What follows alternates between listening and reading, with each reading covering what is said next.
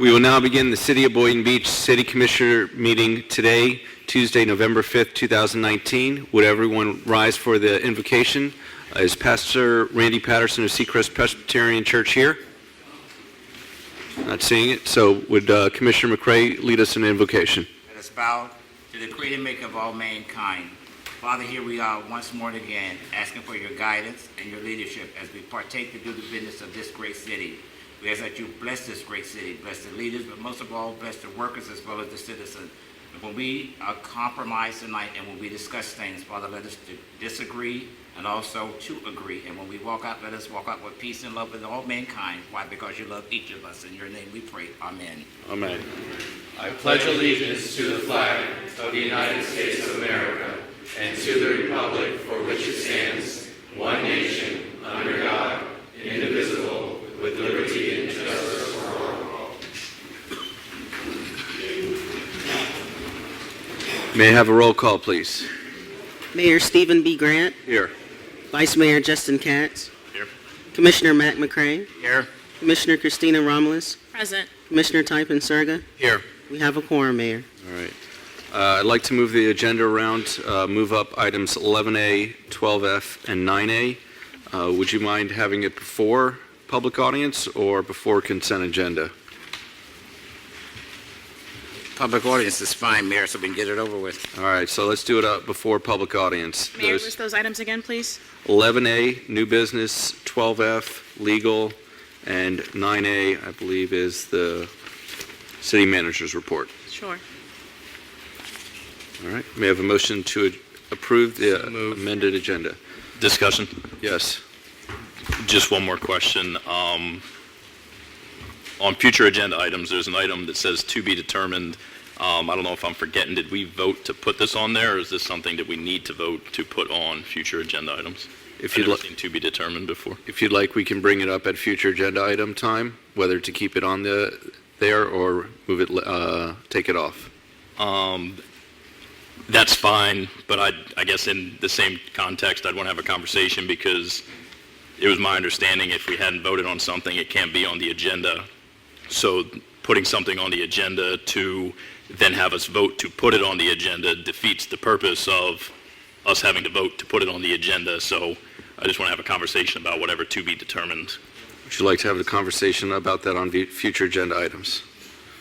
Whenever that item comes up. I'm also planning to add a future agenda item as well. Okay, so we'll make sure we put that as 13A or 13E. All right, may I have a motion to approve as amended? So move. Second. Thank you. All those in favor state so by saying aye. Aye. All those opposed, motion passes unanimously. Informational items by members of the City Commission. Vice Mayor Katz, would you like to begin? Nothing to disclose at this time. Commissioner McCrae.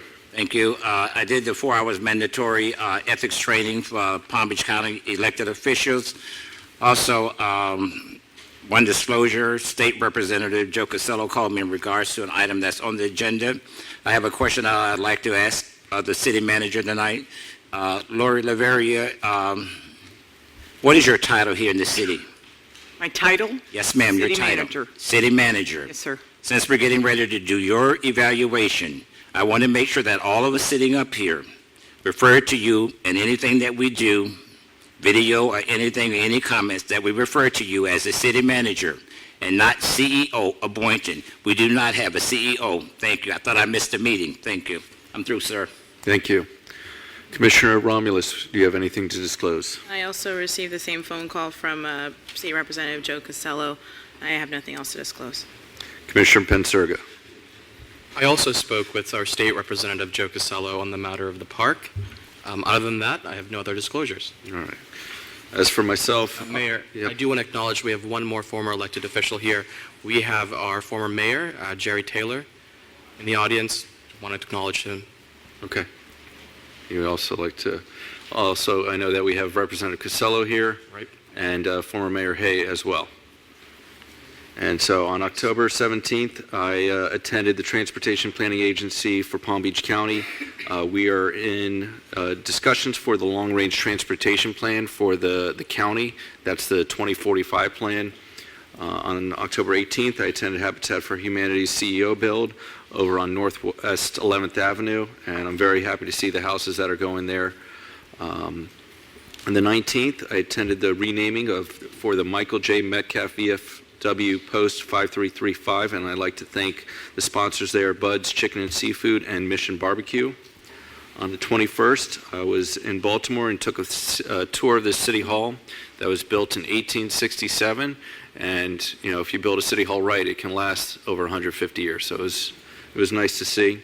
From the 22nd to the 25th, I attended the Association of Metropolitan Planning Organizations and learned a lot of information about transportation needs for our county and city. On the 26th, I attended the Heart of Boynton Beach Association with the American Red Cross Unity in the Community, and then that day on the 27th, I attended Pirate Fest as the Dread Pirate Grant. On the 28th, I attended the South Central Regional Wastewater Treatment Board. On the 29th, I went to Orlando for the Metropolitan Planning Organization Advisory Council.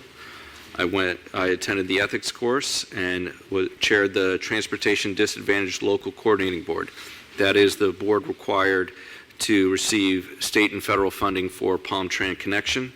I attended the quarterly orientation for Boynton Beach, and we had 34 new hirees for this past quarter, and I'd like to congratulate all of those new hirees. November 3rd, I attended the Boynton Cares Intracoastal Park cleanup, and on the 5th, today spoke with Urban SDK about creating a dashboard of all the different data sets that we have in our city to compile the different departments so that we have the best information to make a decision, and I spoke with Representative Joe Casello as well. Is there any other informational items that we'd like to? Yeah, I also spoke with Representative Joe Casello. I was out camping in Utah, so I don't think I paid too much attention at the time, but he called me this morning at breakfast and gave me some information as well. All right. Thank you. Seeing no more informational items, moving on to announcements, community and special events and presentations. First announcement is that November 19, 2019, the City Commission meeting has been canceled. Item 3B, announce the dates for Read for the Record by John Durgan, Economic Development Specialist. Excuse me, before Mr. Durgan's come up, why did we cancel that meeting? Somebody enlighten me? National League of Cities. So Oh, at the National League of Cities. Yes. Okay, I forgot I'm not going. Okay, thank you. Yes. Thank you. Good evening, John Durgan, Economic Development Specialist with the City of Boynton Beach. I just want to announce that the city will again be participating this year in the annual Read for the Record campaign. We participate every year with the Palm Beach County Literacy Coalition. The campaign is a national campaign founded by Jumpstart. It's just a great event to bring awareness to childhood literacy. And what we do is city staff goes out to all of our local elementary schools as well as our local daycares and reads an assigned book to the kids, and we donate that book to the kids after we're done reading. It's a great opportunity for staff to go out and get out of the office, go visit our public schools and show support, as well as our daycares, and the kids love it, staff loves it. It's an overall great event for the city to participate with the Palm Beach County Literacy Coalition. Thank you. My question, Mr. Durgan, is why don't we do like Delray? They have a program prior to us going out to read. They have a breakfast, and then they also have a place where we all get the chance to discuss with each other before we go out. I'm just saying something you all could think about in the near future. Thank We you. can absolutely think about that, absolutely. All right. Mayor, Yes. I'd like to invite everyone and their kiddos. I will be reading for the record at the Boynton Beach Library, located at 115 North Federal Highway, this Thursday at 10 a.m. So if you'd like to come, bring your kids, bring your grandkids, or just come yourself. I'm more than happy to read to you too. So I'll see you all there Thursday, 10 a.m. But only the kids count. All right. Mr. Durgan, I did not sign up for Thursday, but I'm just saying, since you're up there, go ahead and put my name down. Hopefully I can get to Point Center. That is my alma mater. Thank you. Yes, sir, will do. Thank you. Thank you. Thank you. Our next announcement is 3C, announcement by Eleanor Crissell, Public Communications Marketing Director, regarding the 49th Annual Holiday Parade and upcoming deadline for parade entries. Good evening, Eleanor Crusoe, Marketing Director. Our 49th annual holiday parade will be making some noise in downtown Boynton Beach on Saturday, December 7th, beginning at 4 p.m. We invite the public to attend. We'd also like to announce we're seeking a variety of parade entries, everything from floats to cultural dancers, marching bands, unicycles, golf carts, wagon, anything you'd like with an eye on creativity, fun and imagination, innovation, technology, and of course, some holiday noise. The entry deadline's November 15th at 5 p.m., and we invite all organizations to participate. There's no entry fee. And this year, entry forms are available online at boynton-beach.org/parade. And we did want to announce that new this year, we have 10 award categories, plus we have a new People's Choice Award where you'll be voting by your phone. And there'll be a Mayor's Award. These are traveling trophies that will go from year to year from winner to winner. Other categories that we have included this year is outstanding musical performance, outstanding use of innovation and technology, outstanding artistic design, outstanding display of fantasy or imagination, depiction of life in Boynton Beach, interpretation of the theme, outstanding entertainment, showmanship, whimsical, and most creative. Following the parade, the Light Up the Park event produced by the city's CRA will be held at Dewey Park on the corner of Ocean and Northeast 4th. Any questions on this item? Seeing none, Eleanor, would you mind with 3D regarding the 2020 calendar? Absolutely. The City of Boynton Beach will be celebrating its centennial this coming year, 2020, and the public's invited to submit postcards from our past depicting landmarks, events, holidays, modes of transportation, restaurants, hotels, commerce, etc., for a contribution to our 2020 calendar. If your postcard is selected, you get $100 in celebration of our city's 100th year. There is no entry fee. There are rules which are available on our website. Again, these can be submitted on our website at boynton-beach.org/calendar. If you need any help scanning your postcards, our city library has agreed to do that free of charge, and that information is also available on our website. All the rules and submission can be found on our website, and if you have any questions, please give us a call at 742-6019. Thank you. And they have to be postcards, they can't just be pictures? They have to be postcards and actually have the stamp on the back and be postmarked and actually have a message to someone. Okay. Thank you. Eleanor, my question for you is the $100. What account will we be paying that out of? It's the calendar account under marketing. And the marketing. Thank you. All right. Any other questions? Seeing none. Thank you. Moving on to item 3E, announcement by Aquatic Supervisor Crystal Quesada about Swimina. Hi, I'm Crystal Quesada, the Aquatic Supervisor, and I'm here to promote our event on Friday. It's Swimina. It's swimming and cinema. What more could you ask for? Combining two popular pastimes at John Denson Pool will be offering families the opportunity to enjoy the pool while enjoying a movie.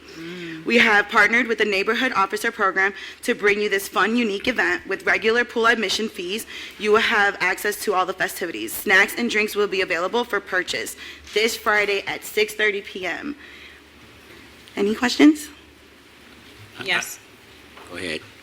In regards to that, go ahead. Okay. Have you guys sent us an email invite? Is this in our calendars? I haven't seen it. I don't know if anything went on the email. I know there is a marketing event on Facebook, and I have a flyer that we created, but I don't know if anything's been sent out to. So, You sent an email. We can do that. Thank you.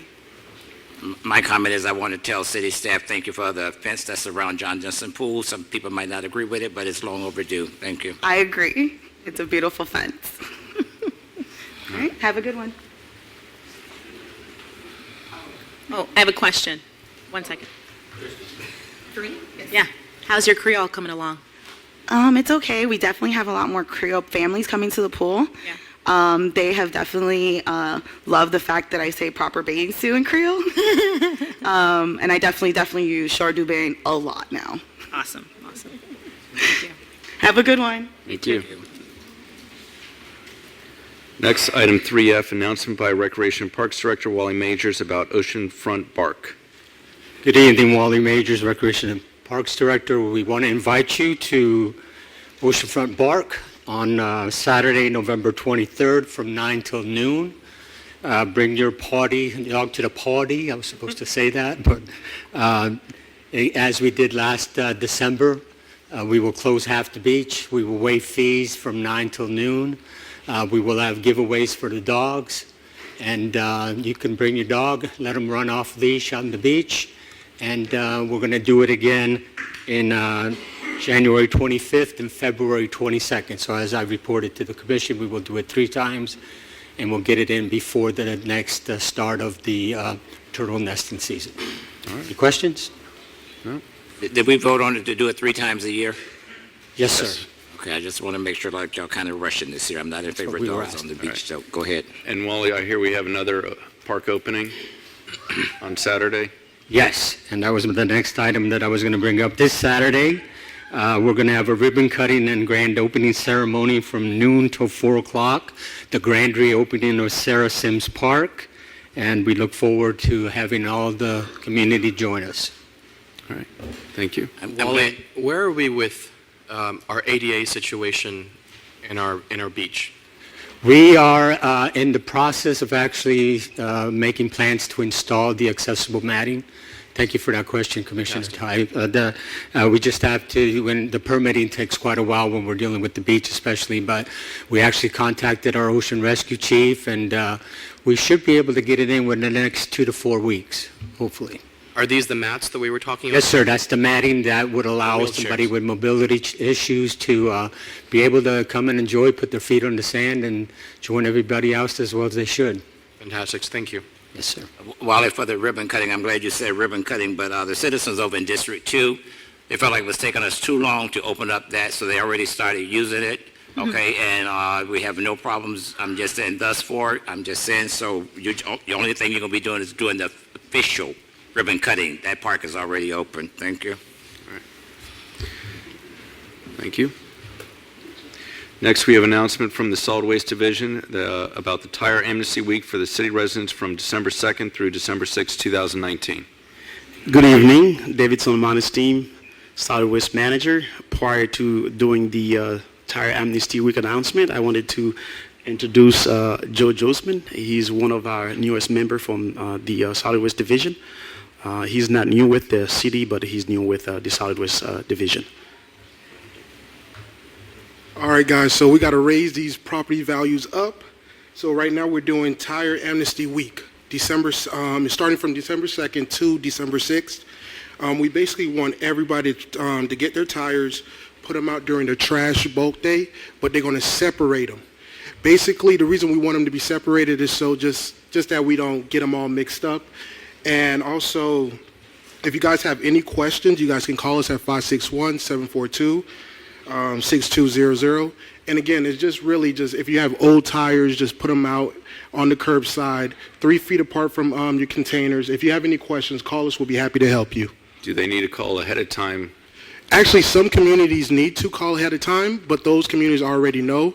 But a lot of people don't have to. You'll basically put it on your bulk trash day. So basically your vegetation, those will be the days that you put it out. Okay. Thank you.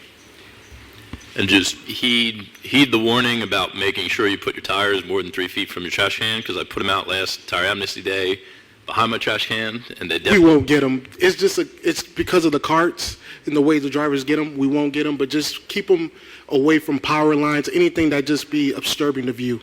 I've been waiting a year. Thank you. They will be at least 6 feet away from the trash can. 6 feet. Thank you. Yes, Commissioner McCray. Yeah, before you all go, in regards to Tire Amnesty, I want to know how you all going to be dealing with tires that's in the right-of-way, that's not on anybody's property, because I'm riding through the city and I see them everywhere. They're not on private property.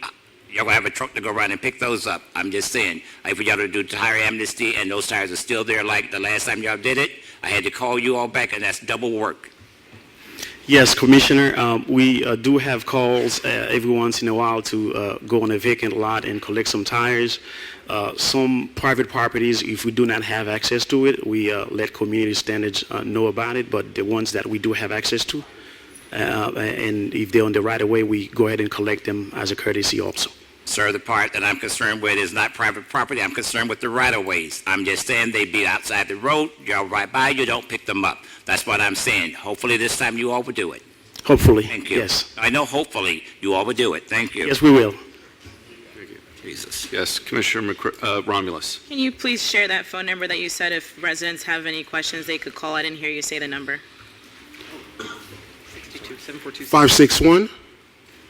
561-742-6200. Thank you very much.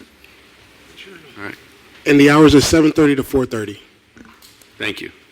They do that on Is there anything, other questions from the commission? Seeing none, thank you so much. Our next announcement is a presentation update on the Town Square project by Mark Heffernan, E2L, John Markey, JKM Developers, and city staff. Good evening. Thank you for having us back. As you know, we had committed to giving a monthly update. Pictures are 1,000 words, so we're going to click through some very quick photos. Some of these were taken today by the drone, and others were taken last week as we walked the buildings. We know we haven't been able to get you in the buildings, all of them, so we'll click through this, and hopefully next time we'll be literally walking you through the buildings. So, got the right one there. Left or right? There we go. So we were leaving the office last night. This is taken from across the street. You can see the cultural center to your left, the Kapok tree in the middle of the park, and the new city hall, which is lit up. We'll be putting additional lighting in here, but it does show the activity that's already starting to occur.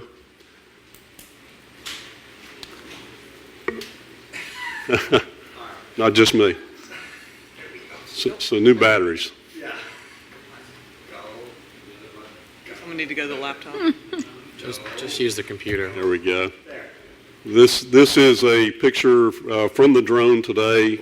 You can see the city hall to your left there. The roofing is completed up on the 4th floor. We did open up Ocean Ave, which was a great day for us for the Pirate Fest. You can see the cars there. That was I give Haskell a lot of credit. There was a lot of long hours, the walkway, a lot of people were able to travel back and forth up and down the main street. This is looking from the 4th floor out of the conference room. Beautiful shot. I'm standing in the window, so lots of good meetings, I'm sure, up in 4th floor coming in the future. This is inside the cultural center. We just got done on Saturday placing the floor, the leveling floor. Beautiful space, as you can see, and the stage is going in. This is a reverse of that, where you'll come up the elevators. There's 2 ADA ramps that are built now where you'll enter into the space. The stage is in progress. How many elevators going to be in that building? There's 2. Thank you. One in the front and one in the back. Thank you. Standing right where Antonio is, that's the freight elevator, where you can come in and access for food or bands or whatever we bring in. But the stage is under construction. The bathrooms are now being tiled on both floors. This is looking down the corridor where we expect to see a lot of your artwork. The chambers, we'll be putting the roof over top of your new chambers here in the next 2 weeks. So the roof decking just got put on this week. This is looking at the museum, Children's Museum, and then you can see in the background the fire station and the district energy system. This is looking down on the City Hall from just above the high school. And the reason of this, as you can see in the front, we're just now putting in the sanitary and the main water lines, and that'll finish out the utilities on the project. This is on top of the roof. As you know, there's a tower that fronts the building onto Ocean Ave, and this tower will be lit up when we get the glass and all put in it. This is inside the electrical rooms where we are beginning panels that have already come in. We'll be getting the switchgear next month. So we'll be energizing the building. This is actually on the 4th floor, putting in your sanitary systems. This is in your chambers. You can see the beam in the background, the white beam that we all signed just a few weeks ago. We just put this ADA ramp in this week. That's to get from the Children's Museum parking lot into the Children's Museum, so handicap efficiency. This is the district energy system. This building has already gone under testing. We just had the generator tested this week very successfully, and we're getting ready to fire up the chillers. And there's the swing chiller. I know just a month ago you approved the contract to put this system in, so we were very efficient getting it installed, getting it tested. Question. Yes. When will the fire station come online? Right now, this is a current picture of the fire station. We are planning on completing that in January, and we will move in the chief and his staff in February with furnishing. So the firefighters will be able to start running operations out of there? That's correct. January, Yep. February? That's correct. Okay. There's a picture inside. The chief and some of his staff came in this week, or late last week, and they were just inspecting some of the work, make sure we have all the power and the data in the right locations. This is the apparatus or the storage bay for the police station that's now fully erected. You can see in this picture the building that was taken today. The roof hasn't yet been put on, but and that's the front of the police station. Coming along very well. Inside, we've got most of the mechanical electrical systems completed on the first floor. Question. When will we expect the police department to be able to utilize that new police station? Currently, we're scheduled to receive furniture in March, and then we will probably move them in April if everything goes as planned, and so far it has. These are the two chiller systems that will be fired up for the chill water. One of the biggest hurdles and happiest days was FP&L showed up last week, and we now have the power pole in to put the permanent power into the building. Question. And then, I'm sorry? Where was this power pole? This is at the police station right off of High Ridge and Gateway. Because I thought we were undergrounding, so I was in the wrong location. We will underground from that pole that they just put in next to the truck over to the building. So that'll all be underground. But those are the higher powered lines that they had to put a new pole in to serve the building. Got it. And of course, this was taken, I couldn't help but put Antonio in there singing in the rain because Suzanne was so patient to work with us over the past 6 to 10 months with the parking, but now she can deliver people to the front of her museum. I have another question. Yes. Did Eleanor have anything to do with that slide? Absolutely nothing. I feel like this has Eleanor's touch all over Nope. But she's training me. Singing in the rain and all that. So this past week, the city authorized the ordering of all the furniture. We have released that purchase order. The material is in production now, so we have furnishings planned for delivery starting in February, March, April, May. They're being sequenced so that the IT department can work with us to make sure all your data and telephone lines are installed, and then we'll do a move-in building by building starting in February. Mark, yes. Regarding the police building, perhaps I missed it. Did you say when the finish date would be approximately? We have scheduled them for March on furnishing deliveries, and we're expecting them to start moving in April. April. Yes. Other questions? I don't have a question, but a comment would be, I'm just saying, if you all can give us those tentative dates when they will be moving in, because a lot of people are asking us, these elected officials, when will this be done? When will that be done? Well, I'm like saying, huh? You know, I'm kind of tired of saying, huh? Okay. You get it to us. We publish a monthly report, and we'll make sure we put that in this month. Thank you. Thank you.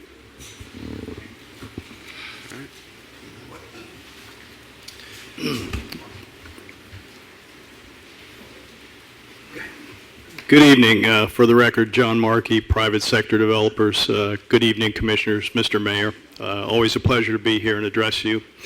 Our progress has been in the turnover of the parcels to us for development. We've been working closely with staff and E2L over the past few weeks. You'll notice from Mark's slides that the sites are considerably cleaner. We're racing to get all the utilities in, or at least Haskell is racing to get all the utilities in to our pieces so that we can begin construction. I think that with Colin's help and Mark's help, that probably is going to be a turnover in 2 weeks. Would that be safe to say, Colin, you think? Yes. So at that point, the clock starts ticking on our obligations, and we're excited about that. We have worked out agreements with E2L that they're going to be able to keep parking and staging on some of our properties as long as we don't need those for our staging, so that we can keep going and not interrupt the construction of any of the civic facilities. In terms of the north garage, we've made a lot of progress working with city staff, and I know that staff is going to come to you very soon with a number of options to accelerate the construction of that north garage. I really believe that that is central to the success of this project. And they're going to be able to come to you with several different options of how we finance and build that ahead of what would have normally happened in the sequence of construction, with us having to finance that with the two north buildings, the Boynton Beach Boulevard building and Ocean Avenue building.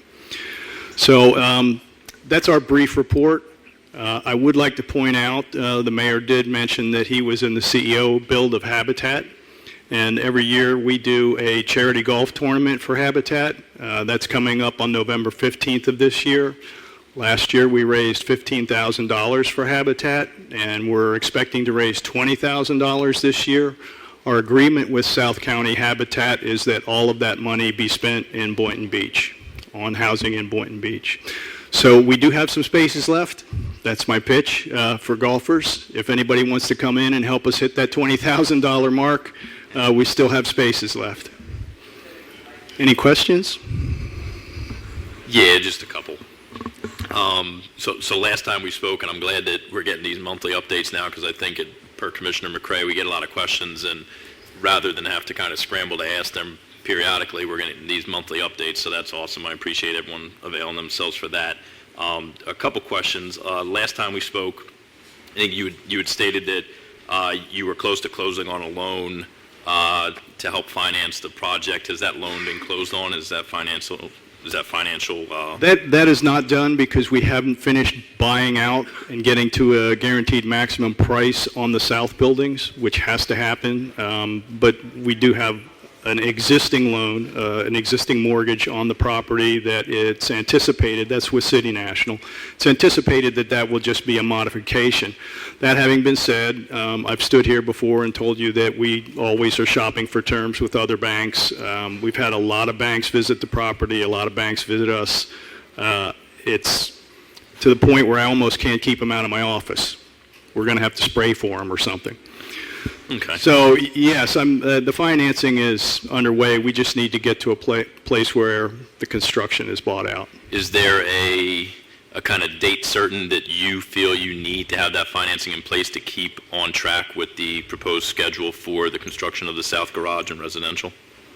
I would say that it has to be around the first of the year. I think it will occur before that because, as is normal with banks, they like to get things closed and on the books before the end of the year, especially since a lot of credit managers and relationship managers' bonuses depend on that.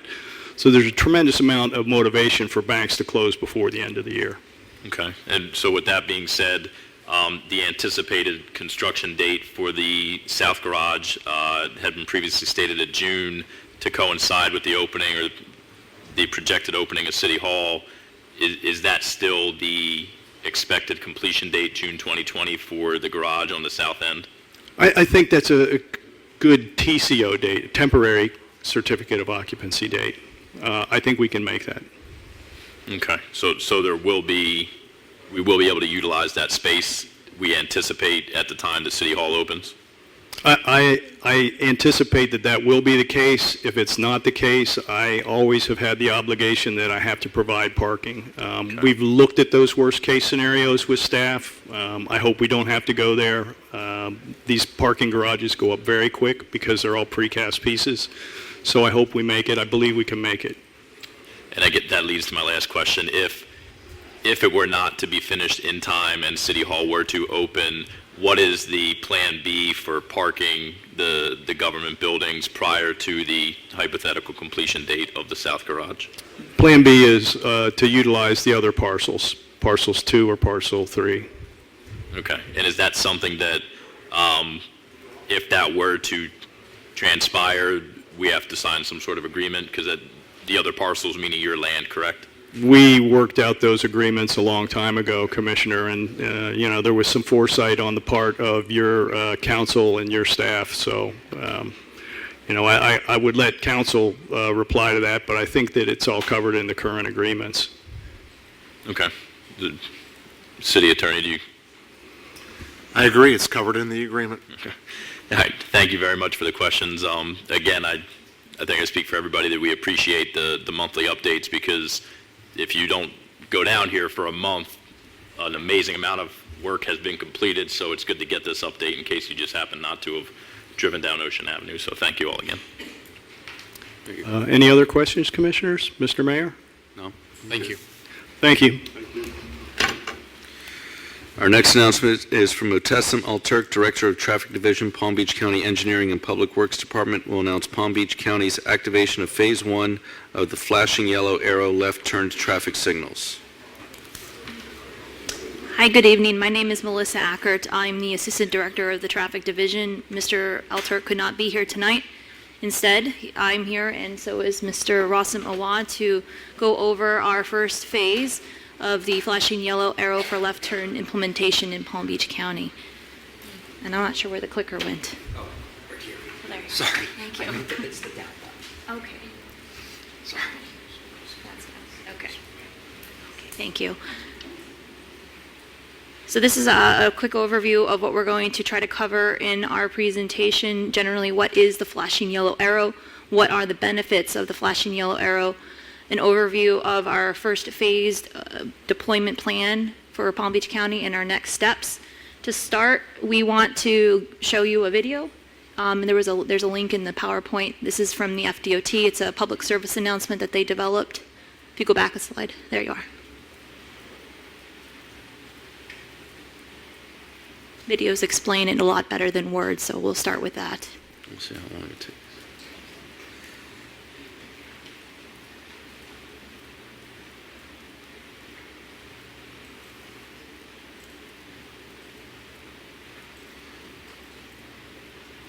Do we have sound? Where's the sound?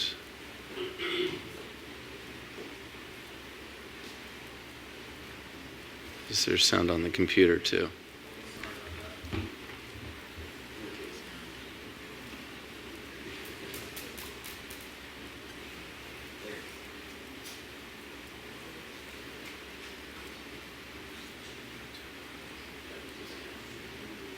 The mute off.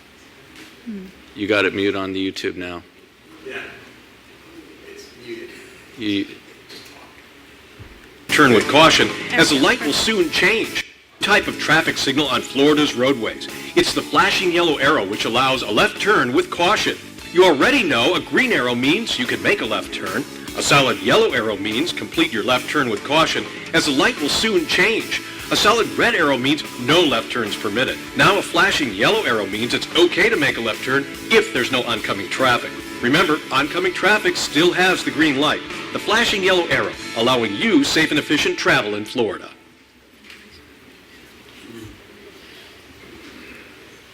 Okay, so now you know what it looks like. And so what we wanted to explain is why we're doing this and some history on the flashing yellow arrow. It has been around for almost 15 years now nationally. It's included as it started the testing in the early 2000s. In early implementations, it was added to the Manual of Uniform Traffic Control Devices in 2009 officially, making it allowed to be used nationally without a temporary approval from the Federal Highway Administration. It's been deployed in all states in the United States. It's been implemented in many cities throughout Florida, especially in the central part of Florida, on the West Coast, and even in the Panhandle. It's become a standard within FDOT District 7, which is on the West Coast. They no longer will allow for the green ball. For permissive movements, they will use the flashing yellow arrow, and we'll get into why that is the case. At this point, I'm going to pass it off to our Traffic Signal Systems Manager, Rasim Awad, who will get into the technical details of what the flashing yellow arrow is and how it functions.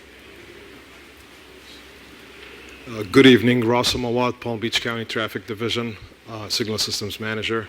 I'm going to go over some of the safety and operational or road capacity benefits. Microphone, sir, is not working. Your voice won. A little louder. A little higher? It's better, yep. I'm going to go over some of the safety and road capacity benefits of this flashing yellow arrow. As for the road capacity benefits, it pretty much gives us additional options for when we bring up or service these left turn movements. The reason is we can now bring it up at the beginning of the cycle or later in the cycle for these particular left turn movements. Additionally, it provides more opportunities to advance simply because now the left turn lane would have its own designated traffic signal head. It no longer shares the traffic signal head with the adjacent through movements. So it frees up that left turn movement to advance. It gives them more opportunities to advance. And I'm gonna also, to sum it up visually, play a video here at the bottom. Jean, if I can bug you with that.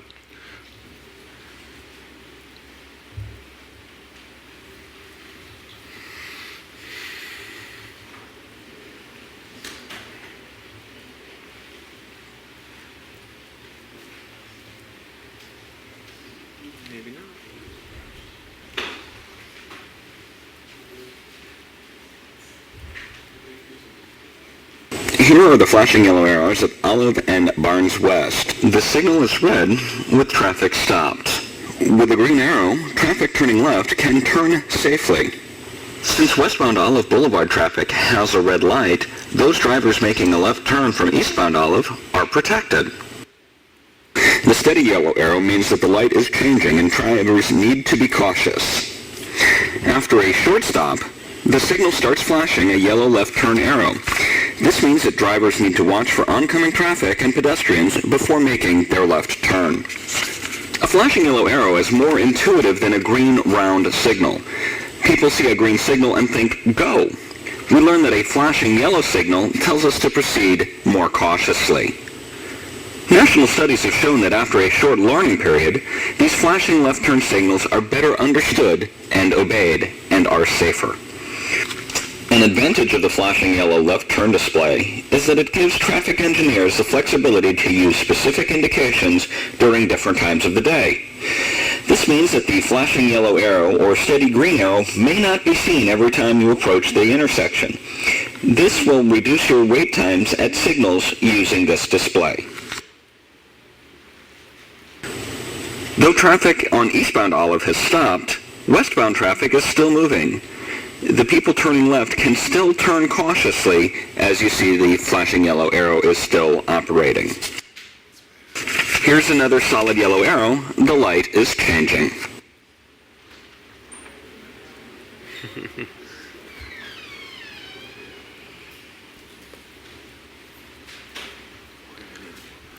Which leads us to the safety benefits of the flashing yellow arrow in more detail.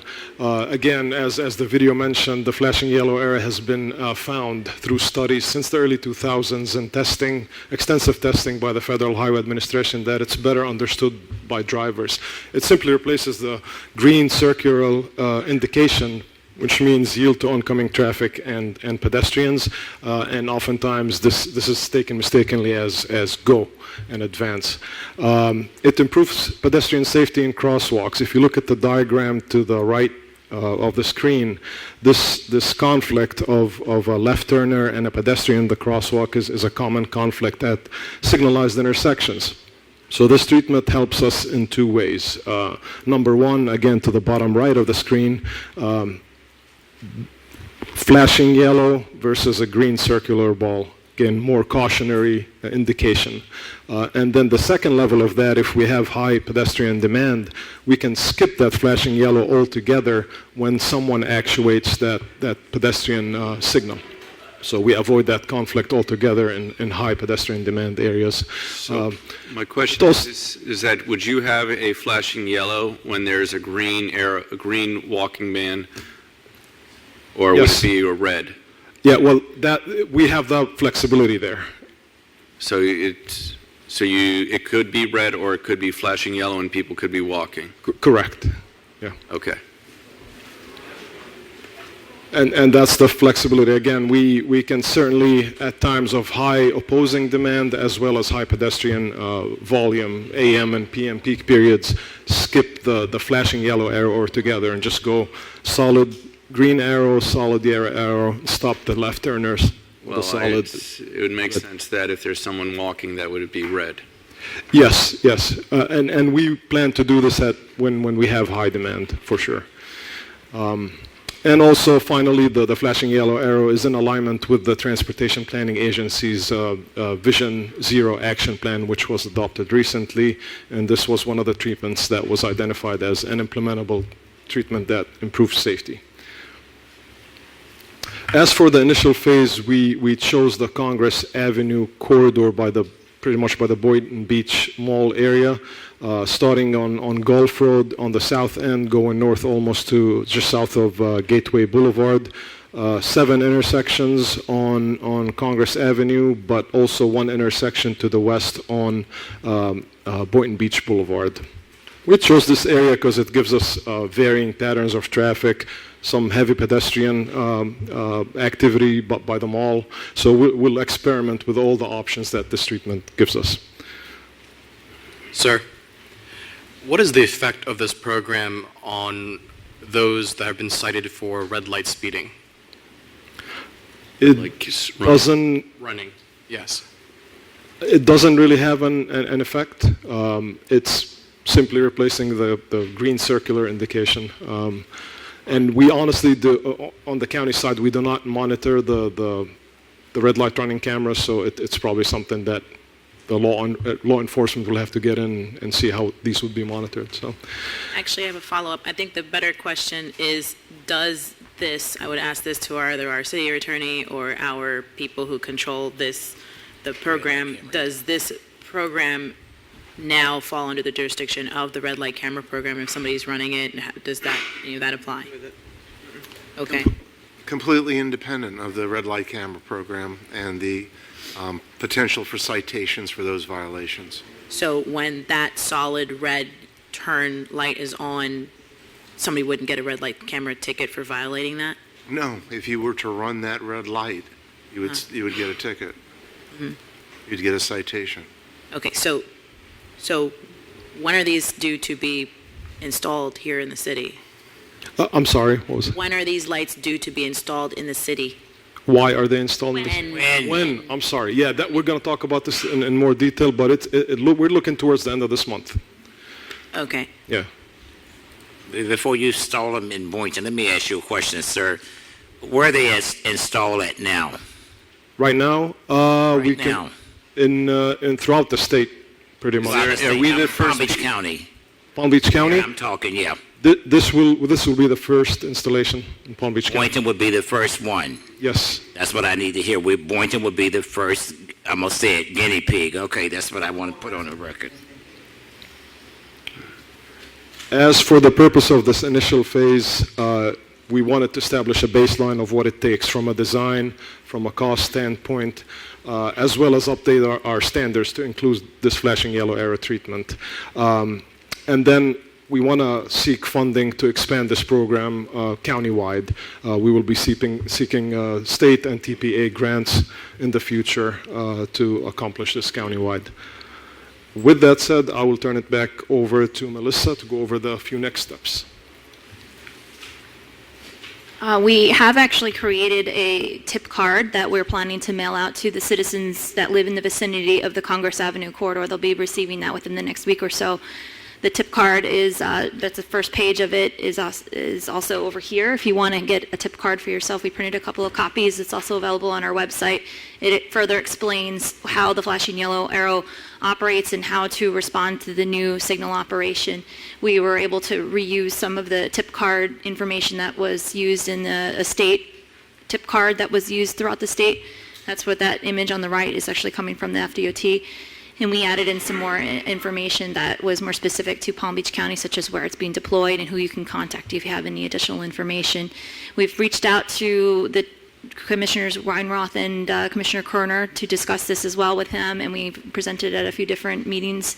We're planning to share this information through a press release as well, and to also further reach the audiences, because not everyone is, reading newspapers or watching the news, because this information is being distributed to them.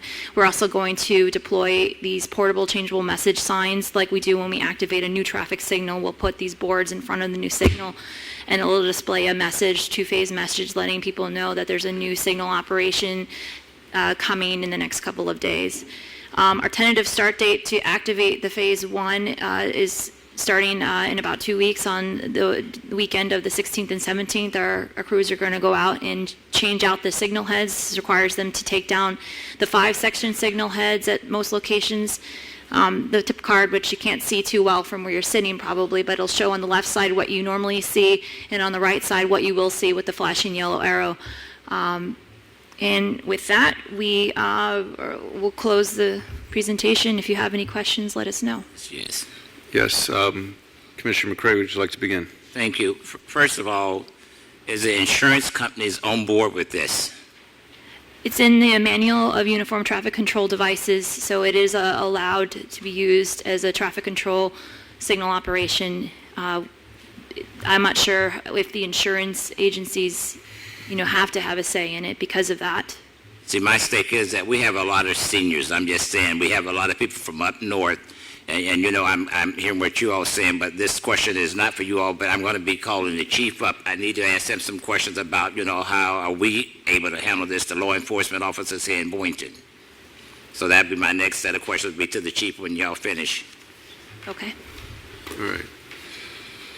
Commissioner Romulus, you have a question for county traffic? Yes, several. So your comment in terms of you spoke to Commissioner Weinroth and Commissioner someone else, you said Kerner. Did you not speak with Mayor McBernard, because he is actually one of the commissioners that serve this area in this community? We presented to the department heads meetings. There was several meetings with the commissioner level, the executive leadership level. I wasn't at all of them. I'm not positive that he was attending one of these meetings, but we did as much as we could to bring up the county administrator and the board up to speed on what we're doing here. Okay, and my second question is, why are we the first to go through this program and go through the changes? We selected the Congress Avenue corridor because it had, like Rossum said, different features that we could see if the benefits were really there, and that would be used to dictate how we would then prioritize additional locations. We're not trying to prove whether or not this is going to work. That's already been done. What we want to see from our first phase deployment is how do we want to implement this in Palm Beach County? How do we want to include this in our criteria for the left turn signals? Right now we have criteria written for how we would activate and how we decide where we would even put a green arrow, and this would be part of that, is how we're going to use this. And we may go into the direction as District 7 did on the West Coast and make this a standard for the green ball for left turn movements because of the safety benefits and also the mobility benefits it will afford us through this. Okay, and so I understand that Congress is a county road, so this was under your jurisdiction anyway to decide to position those lights there. I think kind of where I'm going with this mentally is the objective that we're hoping that we see less congestion in some of the areas that we implement these lights. Is that what we're aiming for? That's one of the major benefits of this, is that it allows greater flexibility in signal timing operations plans. Rossum was trying to explain how this currently, without the flashing yellow arrow, the left turn is stuck with the adjacent lane, so whenever the adjacent lane is red, so is the turn lane. But with the flashing yellow arrow, that's one of the benefits, is that you will be able to allow traffic to keep turning when your adjacent lane is red if they have a safe gap to do so. There's also the safety benefits that we mentioned for pedestrian safety. It allows us greater flexibility to turn off the left turn if there's a high demand for pedestrians. And the same thing goes for during peak periods. Currently, we can't turn it on or off with the left turn being a protected. We can now, if with a flashing yellow arrow, if there's a time of the day where we don't want to have, people having a permissive movement, we would just only allow for the green arrow, and then the flashing yellow arrow would just only be used during off-peak periods. That's one of the things that we're trying to look at is in what situations would we decide to turn off the flashing yellow arrow and go back to just the green arrow, what times of day and what types of traffic volumes would trigger that protected phase. And what are you using to analyze these things? We have, well, I'll let maybe Rossum answer that better. He runs our traffic management center, and he can elaborate more on that. Yeah, sure. Obviously, it's a new treatment in the county, but it really is not new. It's been deployed nationwide for 10 years, over 10 years now. As far as monitoring, we have our traffic management center can see all these intersections in the test area, if you will, or the initial project area. So we're going to visually monitor, and also we're going to collect some counts, see how much improvement we are getting through this treatment. What is your study time frame, like from 90 days, 6 months? What is your period of time that you're going to be analyzing to see these changes? I expect 6 months is a good time frame to see where we are, and it allows us again to program and then reprogram, limit certain times of day, some movements during some certain times of the day. So I would say 6 months to maybe 8 months would be. So my request would be that within that 6 months or 8 months period that you would come back and present to us to give us an update on what you're seeing on the ground, because I don't want you guys here today and we never see you again. And I would like to have you all come back and give us a report and an update on what we're seeing once these lights are installed. Sure, we'll be open to that. Yeah. And counts and things like that. Thank you. Mm-hmm. All right. So my question is that the county runs all the traffic signals in the city of Boynton Beach. Is that correct? Correct. Okay. And so you guys, the county is replacing these traffic signals along Congress? Correct. At the county's cost. The only concern that I have is I believe we have Congress Middle School, and so during the high traffic, pedestrian traffic, that during when the schools open and close, when we have the school hours on Congress, that we don't have the yellow flashing during those hours. Sure. And the middle school is in which section there? It's south of Boynton Beach Boulevard, north of Woolbright. Okay.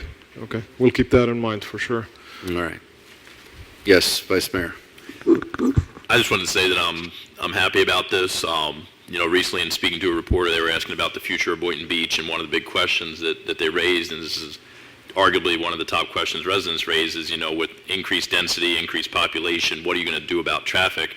And we spend time talking about things that will help with traffic, but are more gimmicky than reality-based. So we spend a lot of time talking about electric scooters and bike lanes and ride shares, and those all serve a part in mitigating traffic, but increasing efficiency of the existing system, because as many people that might use an electric scooter in 10 years, there's not going to be thousands of people in the city of Boynton Beach getting rid of cars to use electric scooters. So this is a way to address cars and increase traffic efficiency.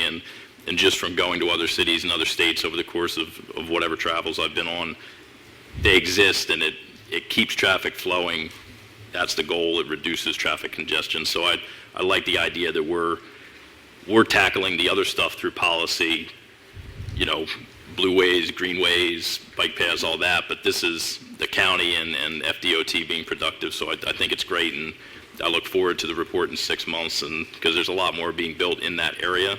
So it'll be great to see what this does now. Then you can compare once the density increases as well. Sure, thank you. Any other questions or comments? Not for them. I need to speak to the chief. All right, thank you so much. Michael Gregory, Police Chief. Chief, thank you. In regards to this new system that's going into place, how are we equipped within the city with our officers in regards to handling citations or somebody doing a U-turn and running through one of these instead of the light was that area told me to go. I'm just saying, you know, I'm not doing no if or hypothetical situations. This is reality. Life goes on. We have seniors that drive on Congress Avenue. We have the snowbirds might not know anything about this here. I'm just saying, you know, I don't want people coming from anywhere around here to my, you know, what are y'all doing? We get it. I'm just saying, you know, they're going to go back to wherever they go at, and then they're going to be saying, you know, well, what Boynton's doing. But when it comes to a problem, the elected officials, we are the first to have to address this. So I want to make sure that you all are on board. Tell me how you're going to have this. If the insurance company is going to be responsible, I'm just saying if somebody run, you got a U-turn. I'm just saying if they make the wrong U-turn, I'm just saying we got all these things. I don't know if they take them in consideration, but I want to make sure that you all are on board when this thing comes into fruition here in this city. Well, it appears from the conversations thus far, this is already moving down the tracks. It appears this is already happening, so we'll have to get up to speed quickly. As of right now, this is the first briefing I've received on this new technology coming to Congress. I checked with our traffic unit earlier, and they hadn't received a briefing yet, so we'll be looking for these materials regarding the different types of signals they'll be utilized and which specific intersections they'll be at, and then we'll have to quickly educate our folks on our staff to be able to aware that they'll be encountering these, and drivers will. I'll hope that we can embrace that education campaign. It would have been nice if that could have started much earlier, since we're talking about a 2-week implementation period roughly. We've got a large constituency of diverse populations here in Boynton on both ends of the age scale, and I think we need to get a lot more information out to them very quickly on how to approach these intersections. Thank you, sir. That's all I need to hear from you. Thank you. We're on the same page. I'm just saying we should have had it sooner than later. Commissioner Romulus. I have no issue with this program. I do have issue in terms of how it's being rolled out here in the city. This is not towards you, Chief. This is towards the county staff. If I'm hearing that my police chief is just finding out about this program today, I don't get it, one. Two, how are you guys even on our agenda? But I mean, this is a question for the city manager, this is a question for county staff, this is a question for several people who can weigh in on this. I'm very confused. I'm a little bit troubled and perplexed that our police officers who are basically lining this room here today, are not aware of something so vital that's going to be changing how traffic is regulated here in the city. I'm a little confused. I'd like an answer on this. I mean, I don't think there's an answer. They have control over all the traffic signals, so unless we want to spend the millions, hundreds of thousands of dollars to take it over, this is not our decision. This is informative. This is the county telling us what they're doing. Mayor, we don't have a stay Mayor, in this. Thank you for your input. I gather that. I've acknowledged that these are county roads that they will be doing these changes in, but I understand that county has a responsibility when they're placing things into our municipality to better educate us and inform us, and not to just come to us 2 to 3 weeks prior to implementation of a program that is completely going to change the way that we move cars here within our main thoroughfare in the city. How much time would you like? We need to move on. Mind if I finish? We need to move on. There's a Mind if I big finish? agenda. May I finish? Please. Thank you. So I'm saying in the future, in terms of communication, and I think out of just respect for our municipality, I think it would behoove your staff to better communicate with us and with our police department if you're going to do things like this, and ask for us to, allow that. Because I think if we had a better timing in terms of rollout, we could have also helped with educating the community and making sure that they're prepared for this rollout. They're anticipating the changes. We have a very high, age range of residents here in this community. We have a lot of snowbirds, so this is going to be some changes that they have to get used to. I'm just saying in terms of education and better rollout, we could have done this better, and I expect better, frankly, from the county. Thank you.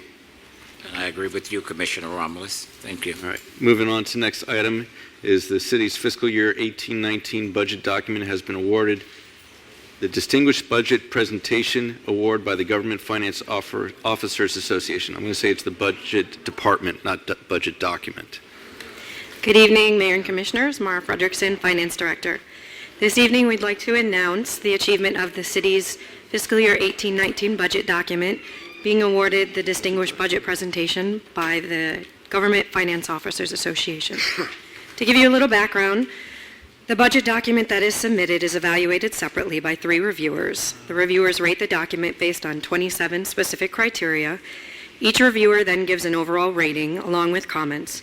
In order to receive the award, a document must be rated proficient or outstanding by at least 2 of all of the reviewers in all 4 categories, as well as for 14 of the 27 specific criteria identified. For budgets beginning in 2018, the city was one of 1,344 participants that received the award nationally.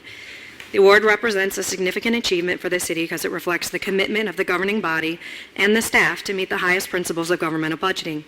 In order to receive the budget award, the city's budget document had to satisfy nationally recognized guidelines for effective budget presentation. These guidelines are designed to assess how well the city's budget serves as a policy document, a financial plan, an operations guide, and a communications device. Our budget presentation and award was achieved through significant time, effort, energy, and care by Anthony Davidson, the city's budget manager, and all the finance staff that assisted through the budget process. This is the 8th year in a row that the city has received the Distinguished Budget Award under the management and supervision of Mr. Anthony Davidson. His hard work and diligent effort to put out a document that not only meets the criteria that is requested, but exceeds it, is apparent and greatly appreciated. I'd like to thank and recognize Mr. Davidson for his accomplishment in receiving the Distinguished Budget Award for fiscal year 18-19. Yay, Tony.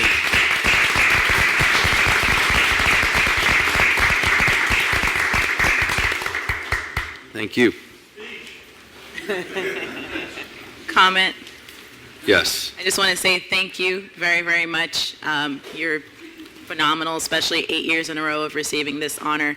It tells us a lot about the work that you put in and your commitment to really making sure that our budget process goes well. So thank you very much. You always make it very well presented.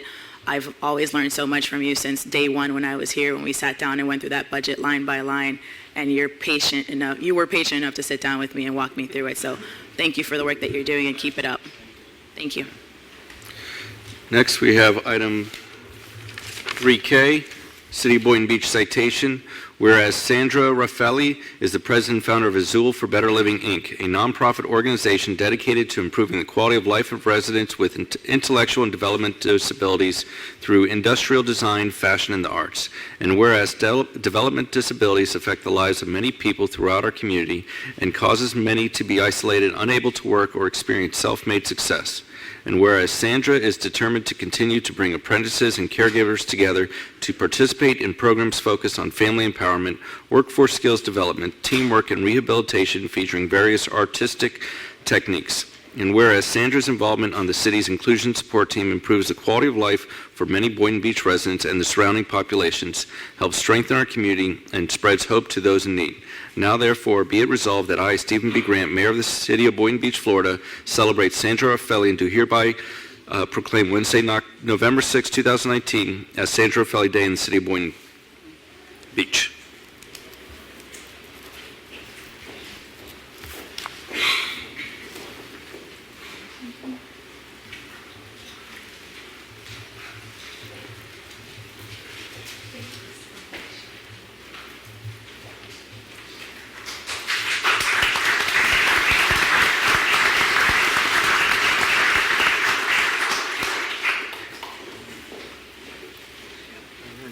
Good evening. Thank you so much, Mayor, for this recognition. I would like to invite everyone to remember today as the day when fashion, art, and design meets all abilities in the high-end industry. I have had the opportunity to collaborate with the City of Boynton Beach a few times, offering our programs in fashion, design, and art, and it has been an honor to serve the Boynton Beach residents. I'm looking forward to keep on offering our services to empower adults with autism, Down syndrome, and other related disabilities, as well as their families, so they can start their own business. If you want to learn more about us, our website is www.azul.org.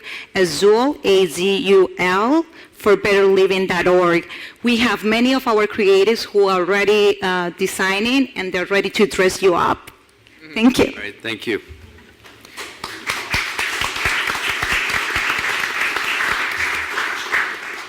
Item 3L, City of Boynton Beach Proclamation. Whereas family caregivers greatly improve the quality of life for their loved ones, spending an average of 20 hours per week providing care, with many caring for their loved ones around the clock.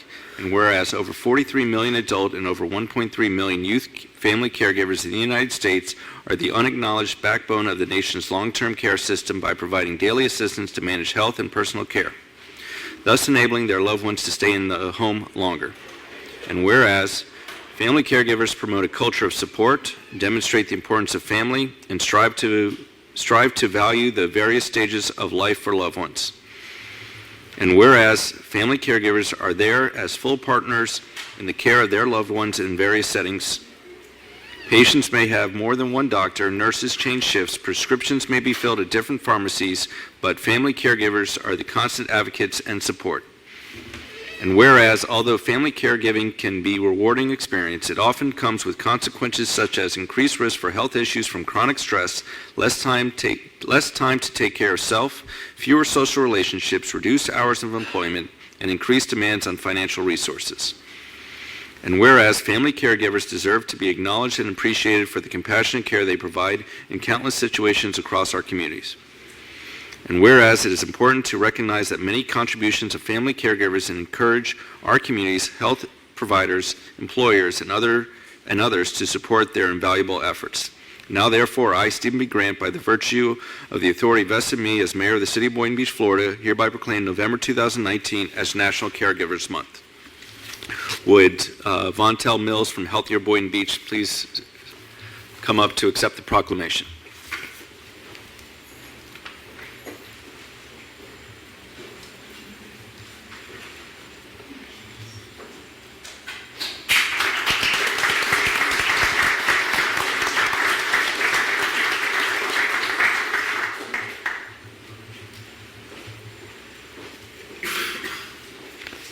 Good evening. On behalf of Healthier Boynton Beach, Ricky Petty, the project director, caregiving, fearless caregiving, whether we are caregiving now or have been or will be, the caregiver is just never given enough recognition. They're not even looking for recognition. Their main purpose, their main goal is the person that they're caring for. This is so special that the City of Boynton Beach is giving the caregiver their own special month. And we thank you for those of us who are doing this work. Hello. Miss Mills. You don't have to be sorry, but you don't have to even come back up. I just want to say thank you for your voice. You got the voice that everybody needs to have with that mic. Thank you. Item 3M, City of Boynton Beach Proclamation. Whereas people from all walks of life, including families with children, employed and unemployed, workers, elderly residents, veterans, disabled individuals, youth, and individuals are impacted by hunger and homelessness. And whereas the purpose of the proclamation is to educate the public about the many reasons people are hungry and homeless, including the shortage of affordable housing in Palm Beach County for very low income residents, and to encourage support for homeless assistance service providers as well as community service opportunities for students and school service organizations.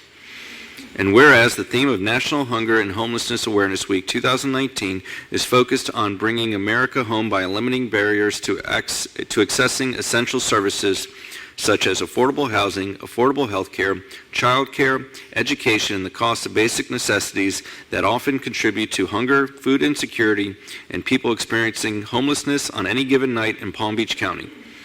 And whereas the intent of Hunger and Homelessness Awareness Week is consistent with the activities of the Homeless Advisory Board, Homeless Coalition, Homeless and Housing Alliance, Palm Beach County Food Bank, the Lord's Place, Gulfstream Goodwill Industries, Adopt a Family, and other service providers in Palm Beach County. Now therefore, I, Stephen B. Grant, Mayor of the City of Boynton Beach, Florida, hereby proclaim November 17th to the 23rd of 2019 as National Hunger and Homeless Awareness Week. Will Chief Executive with the Homeless Coalition, Shay Spencer, accept the proclamation?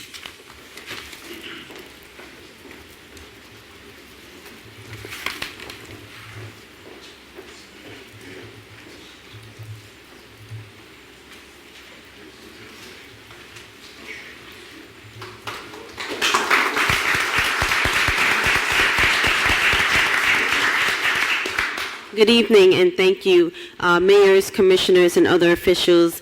Thank you so much for making Hunger and Homeless Awareness Week a priority and for recognizing the work that we do with so many families and individuals in Palm Beach County experiencing homelessness, with more than 30,000 individuals across the state of Florida and countless others in America. This is not just an issue in Boynton Beach or Palm Beach County or in Florida. It is a national issue, and we appreciate your support. Your partnership has been paramount, and we just want to continue to make an impact in the lives of those who are affected by homelessness each and every single day. We truly believe that every single person deserves a place to call home, regardless of their income or their zip code.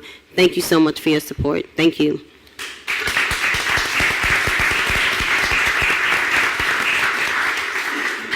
Next, item 3N, City of Boynton Beach proclamation. Whereas Global Entrepreneurship Week is a celebration of innovators who dream big and launch startups that bring ideas to life. And whereas each November, Global Entrepreneurship Week reaches millions of people through local, national, and global events and activities.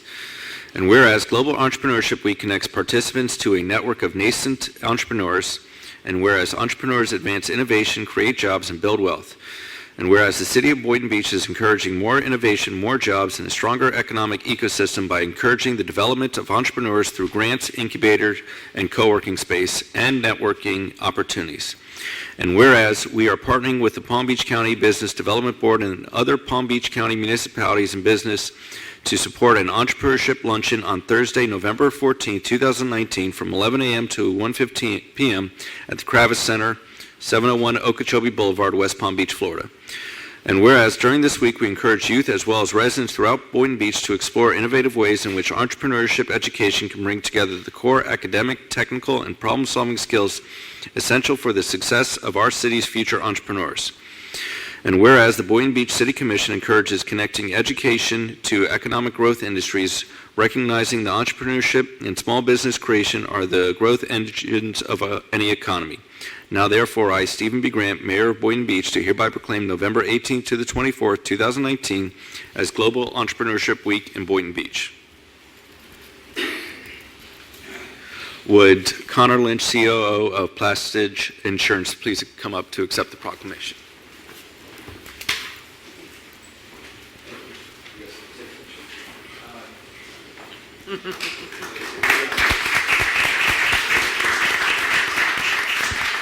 I just wanted to take a second to thank the City of Boynton Beach and their partnership. I am the chair of the Entrepreneur Committee for the Business Development Board of Palm Beach County, and we truly appreciate your partnership. We, as mentioned in the proclamation, we start next Thursday on the 14th through the 23rd. There are many events throughout Palm Beach County. This is a part of a global outreach to encourage entrepreneurialism and inspire people in our community to take that step forward. It's a part of thousands of events that happen in 160 countries during that same week, and we thank you again. All right, thank you.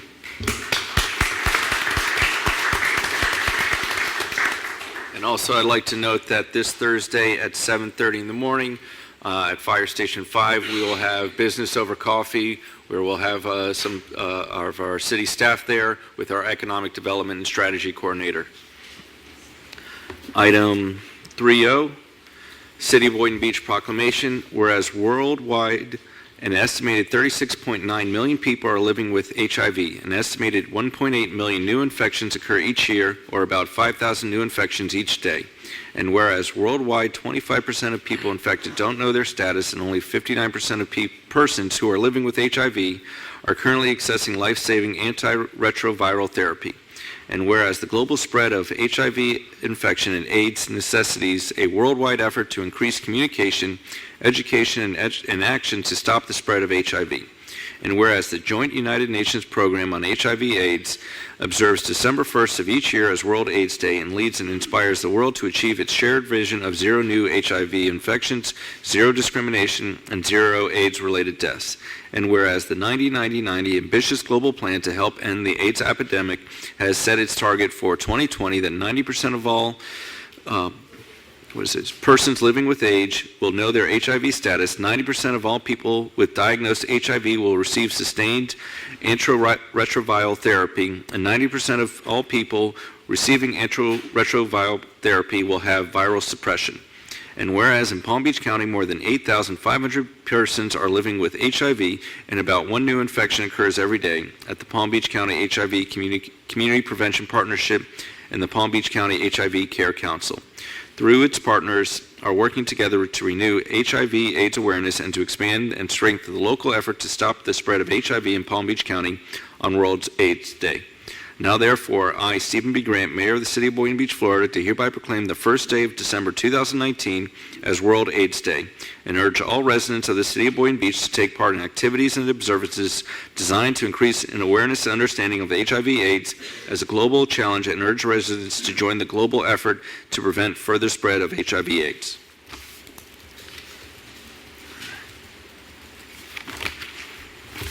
Thank you. Moving on to item 3P, present a certificate of completion to Commissioner Ty Pensurga for completing the Advanced Institute of Elected Municipal Officials. Here you go.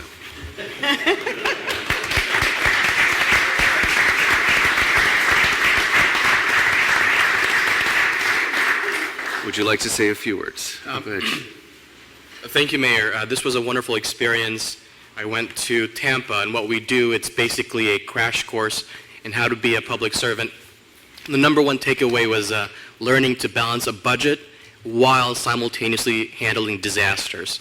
So we played various scenarios, a simulated game, a simulated city, and we had to operate as a city commission to make it all work. We started with the deficit, and somehow we survived, got the problems fixed, but it was great training, but it is only step one. I'm looking forward to learning more and growing in my role as commissioner. Thank you. All right, thank you. Mayor, Yes. I'd like to say to Commissioner Pensurga, since you've been up here this year, it has been a pleasure working with you, and this is what I was talking about. I'm just saying, if you're going to be an elected official, the more you know, the better off you are. And, sir, you are on the right road. You're following where I was. I'm just saying I'll soon be getting off. But you're doing the right thing. I'm just saying, anytime that there's something available, you can learn more and to be better, continue to do it, sir. I wish you the best in your endeavors, sir. It's a blessing to work with you up here as a commissioner. Thank you. Thank you so much. I appreciate that. I learned so much from that experience. I know more about taxes than I want to know. So. All right. And then one thing that didn't make the announcement is that on November 11th, 2019, the city will be closed for Veterans Day. Am I correct? Will the library still be open? No. So the library will be closed also on Veterans Day, and but will trash be picked up? Yes, I believe so. Is Davidson, are you, I think so. Will trash be? All right. So yes, trash will be picked up on Monday. Sometimes we don't. All right. Thank No you. rest for the weary. All right. Moving on to the amended agenda, we will begin with item 11A. New business, proposed resolution number 19-140, approve and ratify the collective bargaining agreement between the city and the police officers and detectives unit of the Palm Beach County Police Benevolent Association. May I have a motion to approve? So moved. Second. Discussion. Yes. Mayor, if I may just say a few comments about this. This has been in the works for quite some time. Hopefully there'll be a few. Yes. Yes, thank you. I just want to say that I could not be more proud to support in the affirmative of passing this resolution. This has been the culmination of the work of many people involved. And I know many of you officers here today and those that aren't here have waited for this many years. And today, we are not just supporting you in words, but also in action. And this is a turn of the leaf. I could not be happier that this is happening and the time has finally come. So thank you to all of you. The kind of work you do, or the kind of work that none of us don't want to do, the kind of people you have to deal with, the experiences you have to deal with, and the things you have to see, and the decisions you have to make and the ramifications of those decisions that you have to live with. So thank you for all the hard work that you do. We could not be more in support of all of you, so thank you. Thank you.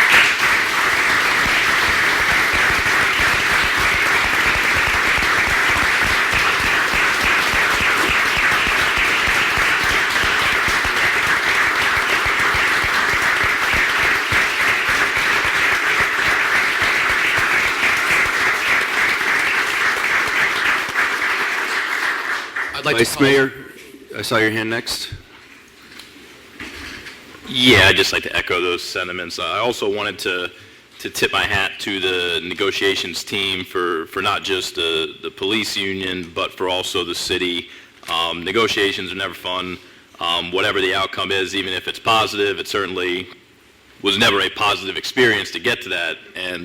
But ultimately, everybody came together and delivered on a package that shows appreciation to the value that you all perform for this city. I'm ecstatic. You know, speaking as a teachers union president and knowing not just the government side of these negotiations, but the union side of the negotiations, I think that it was handled well by both sides and that the results reflect the dedication of both sides to try to do what's right by the men and women who serve and protect. So it's a great contract. I think it's awesome and overdue, and you guys are certainly going to earn it as the city continues to grow and expand and the workload increases. You're being paid what you're worth, and that's a great way to boost morale going into the next phase of whatever the city is going to turn into. So thank you all for what you do. Commissioner McCray. Thank you. I want to echo what Commissioner Penserga said and also what Vice Mayor Katz said. I also like to say to Commissioner Penserga, tonight you spoke like a real trooper, sir. That one class was super. You really learned a lot. Thank you. All right. Commissioner Ramos, do you have comments? Sure. So for me, this is, a culmination of about 3 years of sitting up here, 3.5 years of sitting up here and, getting to know Dan Duggar, who is the president of the PBA, and working with the women and men who serve our city. And, to explain to those in the audience and those who will be watching this video exactly what we're doing here today, this will basically bring us from one of the on the lower end of the totem pole, or on the lower end of the ranked cities here in the county in terms of pay to our police officers, being that we are the third largest city in the county, to allowing us to be number what? 2, 3? What? 3. Number 3 in the county, to be commensurate with our rank in the county. So, this is definitely exciting and well-deserved, well-earned, and I commend, again, you all, and I know we've done a lot of clapping already. We haven't even really passed this, but that's just to tell you where we stand and how we feel about this and where we're going to be going with this vote. So thank you all for your service. Truly, you guys put your lives on the line for us every single day. And, in a new role that I've just taken on, I work closely with our police officers even more so. And this is something that is truly, for me, personal. And it's a passion that, I see that we are able to take care of our men and women in blue better. So thank you so much. So, for me, I remember 5 years ago that we didn't have the group of officers here for something good. It was something else. And how we've been working together. So I'd like to thank the city staff and the police department. This has been a long journey, and we're here together with the new police department. We got our new chief. He's not so new anymore, but we're looking for great things to making sure that we have a safety city here in Boynton Beach, and really appreciate all the hard work of our police officers and detectives. And thank you. And if you'd like to say a few words. Yes, my name's Dan Duggar. I'm with the PBA. I've also been a member of the police department for 15 years. I currently serve as a detective sergeant in the Detective Bureau. A lot of you guys know me through having interactions with the police department, whether or not it's with the PBA. I've been through a lot of blighted areas within the city. I'm sure a lot of you guys remember some of the things I'm talking. Commissioner McCray, I'm sure you do. City Manager Lori, Julie. But I just had a short list. I'm going to keep this very brief. To the members of the Boynton Beach Police Department, I want to thank you for being so supportive. I know it takes a leap of faith to put your trust in just a few members. Hey, Dan, the microphone will move up. Can you hear me now? Okay, I'm sorry. I really do appreciate the trust the members have put in me and the other reps. Corey Herney, Jermaine Jones, Ray Delos Rios, my right, left-hand men, and they really helped me out a lot. So this is definitely not about me. It's more about a group effort. Chief Gregory, for the support, being an advocate for us. I know when you came in, you were thrust into contract negotiations, which is never a good thing, being a city administrator. City manager, Lori Lavieri. Really appreciate all the support and coming to a compromise with us so quickly. I know we've got through these, this is my third contract I've negotiated with the city. This is by far the fastest and the easiest. So, and my counterpart, Julie Alberry. We a lot of time spent together working through the details. So definitely a lot of respect for her, and Representative Joe Casello, who's always been he's a fighter for first responders, and he still remains that. And lastly, all of you up here, the leaders of the city commission, Commissioner Katz, Commissioner McCray, Commissioner Romulus, Commissioner Pensurga, and Mayor Grant. Truly, from all of us here, not just me, thank you. We appreciate the investment you made into the police department, both with the building and with securing our benefits and everything. We really do appreciate it, and I'm extremely grateful. Thank you.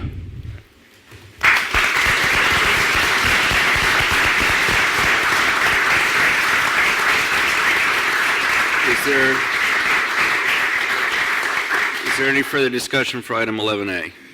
Seeing none, all those in favor state so by saying aye. Aye. All those opposed, hearing none, the resolution passes unanimously. Proposed resolution number 19-141, approve and ratify the collective bargaining agreement between the city and the police sergeants unit of the Palm Beach County Police Benevolent Association. So moved. Second. Thank you. Any further discussion from the board? I have a discussion. Yes. Just want to say to you all, y'all look kind of human without your uniforms on. Thank you. Yeah, it's kind of nice. All right. Seeing no more further discussion, all those in favor state so by saying aye. Aye. All those opposed, motion passes unanimously. Congratulations.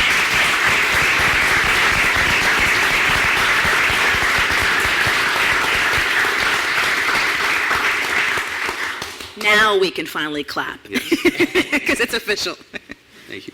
Moving item to legal 12F, proposed resolution number 19-143, authorize the city manager to enter into a purchase and development agreement between the city of Boynton Beach and Habitat for Humanity of South Palm Beach County to convey 3 vacant lots in the heart of Boynton, subject to final approval by the city attorney. So moved. Second. Any discussion from the board? Seeing none, all those in favor state so by saying aye. Aye. All those opposed, motion passes unanimously. Moving on to item 9A, consider the recommendation from the Recreation and Parks Advisory Board concerning renaming Veterans Memorial Park in honor of Tom Kaiser. I'd like to have city staff present this, then open up to public comments, and then the board will make their decision. Thank you.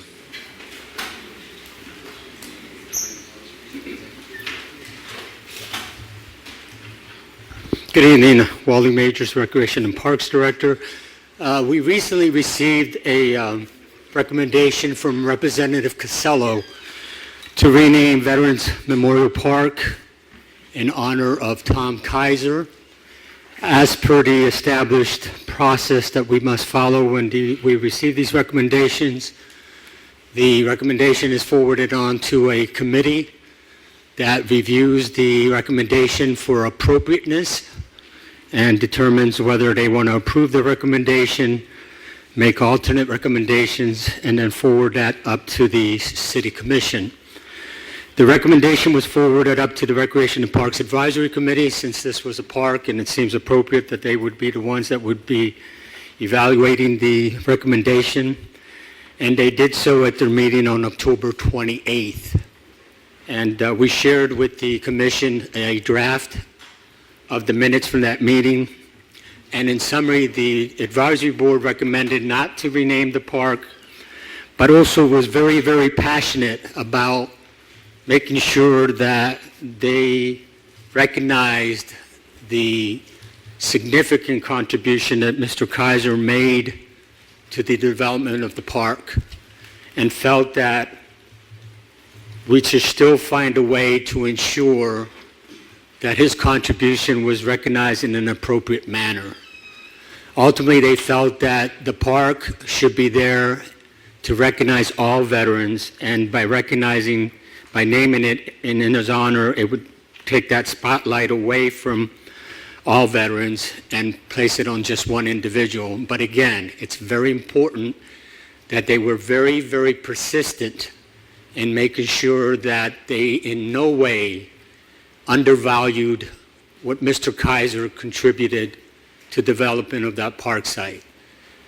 And they felt it was very important that his contribution be recognized in something more than just a sign or a bench.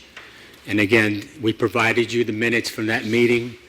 The minutes are still in draft form because the meeting was the last Monday in October, and they have yet to meet in November to approve the minutes. But I think the minutes, when I review them, are an accurate representation of what was stated at that meeting. So with that, I'll leave it open for any questions the commission may have.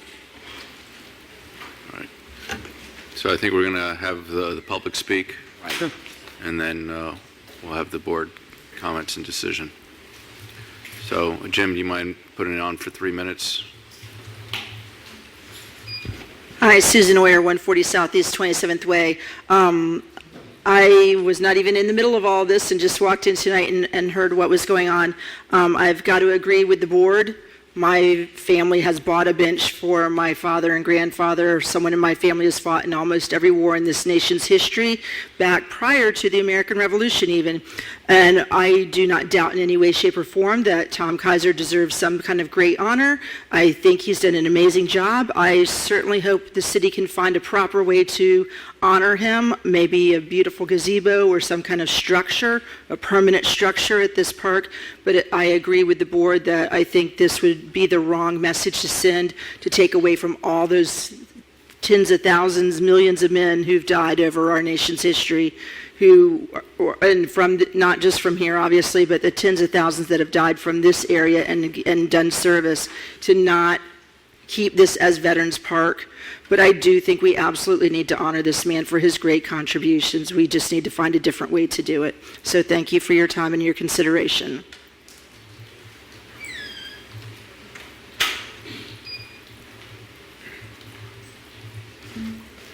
Good evening, Mayor, Commissioners.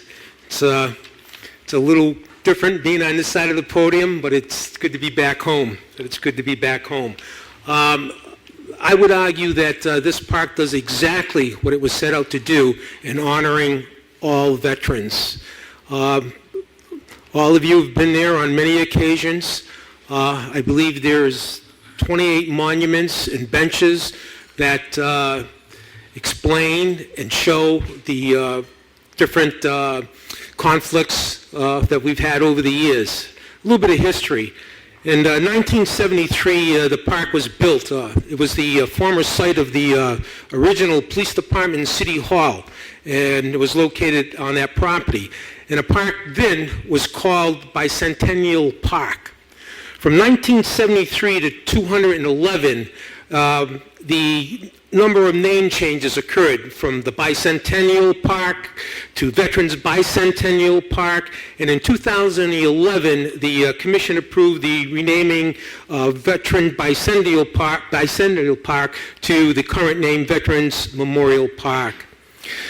The park's basic framework was built by the city, but the evolution of the park was done by the veterans. And tonight we're here to ask that the commission to consider renaming the park to name one of those veterans who was instrumental in its evolution, and that is Mr. Tom Kaiser. His tireless dedication transforming the park is into a well-known Veterans Memorial, is well documented and unparalleled here in South Florida.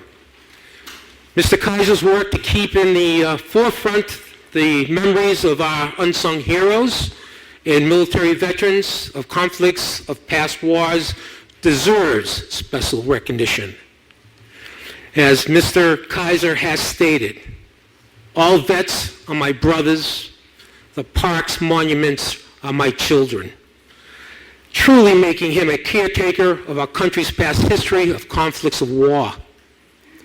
I would humbly ask that this Boynton Beach City Commission consider the renaming of Boynton's Veterans Memorial Park to reflect this World War II veteran commitment in preserving our history, and ask that the park be rededicated to include Mr. Kaiser's names, and I thank you for that consideration.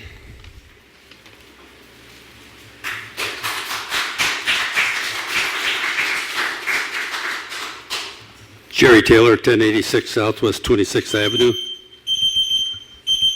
My time is up? No, good. You know how that happens. Boynton Beach has a site that this city can be extremely proud of called Veterans Park. There's no other city around us that can compare to what we have done with that park for the veterans. The catalyst of making that happen was Mr. Tom Kaiser. I remember when we started with that, Tom Kaiser called me. I was mayor back then, and he said, this is what we want to do there. We want to put some memorials there for our veterans and make this a great site for the city. And I can remember that he poured his heart, his dedication, and in many cases, funds out of his own pocket to make this happen. I stopped there on the way over tonight. I counted 38 memorials there. Those memorials are not inexpensive. They cost a lot of money. And if it wasn't for Mr. Kaiser, many of them would not be sitting there today. Now, I realize the veterans got behind this 100%, but he was the catalyst. He was the one that was every day pounding it, calling me, making sure it would happen. He worked with myself, he worked with city manager. He says, this is what we want to see happen. I know of all the events we've had there to honor veterans, I think I've been to over 90% of them in person. And I know that you've had a committee to give you a recommendation on what they think it should happen. But I can tell you, I don't know the background of those people on that committee and how many times they were there to honor the veterans. Maybe they were, I don't know. I don't know who was on that committee. But I can tell you, remember this, they are recommendations. They are a committee. They just think of things and they give you a recommendation. You are the ones that make the decision. You can decide what's best for this city. And I can tell you that this man deserves to have this recognition. I'm 100% behind it. I'm a veteran. I have no problem with his name being there. It doesn't belittle me at all. I'm a 26-year veteran. I'd be proud to have known what he put into it and all the veterans that he acknowledges there. So I would tell you, some said, well, you can't say Tom Kaiser Veterans Park because that's making the one guy. How about all the other veterans? I don't care. All the veterans know what he did for them. You might want to say Veteran Park in honor of Tom Kaiser. That might be another solution. But you definitely, this man, he needs that recognition. He put his heart and soul into it. We need to recognize it. Thank you.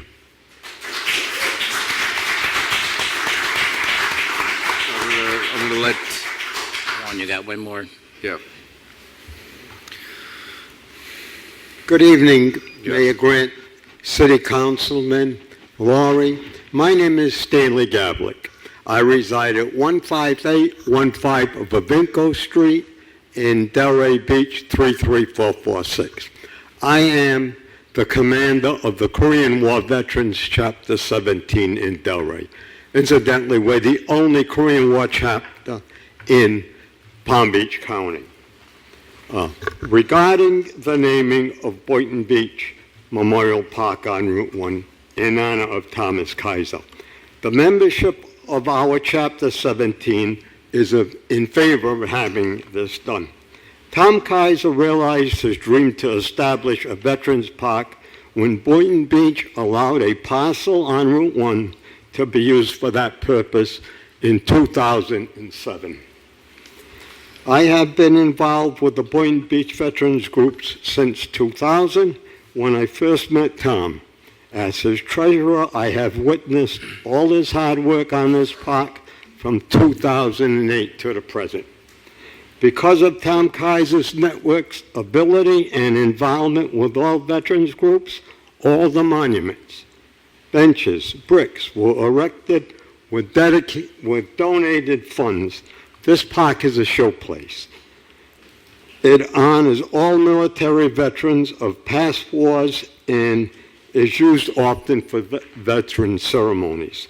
Without Thomas Kaiser, this park would not have been. Please consider rededicating this park in honor of Tom Kaiser. Thank you for your attention.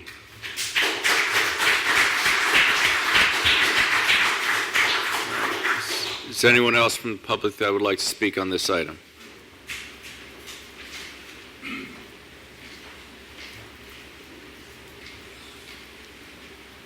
My name's Larry Blocker. I live at 5420 Laurel Oak Street, Delray Beach, Florida, 33484. I also have the honor of being the post commander for Boynton Beach's PFC Michael J. Metcalf, VFW 5335. I've, in the course of living in Delray and spending a lot of time in Boynton Beach, gotten to know Tom Kaiser over the years. And I have actually watched the park grow. Having his name on that park doesn't diminish anything for any veterans that have come before. I'm a retired disabled combat veteran.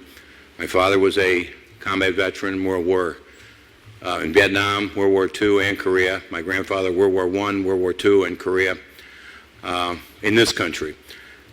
So for them, I speak also. Being a combat veteran only separates all veterans by less than an inch. We're the ones that actually went out and did it. They supported what we did. Tom has been over the years supporting all of us for what we did. The fact that he would have his name on it would be, I feel, a great honor for him, for all that he's done, and I don't believe it would diminish one bit for all the veterans that have come before us, those today, and those that are coming after we all go. This is a legacy. It's also an educational tool. And history has a way of, in the last few years, seems to be changed. It's being forgotten or it's being rewritten. This is a place here in Boynton Beach. It's something I haven't seen in other places, that a town has gotten behind it. And when I say the town, I mean the people in this town, the veterans, the residents. This piece of property was basically turned over to Tom to do something with it. In essence, the city said, it's your property as far as I'm concerned. So he took it and he ran with it. He's a master of logistics. He's a master of manipulation. He's a master of talking people into things that sometimes they don't want to be. I'm going to try and wrap this up real quick. I liken this a little bit to the Medal of Honor. Men that wear that medal wear it for everybody. They don't wear it just because of what they did. This park is something that Tom is going to be representing all of us. And I'd be very proud today and in my time that goes past to have it named after me and represent me and all my brothers and sisters that have come before. I'd like to say thank you very much, and I hope that you will consider putting Tom's name on this park and not a bench. Thank you.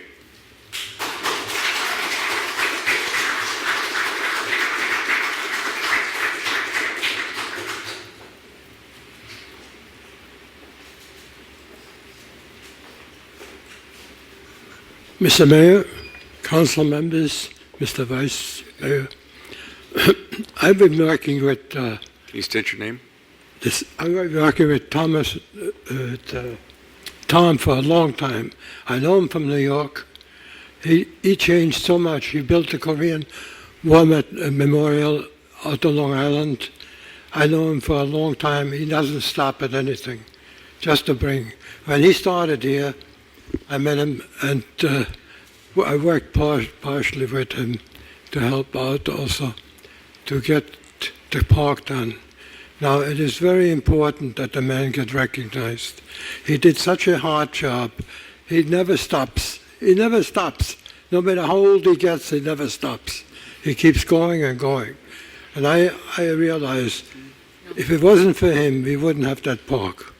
We worked together and we tried. We've had as veterans and all of us tried to get him to help him with everything we can. I think it is only fair that this man have his name put on the Veterans Park. I think he would do a great thing for the veterans and for him to have this park honored by him. Thank you. Thank you. And do you mind if we get your name and address for the record? Your name and address for the record. I'm sorry. Your name. Oh, I'm sorry. My name is Kurt Leuchter. Thank you. I live in Boynton Beach, Pavarati Terrace, 101, and I'm a Holocaust survivor, and I've been fighting in the French resistance for 1 year, and then came to the United States and fought in the Korean War. I'm a member of the Jewish War veteran, the Korean veteran, and a member of the DAV. And I can only tell you, the man never stops for anything. He keeps going and going. All right. Thank you. All right? Thank you very much. Thank you all.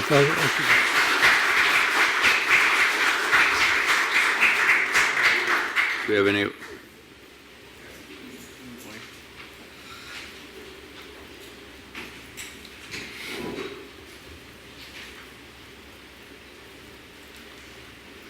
Yeah, my name is David Segul.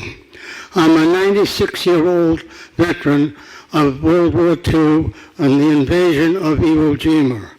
I'm sort of a new kid on the block, but there's not much more I can add about Tom. As all I know is that Tom has dedicated his life to helping veterans, their spouses, their widows, and the Boy Scouts. And I think it's very feasible that you people give him the honor of naming the park after him. Thank you.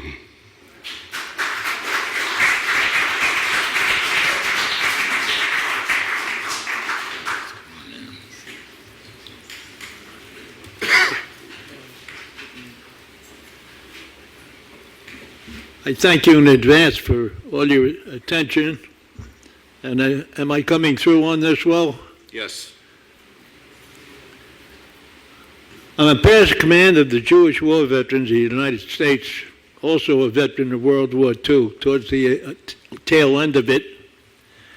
And I heard many eloquent speakers this evening, but what I'd like to point out is that Tom himself can probably give us some more interesting points than I can, although I don't want to hesitate in adding my own observations over the years in all the ceremonies that I've attended with Tom and all the other veterans.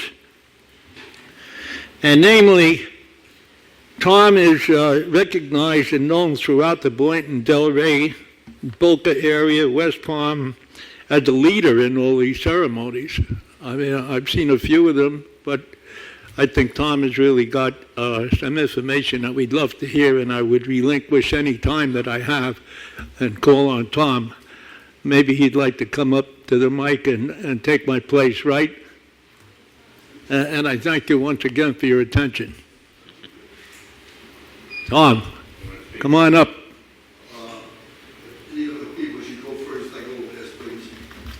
Okay, you got it.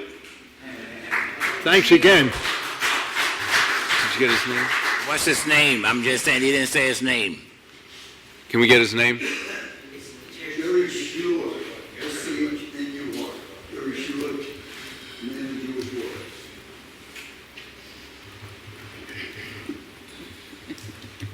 Thank you.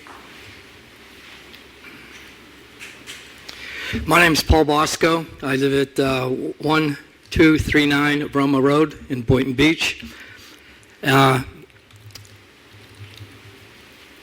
First of all, I'm the chef de gare for the La Société des Grands Huit Chevaux, which is the honor society of the American veterans, and I am the, you notice, the 40 and 8, that one with the train. Okay, and I'm also the American Legion, Department of Florida's Southern Area Commander. Well, I'm in charge from Stewart down to Key West. I've known Tom for quite some time, from Long Island to down to here as well.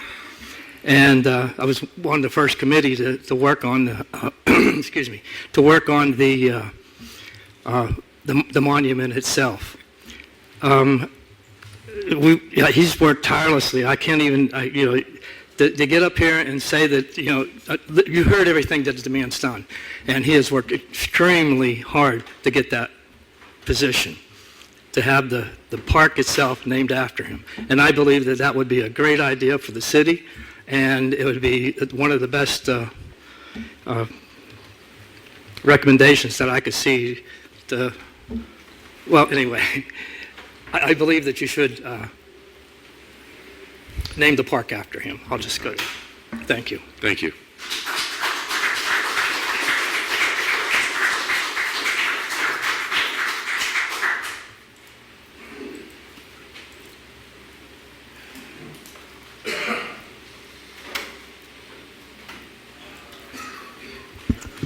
Good evening. My name is Jim Suzik. I live at 705 Southwest 15th Street, Boynton Beach, Florida. I am working with Tom now, putting together a lot of the activities that Boynton Beach veterans are going to be having at the Memorial Park. I also happen to have a lot of experience with Tom from his years of service on Long Island before he came down here. I can tell you that he is a tireless worker, and I won't belabor the point because you're going to get anybody and everybody here that is able to come to the mic to tell you the same thing. I hope that none of the things that we're saying tonight are moot totally, given the recommendation that you've already received from the committee. We went through a very painstaking procedure going through and trying to explain to them the emotion that went into us proposing that Tom, the park would be named after Tom. But I think for myself, one of the bigger overriding concerns is I understand the pressure and the ramifications that might come from making a decision like making the park named after one individual. My bigger concern is, if those of you that know the history of the park was funded by donations. My concern is that should we not name the park after Tom, but look for maybe an alternate way of recognizing the tireless and Herculean efforts that he put into the park. I don't know how this is going to be funded. And that's my bigger concern. It's easy at this point to say we're not going to name it, and somewhere down in the future we're going to recognize him, and we understand the tireless contributions.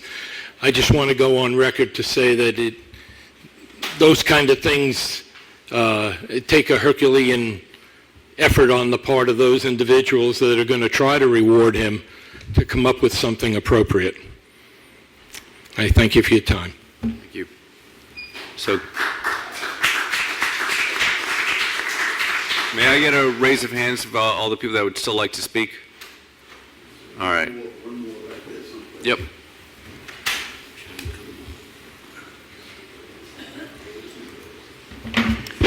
My name is Charlie Fox. I think at the beginning of the meeting I heard somebody say they were camping in Utah. Was that one of you? By any chance, when you were up in Utah, did you go visit Major General George P. Holm World War II Commemorative Park? No. I have a very close history with that park because I was the one that, I was living up there at the time, and I was the one that initiated that effort and saw that park through to dedication. It's a heck of a lot of work, I can tell you. It took me over a year. But I presented the idea to the United Veterans Council of Salt Lake City and County. They endorsed it. They said go forward. And I went and followed up. They wanted to name the park after Major General George P. Holm. I warned them, don't put anybody's name on this park, because if you do, it will simply be known as Holm Park. nobody will refer to veterans. They voted otherwise. They wanted to put the general's name on the park, so I went with their recommendation. I cleared it with the county commission. We had the dedication on November 12th, 1995. Ever since then, as I predicted, it's been known simply as Home Park. These people here that say putting somebody's name on the park will not diminish the other veterans, but history shows that it will. You can all prove it. People in the audience can prove it. If you have a smartphone, take it out, get your Google search, and look for Salt Lake World War Commemorative Park. It can't find it. Look for Salt Lake Veterans Park. It cannot find it. Look for Home Park. It comes up right away. It's only known as Home Park. Obviously, I'm opposed to putting anybody's name on this park. No personal acrimony towards Tom Kaiser on this. I'm not singling out Tom. I don't want anybody's name on the park. Okay, Tom has done an admirable job. I've said that every time I've gotten the microphone. He's created a beautiful park. But it should be a park dedicated to all veterans. It should not have any veteran's name on it. I suggest that you support the recommendation from the Recreation and Parks Board, that the park name be the same as it is now, that it not be changed. Read through the proposed minutes from that meeting. There were some very strong reasons that those people presented that they did not want to change the name of the park. It was a unanimous vote to recommend against changing the name of the park, and I support that. But I also do support recognition for Tom within the park. And that's what I have to say. Any questions? Thank you.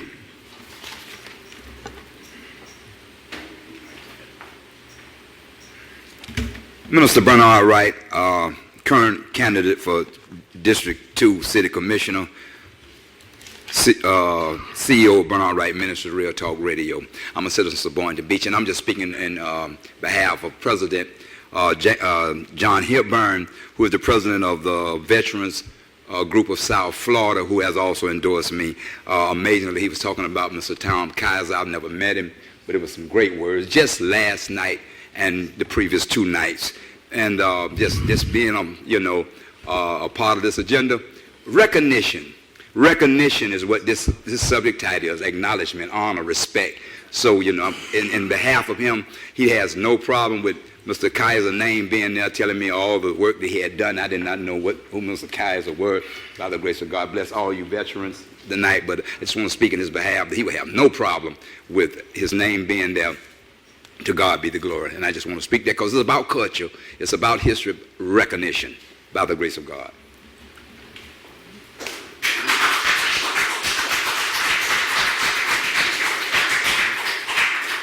So, Mr. Kaiser, we're going to have you as the last public comment. Yep. You're up. Pardon me, a little old, so I live a little. That's my limit. Belongs to everybody, I think. Okay, first of all, the gentleman that was just up here has been to about 4 meetings with me, says the same thing every time about all the work that he did there, and if I say to him, which monument did you buy? He says none. I put in 8 years on this project. Every single dollar that came in there was worked on by Stanley, and by the way, Stanley Gavlik, who spoke for the Korean War vets.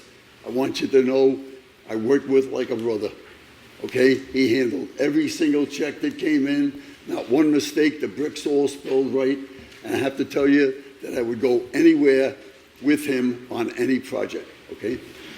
By the way, I'm going to be trying to build a park for Delray Beach if they let me, okay? I'm getting a little bit old for this, but I want you to know that when I decided to take the property offer from the city, I was 80 years old.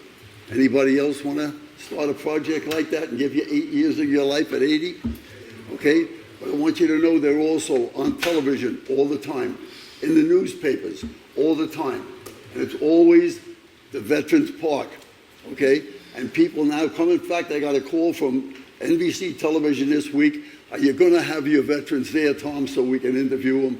And I said, absolutely. And I have guys like David over here, Iwo Jima. I got guys from Normandy Beach.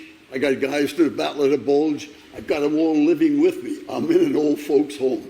I'm one of the babies. I'm only 92. Okay? But in the meantime, this park has been a labor of love for me. We did have, although a Broadway angel, that when Stanley would come to me and say, Tom, we got a monument or two coming in and we're broke, what do you think? I went to the guy and we had a check to make sure that the monuments got paid for. Okay, and this continued through the life of the park. Okay, but I want you to know that whatever we put into that park, we did it, we loved it. Every monument that's in there has the name inside somewhere of some kid that died on some godforsaken beach. Okay, but every monument that says Korea, Vietnam, or Afghanistan, Iraq, every one of them, Desert Storm, pick it out. We've got every monument covered, starting with World War I. Okay? The park is kept, by the way, I want to congratulate Dwight, and we got the new kid, Wayne, I don't know if he's here tonight, are doing a great job for us. You can go there anytime. In fact, I was there being interviewed by the press this afternoon. The place was absolutely immaculate. They didn't know we were coming. But the park is gorgeous all the time. But I want you to know that it wasn't just going to fall out of the blue. It was something that was planned from the day one, because when we walked in and said to the city, we'll take the property, and they said, well, Tom, we're laying people off, real estates are falling apart, the place is a disaster, we have no cash, we're laying people off. I said, we'll take it anyway. So the first thing we did was a tremendous amount of money went for that main monument, okay? It didn't come out of the blue. And then from there, we brought the submarine memorial that was up in the other park down. I lost a brother in a submarine, 1944, okay? So whatever I do for veterans, and if you go out on Long Island, 5 or 6 monuments at least out there that I brought in and had them done, okay? I'm gonna be doing one, hopefully, at Normandy. I'm working with the museum over there right now. I have the plaque that's going to be shipped to them, already bought, ready to go, okay? Until the day they close the box on me, I'm going to be working with and for veterans, okay? I'm not a guy that just appeared. Paul knows me from 1990 when I come out of the service. I was the county commander of the American Legion in Suffolk County. At that time, we put up a monument to the Korean War veterans, and when I went to the county and said, there are no Korean War veteran memorials out there. We have no lady veteran memorials out there. We now have 2 beautiful 6-foot bronze statues on 4-foot pedestals. Absolutely gorgeous, and they have spent, I went in with a $50,000 project, they spent $500,000, that was 30 years ago, okay? So again, I'm not a little guy that says this thing should be done and do it, and it's the only thing I ever did. I have monuments in at least 3 foreign countries, and I'm working on the 4th, okay? I've got them up in Massachusetts. I've got them in, all over Long Island. This is my thing, because when we're all dead here, somebody's going to walk into a veterans park that's made out of granite. Because when I was a kid, I walked into a Civil War memorial, and it was made out of granite. It was already 80 years old, I guess, at the time. That was in the 40s. So granite lasts forever. Whatever we put in that park, okay, will be there, not only tomorrow, but 50 years from now, 100 years from now, whoever is going to be managing and city manager or whatever. And by the way, I got a little compliment. Not everything is a rose. The monument today is in the wrong place. Okay, it should have been put back another 8 or 9 feet, because this park is 200 feet wide, which is great, but it's only 100 deep. And what they did was they put a running track behind it. Nobody wanted to listen to me. They put the flagpole in front of it. I just want you to know that I dealt with the city, but it wasn't easy, okay? And I took my little bit of smacking around to get it. Everything wasn't a beautiful rose. But one day we got a new city manager, And the lady came into the park, because I said, come on down, meet Stanley and I, so, because he's my buddy, we go every place together. So she walked into the park, she says, hi, who put the flagpole in the wrong place? 5 years I tried to tell them it was wrong. 5 years I begged them to move it to the right place. You can't take a picture of the monument without the flagpole in it. So you guys have no idea of what you go through when you're dealing with a city, and I don't mean that as nasty. I'm sorry. Okay, but in the meantime, just so you know, all the glitters is not rose, okay? But I want you to know that she had it moved in about 2 or 3 days. All she said to me was, mark this spot where you want it, and I went like this, and within a couple of days, the flagpole was where it belonged. Why did I have to put up with that nonsense 5 years? Why is the monument in the wrong place? Because nobody wanted to listen to us in the beginning. They had somebody they had paid a lot of money to come into designing the park. That could have been done with a high school contest of something, because it's only a horseshoe with nice walkways around it, okay? But in the meantime, that lady wanted to put it catty-cornered against the wall of the CVS drugstore. Okay, so you have no idea of what we had to go through in order to get what you're looking at today, okay? But I want you to know that we care. And if Del Rey lets me in there, okay, I work free. I will build a beautiful park for them. Thank you.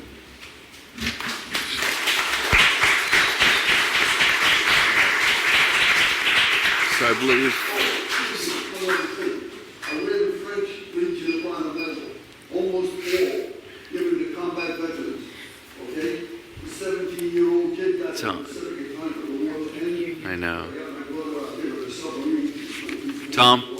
I'm sorry, turn my back to you. Yeah, so you can't speak to the audience when you're not at the podium. Do you mind telling them on this Sunday?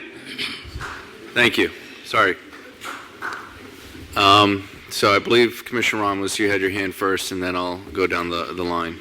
I just needed clarification on the property. Who does that property belong to?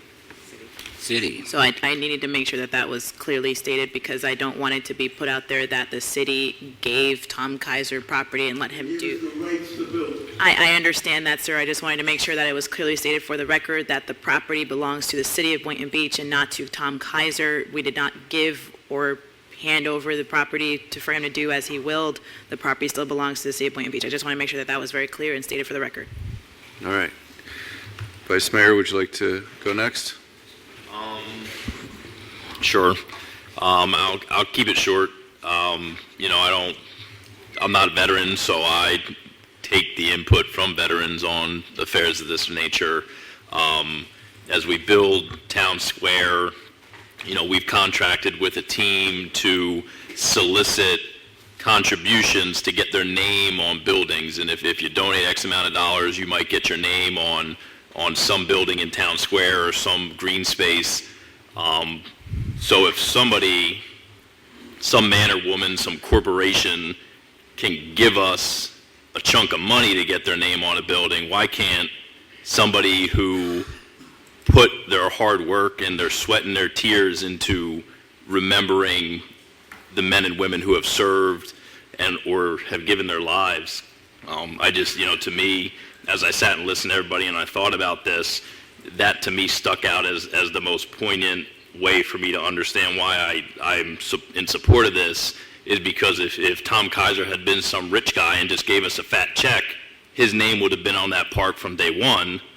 But instead he put his life into this. As he noted, he didn't put his 20s or 30s. He chose to take on this endeavor at 80 years old and spend nearly the last decade pushing this. So it's an honor that I think is deserved.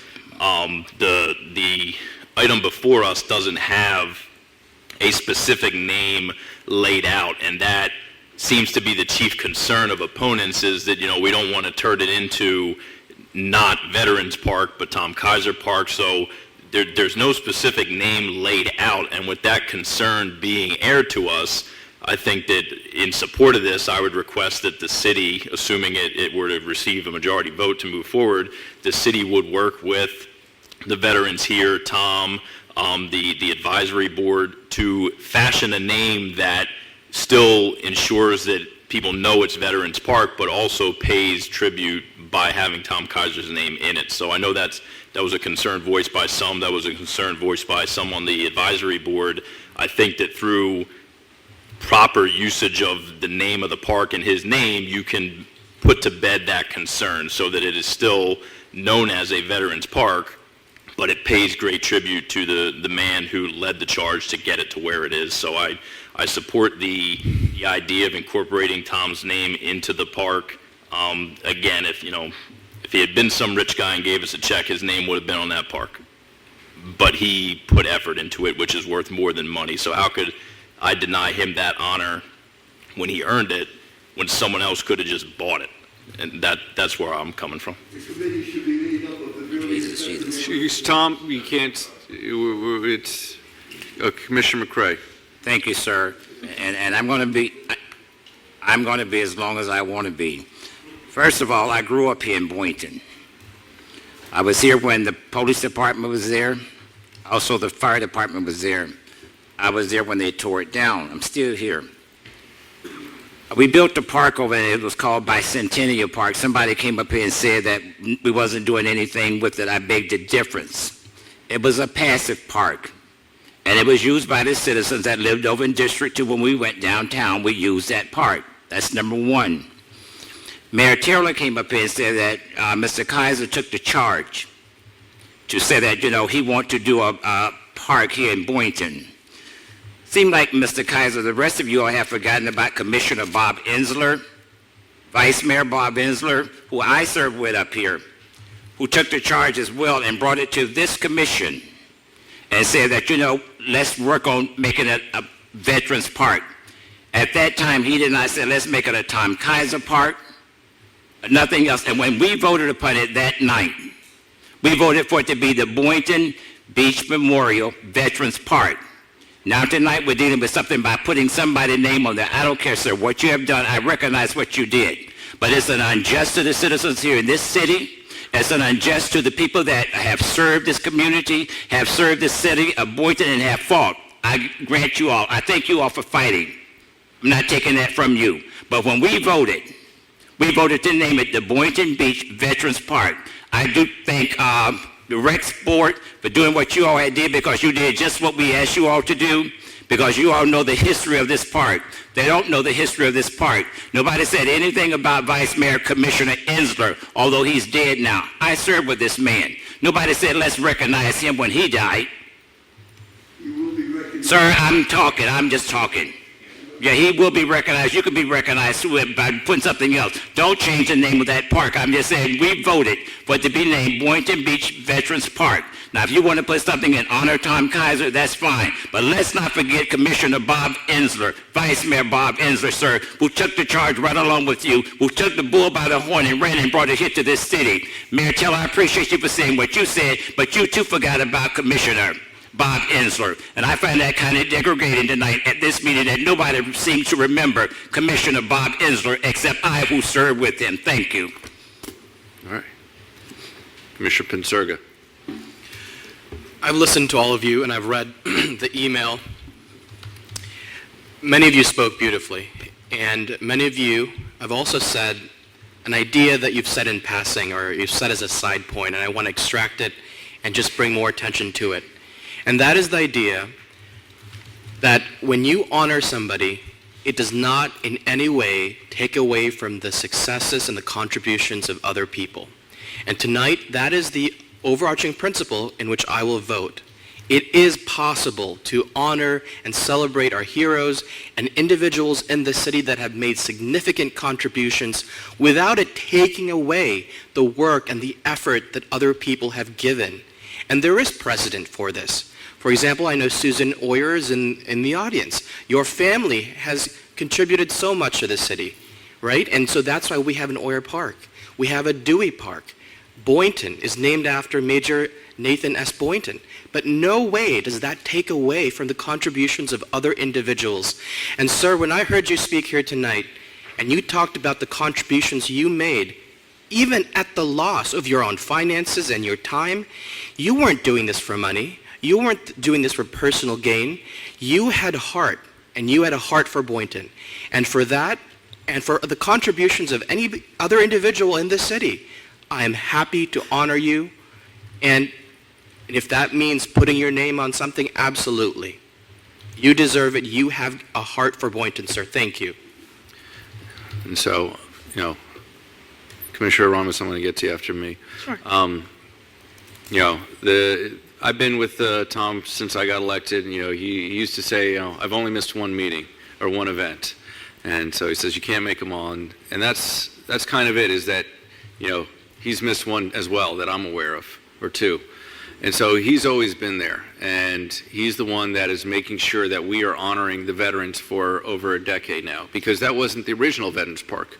We had a park named Boynton Beach Veterans Park that got renamed Dewey Park. And when you look at the history of it, it doesn't mean that we can't have another Boynton Beach Veterans Park. However, what has happened here and what we've accomplished as a city with our advisory board, with the team that we're having, and having all of the different veteran service organizations unanimously say, we need to recognize Thomas Kaiser for what he's done. It's not a tough decision. The way that I see it is that it should be called Thomas Kaiser's Veterans Memorial Park, because it's not a memorial to Thomas Kaiser, it's a memorial to all the veterans. And so I'd like, if someone, I know, Vice Mayor, you'd like to kick it back and wait a while, but, because of Mr. Kaiser's age, I'd like to not wait too much longer. So if I could get a motion for renaming it Thomas Kaiser Veterans Memorial Park, I'll be happy to put in my community support funds to help that, and do whatever I can to make sure that we recognize the people for their time and effort. Because that's what happened, what our local VFW posted for Michael J. Metcalf. It's, we have to realize that, not everyone comes back from wars. And Tom has done an amazing job with the Gold Star families for the people that did not come back. And we need to recognize all the work that he's done for the world, not just Boynton Beach. And so by the fact that we are the first ones to give it to him, we have that honor. And I think we should take it.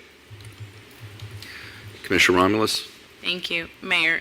I would be in support of naming the park in the order of Veterans Park in honor of Tom Kaiser. I would not want to put his name first. Again, to kind of emphasize on what one of the speakers, Mr. Fox, I believe, mentioned, that because from here on out, it'd probably be known as Tom Kaiser Park. So I would prefer to learn from some mistakes that other people have made and still give Mr. Kaiser the honor that he deserves, and in recognition of what the Vice Mayor mentioned, where, he was figuring out or kind of tallying up of how we would name it. I think the best way to go about this and still give honor and recognition to Mr. Kaiser would be to name it Veterans Park in honor of Thomas Kaiser. That would be my motion if someone wants to support that. Commissioner McCray? Thank you. I could go along with being named Boynton Beach Veterans Park in honor of Tom Kaiser. All right, did you want to amend your motion? That is the same motion. That's the same, but you didn't say Boynton, you said Veterans Park. Sure. Boynton Beach Veterans Park in honor of Thomas Kaiser, or Tom Kaiser, however he would like for us to put his name. All right. Discussion. Yes. I'm fully in support of putting the name in there. I just think that, one, and I'll say it because many of the veterans mentioned their name. I understand how old they are. I don't think 1 month is going to ruin the intent of this. I'm not going to vote against this, but at the same time, I don't think that crafting names, you've already seen 3 different versions of whatever it might be named proffered up here, and I don't know how much thought people have put into it, but, I would request that the motion be to approve the incorporation of Thomas Kaiser's name into the park, subject to coming up with some ideas, not on the fly, on the dais, in the moment, with the expectation that a month's time is enough. I don't want to name it right now for the sake of naming it right now, because someone might come up with an even greater version of what we're kicking around up here. So, the vote will be what it is. But I think that there's a rush in that we're not trying to make this take a year, but there's not a rush, and then it can't wait 30 days until the next commission meeting in December. I don't want to rush it for the sake of doing it. I fully support doing it. I just think that there are names and versions we haven't talked about, and approving one on the fly might be hasty. The only way we can get a recommendation for a name is to kick it back to the Parks and Recs Advisory Board. I'm not even saying the advisory board specifically. It could be Because staff. only an advisory board can make a recommendation to the commission. Because otherwise, you're forming a special committee and it has to have appointments, because only advisory boards with minutes can make recommendations. Staff can make a recommendation on the verbiage and field input from the veterans. I understand that at least as I understand it, that the decision to change the name has to go through the advisory board as a formal function, even though we don't have to take their advice, because we're not. It would appear if 3 people vote for this. So just clarification from the city attorney, can we request that staff work in conjunction with Thomas Kaiser and the veterans and the groups that they're affiliated with to kick around versions of a name to bring back to us? Or does it have to go through the advisory board again, subject to their recommendation? I don't have the regulations regarding the naming of facilities in front of me. It's not in the backup. So I would defer if somebody knows the answer to that, Wally, if you have it with you, whether it has to come directly from the board.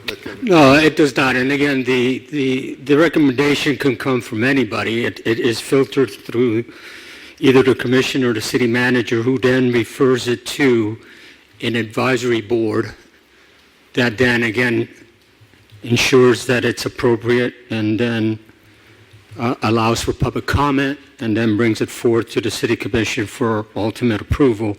As I'm talking to you, I'm trying to look up the ordinance very quickly, but ultimately, Mayor?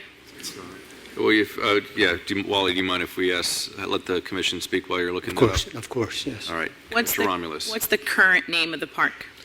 Veterans Memorial Park. Thank you. So I would suggest we maintain Veterans Memorial Park and simply add in honor of Tom Kaiser. That is the fully, I think that is the simplest way to go about this. There is no need to go alter or change or kick around different names.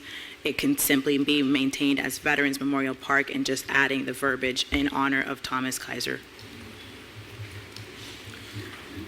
Commissioner McCray, followed by Commissioner Thank you. The motion that, was that a motion that you made, Commissioner Katz? We do have a motion and There's already a motion, second. and that was my motion. Okay, I'm not seconding it. I'm seconding Katz on.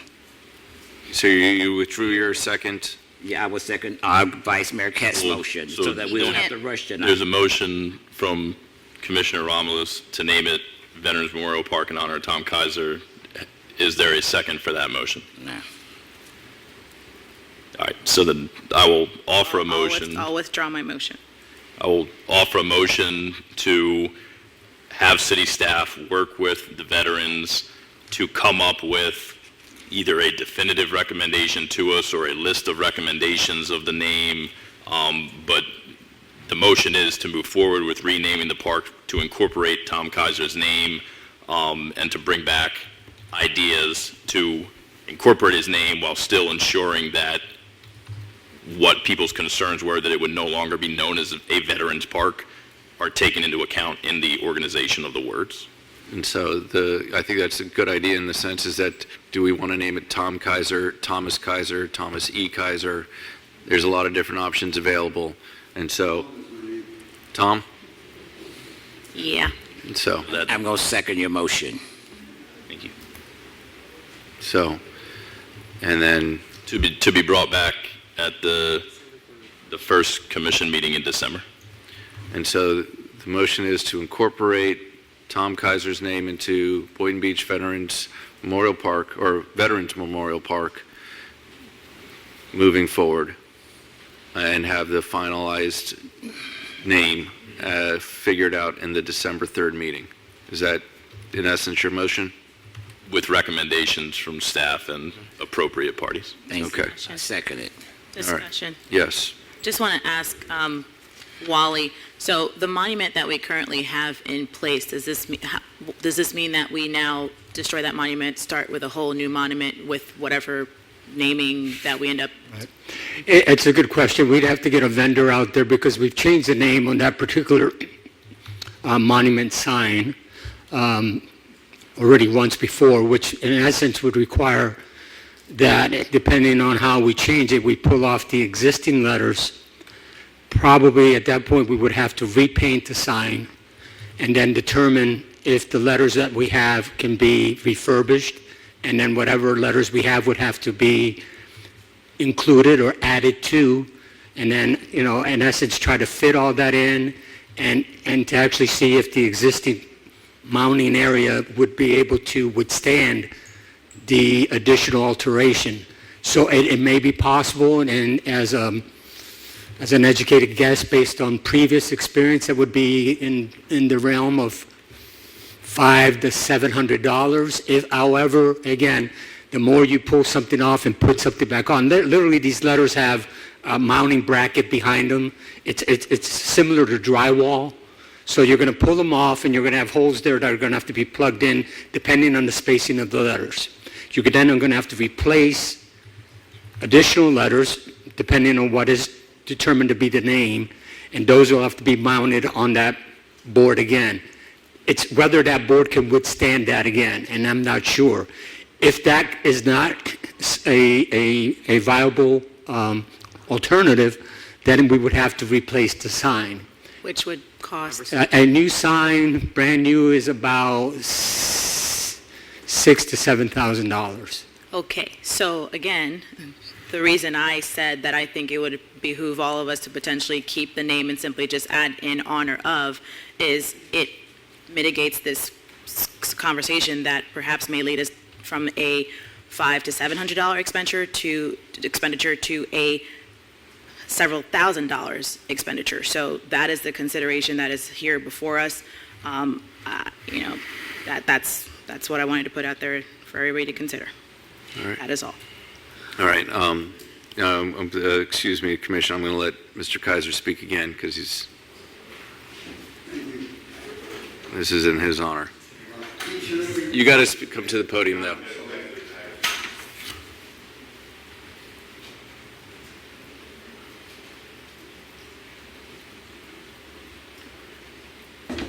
Each and every piece in that park is granite. That yellow thing that's there detracts from it. I have already talked to the monument place about another granite monument that will be sitting up front, that will be saying with the appropriate things on it so that every piece in that park is the same. Okay? That yellow thing is the distraction. By the way, I checked the price on that park. This right now is in excess of $200,000 if you want to do it. Okay? And that was taken out of your hands by somebody who cares. Okay? But again, please don't spend money remodeling that yellow thing, okay, when it doesn't belong in that gorgeous all-granite park. I will, at my expense, since I've gone this far, will buy that monument also and have it put in a proper place right in front of that, saying whatever you folks come up with. Yeah. That being said, I'm okay. Okay. So, is there any further discussion from the board? We got a motion and second, and staff is clear on the motion. We got a head nod. All right. All those in favor state so by saying aye. Aye. All those opposed? Hearing none. The incorporation of Tom Kaiser into Veterans Park is established, and we will finalize the name at our next meeting on December 3rd.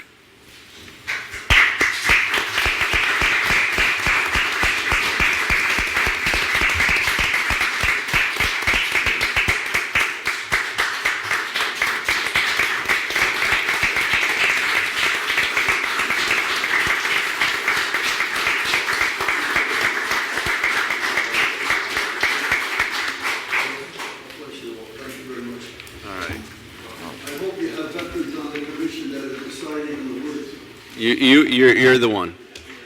I'll be calling him. All right. So.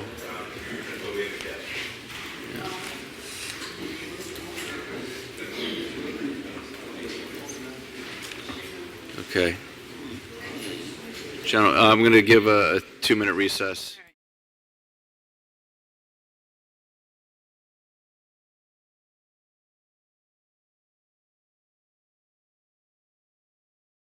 We will now re-adjourn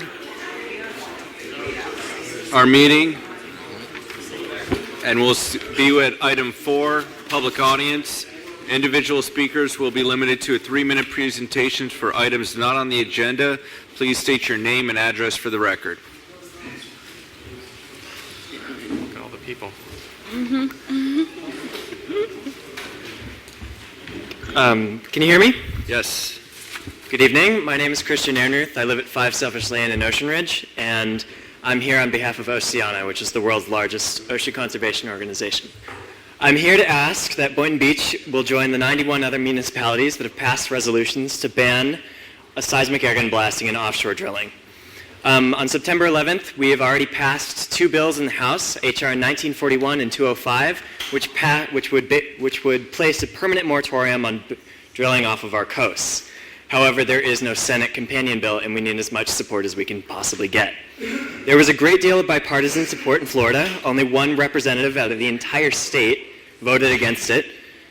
And I understand that Floridians have already passed Amendment 9, which protects state waters, but the only problem is Sir, excuse me, we have talking in the audience and I can't hear you for them, okay? That's very rude for you, okay? That they're talking and you're up here trying to talk to us. I can't hear you. It sounds mumbo jumbo. Excuse us. So thank you, Commissioner McCrae. Can you just continue your speak? Yeah, no problem. Sorry about that. Be sorry. Yeah, so currently in place what we have is state protection, which protects only at 3 miles into the Atlantic and 9 miles off of the coast. What we're trying to get is we're trying to enact a federal ban, so that protects us up to 12 miles off the coast. The reason why we need this is because right now there is a series of permits that are going on that a series of 9 permits that need to be stopped as they will be allowing the testing for oil and gas drilling. Seismic airgun blasting is harmful to all ocean life, from whales to zooplankton, and does not identify oil and gas deposits with 100% certainty. The number is actually more around 30 to 40%. The only way that we know for sure what's out there is actually if we drill exploratory wells. And as we are now coming upon the 10th anniversary of the BP oil disaster, I have to remind you that the BP oil disaster was actually also an exploratory well that was 47 miles off the coast of Louisiana. And we all know what happened there. Protecting our coastlines from oil exploration and drilling is essential to the survival of Florida and our tourism economy. When we drill, we spill. Every single governor on the east and west coast opposes offshore drilling, and I'm asking that Boynton Beach would place a resolution on the upcoming meeting agenda to help protect our coast from oil exploration and drilling. Thank you.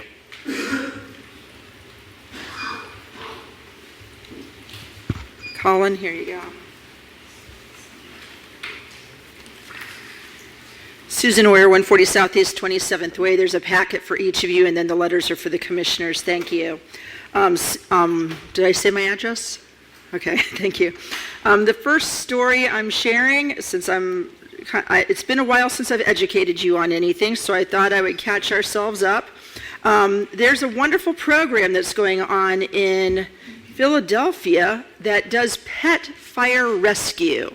And I saw this in a magazine, and poor, Chief Joseph's going to have a fit. But they have added a pet rescue society to their fire department, and I wanted to share a little bit from you. It's on the article that says "No Pet Left Behind," and it's in your little packet that has paper clips. That I see Commissioner Romulus is holding up the paper packet. So just to kind of hit the highlights there, it's called the Red Paw Emergency Relief Team. It's the country's first emergency response group dedicated to rescuing animals in residential disasters. I think most of us, if not all of us in the room, have pets and would appreciate, our loved ones being saved in a fire. What they have is they've assembled a team of trained firefighters and dispatchers who work 24 hours a day, 365, 12-hour shifts. The group includes a mix of full-time and part-time employees and volunteers. When an emergency happens, such as a fire, gas leak, etc., the Philadelphia Fire Department sends a text message to a Red Paw dispatcher. On the scene, the Red Paw dispatcher or responders conduct search and rescue operations for pets and transport any injured animals to a veterinary hospital. In 2018, Red Paw first responders rescued nearly 1,000 pets. Residents can rest assured they're saying that their pets will be taken care of and be in good hands during a fire emergency. The next thing I want to talk about is the loss of birds. I don't know if you saw, it's the last page in your little packet that was in the paper a couple weeks ago about how all the birds are dying off and, you know, what a problem that is going to be in our environment. So the thing in the middle, just to highlight a few key topics while I have a whole second and a half here. Since 1970, the U.S. and Canada have lost nearly 3 billion different birds, close to 30% fewer actual species. There's a lot of things that can be done to resolve this, and as we are building and planting for all of our new buildings here in the city, maybe we should be looking at planting to help our bird population in addition to the butterfly population that I'm always talking about. So here's some nice little readings for you, and thank you very much for your time.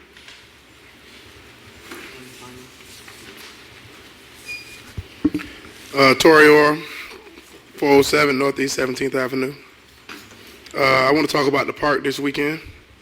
I want to give a big thanks to Gary, our engineer. He did a great job with the park. I love it, you know, and we hope that everybody could come out, you know, we could have some fun and, you know, just network with each other, because this park is for everybody in Boynton. It ain't just for our community. You know, that's all that come. But we hope we see everybody. I hope I see everybody this Saturday, because I'm going to be out there setting up all the tents and everything. And I hope I see all y'all out there this Saturday. It's on Martin Luther King. I know a lot of people don't like coming over there, but we is some friendly people, good-hearted people. You can ask Gary, you can ask Lori, you can ask Mac McCray, you can ask the mayor, you can ask Christina. They all come over there, they leave the same way they came. So I'm just asking y'all, you know, if y'all ain't got nothing to do Saturday, you know, we always, our commissioner, you know, he always have things to do on Saturday, you know, but we would love to have somebody out there, you know, our commissioner out there, Commissioner Mac McCray, you know, for our grand opening, even though the park been open, you know, but we would love to have him out there with the ribbon ceremony, because this is his neighborhood. Been for the last 80 years or so. You that old? I'm 70, I'm not 80. Oh, is it close? Well, I was close. You know, we had a, you know, veteran. He was close. this last Saturday we had a flea market. We hosted the flea market in the neighborhood, you know, at the Carolyn Sims Center. And Wally, Miss Mary, Miss Eleanor, a lot of them, man, they came through for us, man. It was nice. People in the community, man, everybody got good feedbacks off of it, and we having it once a month. And I hope to see the mayor out there to the next one. You know, it was fun, man. You know, with that, I'm out. I will be out there before the sun go down, but I have 4 funerals. I'm just saying, I have to make a living. Corey, in regards to what you just said, just make sure you send an email to invite us, and that way those events can be added to our calendar, and we'll make an effort to be there. Thank you. Minister Bernard Wright, current candidate for District 2 City Commissioner, CEO of Real Talk Radio, Bernard Wright Ministries, and the Robbie Wells Foundation. I just want to speak right now about this splendor of the Culture Center that's coming, but I want to know that this seems to be coming up currently 2018, 2019, but you know, this Culture Center here. But you know, here we have it in documentation that Minister Bernard Wright had a concept of a Boynton Cultural Center to be MLK Boulevard, if you remember in the years, and you all just shot that down. However, we now have a culture center coming up, and it seems to be of great splendor. This is how splendid we want it. See what we have here, a picture of what seems to be our culture is nothing but white faces here. And I'm very sensitive to this, and I'm a bit offended with the little black boy there, the dungarees and the straw hat. Now, my great-grandfather came here in 1880, somewhere in that area. In fact, it was 1880, you understand, long before Nathaniel C. Boynton got here, and we had begun this town of Boynton when it was South Lake, where it really was under Dade County. So now this cultural center that we have, and we want it with a history of diversity. You understand? And let's get an alignment of a true and accurate history of this city of Boynton Beach, which includes us. Now, another thing. We talked about it when you got into your mayorship, Mayor Taylor, about splash parties, as usually is our culture with the Dunson Pool at nights. This is nothing new. We brought it up. I advocated it. We want to keep recognition and honor where it should be. We're talking about proper's due. So now include us also in the grand opening of the Saracen Park, which is history. We are a resident. I'm a homeowner. I'm a parent. I'm also, to God be the glory, historic in this city with a great state. Nobody has included us in what y'all going to have down there, the band you're going to have, or who going to be speaking by the grace of God. I mean, let's include us. You know, I love this prophetic spirit of better in Boynton, the redevelopment and what's going on, naming it after my great-grandfather, Wells Land. Oh, that's great. It's all great. Please include us. We want an accurate history, not this. We want an accurate history of our city, because I'm operating in a prophetic spirit of better, and I have been seeing better in my advocacy in these past 8 years, from signs coming up recognizing our history here in Boynton Beach, which has never been recognized, would have been lost and untold. Thank God for Brother Victor Norfolk and many others in Boynton who has helped me in this advocacy. So we're just talking about proper's due, recognition, honor, and respect. Bring us to be round the table and off the menu. Thank you. God bless you. Have a great day. It's about aligning with history and culture, factually and truthfully. God bless you. Mayor, Yes. if I'm understanding Reverend Wright correctly, Reverend Wright, you know, in order for the story to be told, we need to make sure we have tellers telling it. So you may have resources and access to data that we don't. So please include me. Well, you're included. This is your invitation right here. I had to come on my own. This is your invitation right here, right now, and there's Eleanor in the back of the room, so please talk with her and give her all that information that you have so that we can make sure we give everybody their due visibility. Just concerned, that's all. Absolutely. Thank you. Thank you.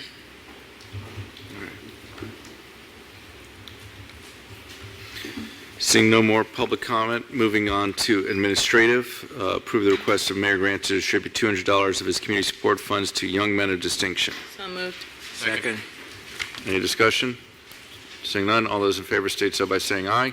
Aye. All those opposed? Mr. Waters, if you'd like to say a few words about your organization.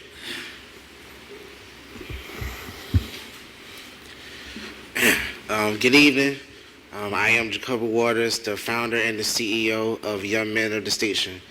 Young Men of Distinction is a nonprofit organization who caters to middle school and high school young men. I started this organization with the purpose to wanted to give back and wanted to change the narrative of today's young men. I'm currently in three different areas of Palm Beach County, and I would love the support to be here in Boynton Beach. In my quest to get the organization started, Boynton was actually top of my list to be here because of all the different things, because I'm from Riviera Beach, Florida. Born and raised, I'm a Florida boy, but I came with the open perspective of wanting to help change the young men here and throughout Palm Beach County. And I believe in the format that I have started since September 11th through interacting with these young men. Not only they see me as they see me as not only as a father, they also see somebody that's relatable. I'm 31 years old, and this was a vision of mine. You're not 80. I'm sorry. It was always a vision of mine since I was a little boy to always give back. And with the support of everybody here, and again with Mayor Grant, in my early stages of reaching out, he was very open to it without really seeing it fully develop to where it's at now. We're currently in Riviera Beach, as well as we're in 2 schools in Palm Beach County. And next year in 2020, we're launching Junior Young Men of Distinction, which will cater to elementary school. So right now, so like I said, just looking for the support to be here in the city of Boynton Beach as, being part of the vital community. And I believe with my hard work and effort getting me this far, you won't be sorry if you invest in my organization. Commissioner Romulus, yes. Where are the 3 locations that you operate? The first location is John I. Leonard High School. The second location is Turning Points Academy, which is an alternative school. And the last location is in Riviera Beach at a church called J Ministry. Next year, we will be... What's the name of the church? J Ministry. That's the name of the church. A ministry. Yes, sir. And next year, we will be at Dr. Mary Cloud Bethune Elementary, as well as Lincoln Elementary, as well as the Boys and Girls Max Fisher Boys and Girls Club at Riviera Beach. And we're actually also working on being in Port St. Lucie as well. So, like I said, I've started this organization May of this year, and I've worked countless hours to, like I said, get it to this point. And I'll continue to work, but just with a little help. That's all I ask, just a little help. And so to get it further than what I imagine. And so the point of the community support funds is to bring it down here to Boynton Beach? Yes. Okay. Commissioner Pensurga. How many young men are you working with? At J Ministry, I'm working with... Estimate. Just total. About 25. And that's at all 3. Please do reach out to us. I'd like to keep this conversation going. I think the work you're doing is fantastic. I think 200's a step in the right direction, but I'm sure we can connect you with other partners in the city, help you raise more money. Okay. Please reach out. Okay. He's giving all this money away. I have. That's what happens. I have, but we know people. All right. Thank you very much. Just make sure you send us an email, so when he says reach out, stay in communication, send us all an email, and we'll try to find ways to work with you. All right? Okay, thank you so much. Okay. All right. Moving on to consent agenda, would someone like to pull an item from... Whoa, we got an appointment. Oh, administrative, thank you. Appoint eligible members of the community to serve in vacant positions on city advisory boards. I believe we have one opening on the Recreation and Parks Board. Commissioner McRae, you have an alternate to appoint. Charles Frederick. Second. Any further discussion? Seeing none, all those in favor state so by saying aye. Aye. Excuse me. All those opposed? Hearing none, motion passes unanimously. Now moving on to consent agenda. Motion to approve. 8.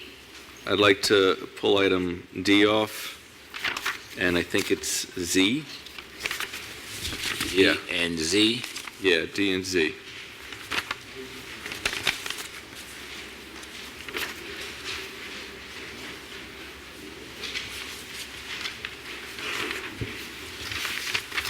So, item D is award the proposed resolution number 19-119, award RFP and authorize the city manager to enter into a 3-year agreement with Park Mobile for meter parking for Oceanfront Park, Harvey E. Oyer Jr. Park, and future locations that may require metered parking. And so my question is that this is more not necessarily the RFP, but the RFQ to work with Park Mobile to create a parking system in our different parks. Andrew Mack, Director of Public Works. This is actually an RFP that we went through and selected a vendor to work with the city to put parking using our parking assets that we currently charge for now, which is Oceanfront Park and Oyer Park. Mm-hmm. So those are the 2 parks that we've slated for to deploy these systems there, and with the potential to also use it in the future garages in Town Square. Okay.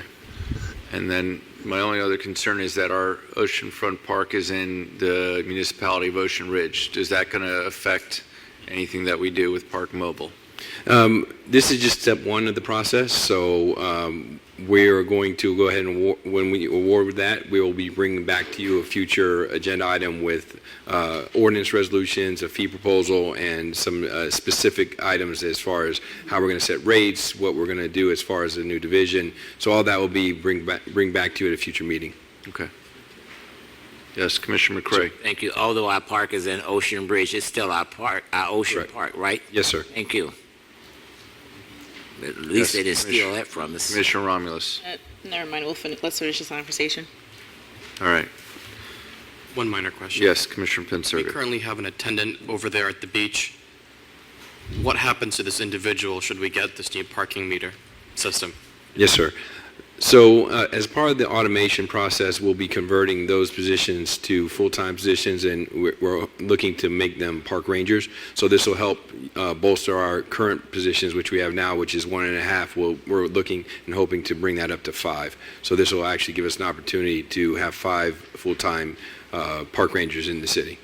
So for clarification, we are not firing the gentleman that currently serves as our attendant.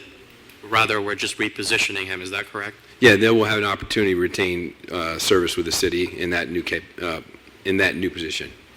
Thank you. Any further questions? Seeing none. So moved. Second. Thank you. All those in favor state so by saying aye. Aye. All those opposed? Mayor? Seeing none. Are you opposed? No. Okay. No. Motion's approved. Yes.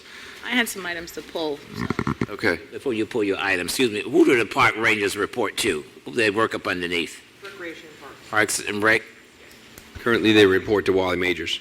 Park rangers, they report to you because we've had some events out at Sarah Sims and the bathrooms was not open. Yes, we've corrected that. Okay, you corrected them, good. Yeah, just FYI, in the morning, the parks and ground staff open the buildings and park rangers close them at night. Let it go before you get in trouble, go. Susan, you had a question? Yeah, I comment? was wondering if the public are allowed to speak on this. When we come back with this topic, yes, or you can speak now.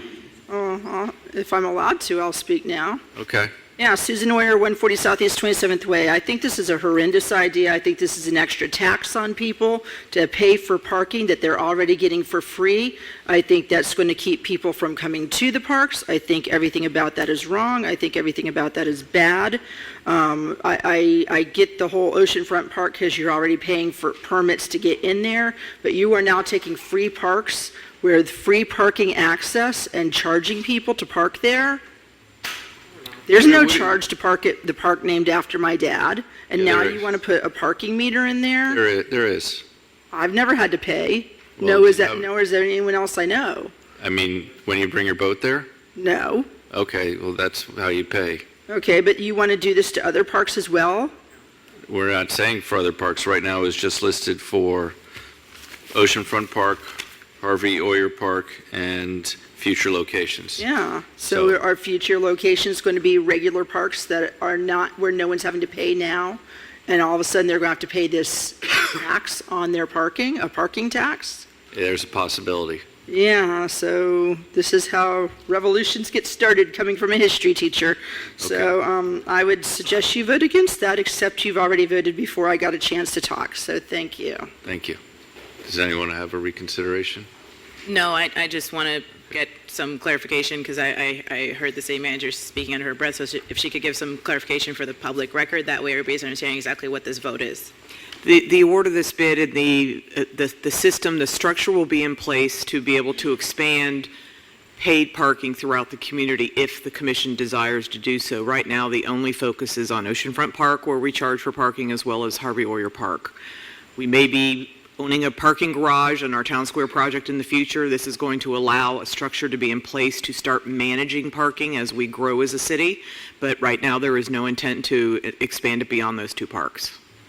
That's all up to you in the future, but that's not part of our plan as of now. And thank you for that clarification because my understanding is that again, the reason that I voted to support this is because at these two parks, we already are charging for parking. At Harvey Oyer Park, when individuals come in with their boats, they're paying for parking, and then at Oceanfront Park, there are costs associated when individuals come during certain times of the day. So we do have the discretion as this program is rolled out to make sure that it is fair, it accounts for the times that are off-peak hours. That way we're not charging for parking during those off-peak hours, just like at Oceanfront Park and at Harvey Oyer Park. If somebody just wants to bring their kids to the park and just let them play, they're not going to be charged for parking for that. So just want to speak to that in regards to Ms. Oyer's questions. Thank you. All right. And so you had some other items you'd like to pick? Yes, I'd like to pull items F, L, and M and O P. I'm just kidding. N, O, R, and U. Hold on. Okay. N. So F, L, N as in Nancy, O, R, and U. And still Z. Z is for the mayor. And yeah, I'd also like to put in V. B as in boy, V as in Victor. or V? Okay.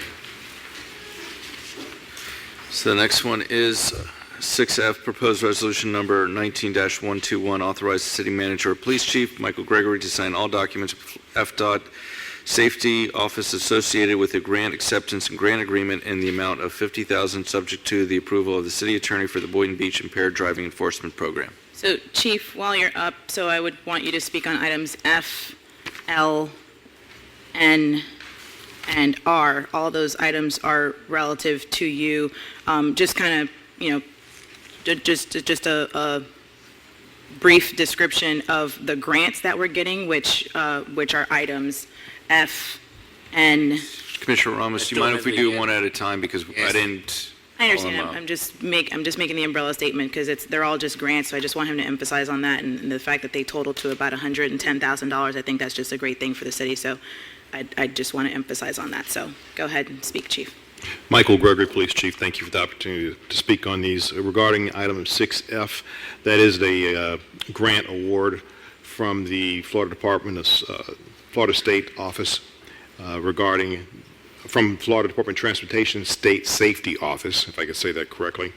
We'll be utilizing that particularly with regard to DUI enforcement and for message board purchases to allow for us doing messages of our enforcement operations, messages of safety messages for neighborhoods and along those corridors. The goal obviously is creating additional traffic safety enhancements, and these grants will facilitate that opportunity. Thank you. Motion to approve. Second. Which ones? You were saying individually, yes? Yep. We're All right. doing F. Thank you. Okay, so F. So 6F. All those in favor state so by saying aye. Aye. All those opposed? Hearing none, motion passes unanimously. Proposed resolution number 19-127, authorize the mayor to sign the tri-party interlocal agreement between the cities of Boca Raton, Delray Beach, and the city of Boynton Beach for the purpose of operating a biology processing laboratory to pre-process DNA samples obtained by Boynton Beach Police Department pursuant to criminal investigations.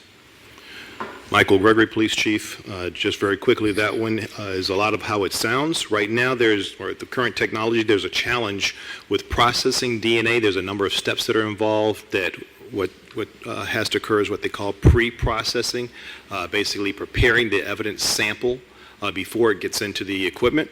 And that takes a good amount of time. It delays the amount of time it takes for the sheriff's office, whose lab we utilize, to take the sample from beginning to end. So what the BPL opportunity with Boca Raton and Delray allow us to do is to send our sample to them in Boca.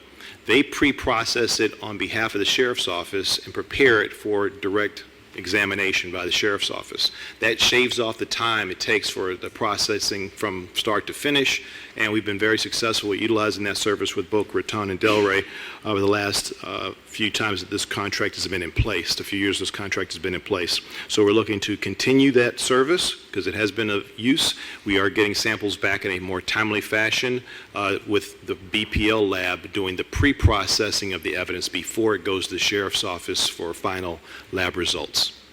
And so this helps with the chain and removes contamination, correct? I couldn't hear you, I'm sorry. So this helps with the chain of evidence so that where the police officer or detectives collects the DNA sample, it gets sent to this lab, and so there's no contamination along the way.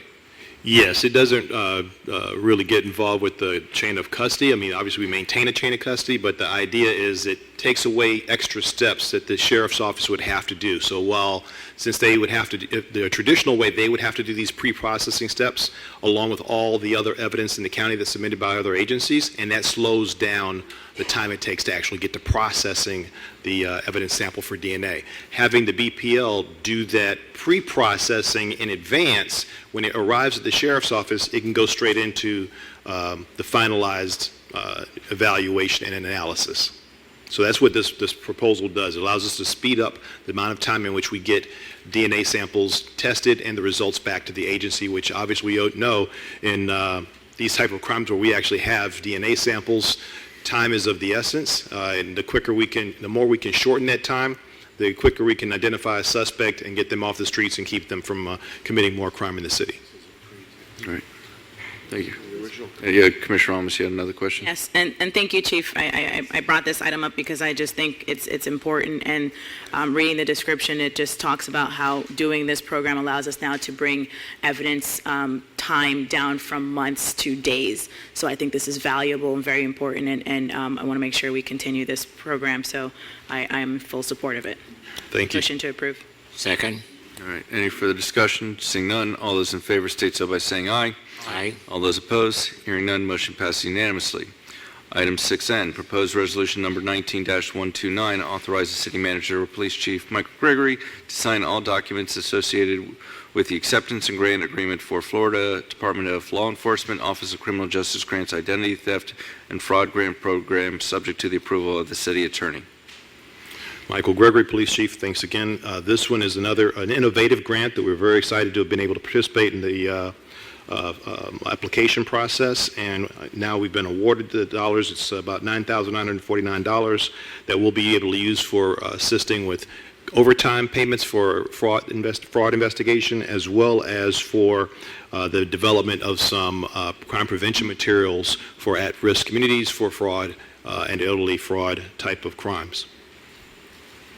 Yes, Commissioner Romulus. So again, I wanted to emphasize on this grant simply because here in Boynton Beach, we do have a high average age range in the city, and we tend to have a lot of, sadly, elderly people who are victims to these types of scams and crimes that happen. So I think this is valuable time that will be being used by our law enforcement to help deter some of those crimes, and the fact that we're getting a grant to do it is phenomenal as well. So thank you for that. Motion to approve.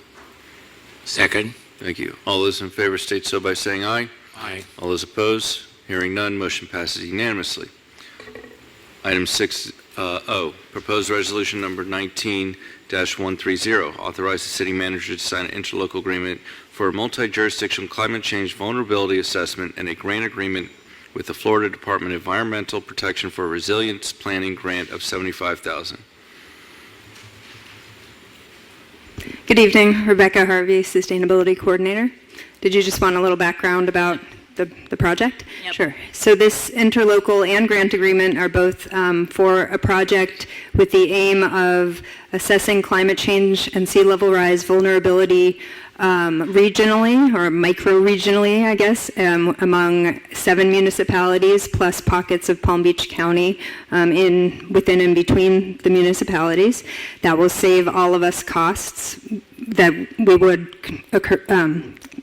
be responsible for if we were to do these assessments individually, and it will produce results that are consistent among all of the communities, because sea level rise, climate change do not obey borders. So what you see before you is an interlocal agreement that we've worked out with our attorneys to do a joint procurement for an RFP to do a climate change vulnerability assessment. City of Lake Worth Beach has stepped up to be the fiscal agent for the procurement and managing the funds. We had in an earlier grant, so this project has been going on for at least a year. About a year ago, we applied for the first round of FDEP Resilience Planning Grant funds, and we were awarded $72,000, and City of Boynton Beach has been the grant recipient for that grant. And then we got a second one because they have short 6-month or so grant cycles, so we applied and received the second one. So City of Boynton Beach is again the grant recipient for the $75,000 in this second round. In the first round, we also had assistance from Harvard Law School, Environmental Law and Policy Clinic, that helped us devise a cost-sharing framework. And so in the interlocal agreement, Section 5, this was, these numbers all came from the recommendations of Harvard Law School on how to divide the costs up equitably among the communities based on a number of factors. I can tell you more about that if you're interested. And then you also have the grant agreement, which is the current grant cycle for a $75,000 grant that City of Boynton Beach will manage and contribute to the overall costs of this bigger project that we're collaborating with all the communities on. Okay. Thank you, Rebecca. We said brief. I'm sorry. It's okay. But thank you. I wanted to just emphasize on this particular, again, this is a grant. I like grants. I like free money. But really, one of the most imperative issues that's facing us here in South Florida is sea level rise, and when we have opportunities to receive grant funding to find ways to mitigate and improve options to help our residents and prevent them from having to feel the effects of sea level rise, it's important. So thank you for this, and thank you for your work in securing this funding. Motion to approve. Thank you.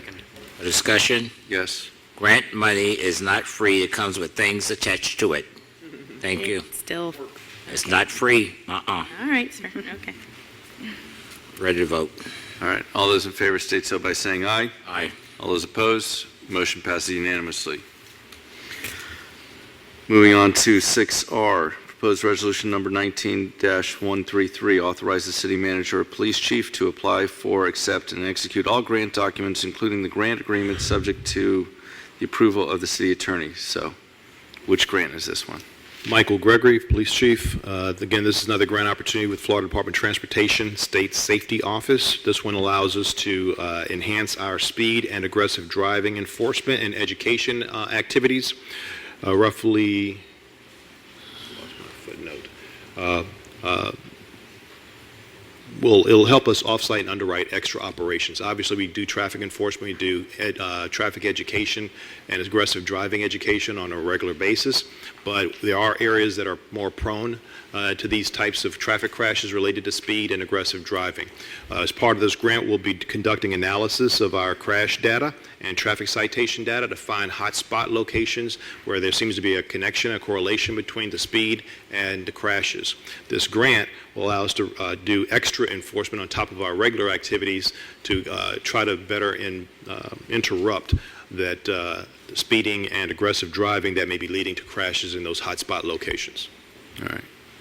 What time did you get to work today? Because your voice is going up and down. I know you're tired. Very early this morning. All right.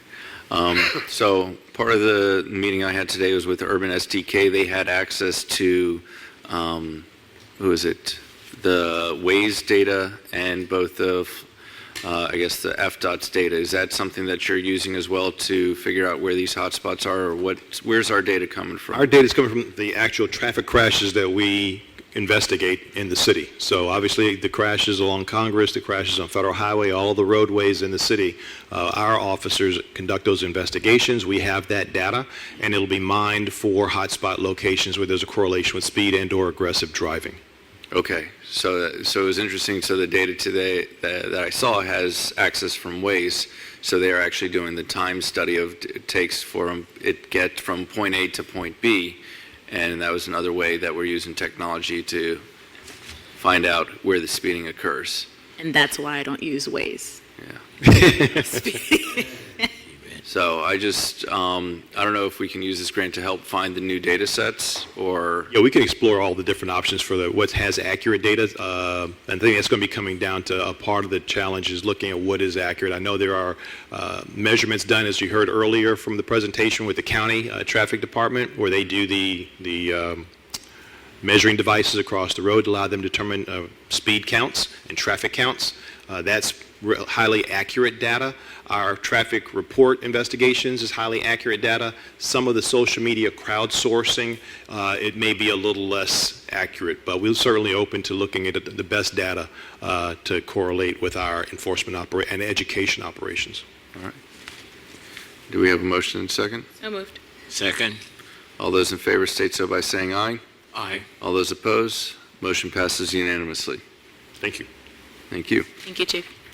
Moving on to item 6U, proposed resolution number 19-136, approve and authorize the city manager to sign the developers agreement with Knuckles LLC for the granting of a 10-foot public utilities easement along Southeast 23rd Avenue on the developer's property and a 20-foot by 20-foot public utilities easement located adjacent to Southeast 23rd Avenue on the southwest corner of Lot 5 of the developer's property for the city's construction of a sanitary sewer and lift station improvements as required by the conditions of approval for the Taco Bell project located at 2319 Federal Highway.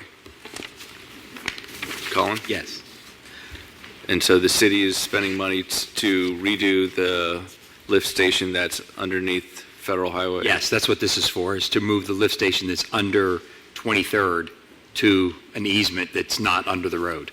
And so how old is that lift station? It's over 40 years old. The road was built on top of it. So it's better that we move it now before it breaks? Yes, it's better to move it now, and also we have an opportunity with the development to move it onto property. It's hard to get easements, so this is a good way to get one.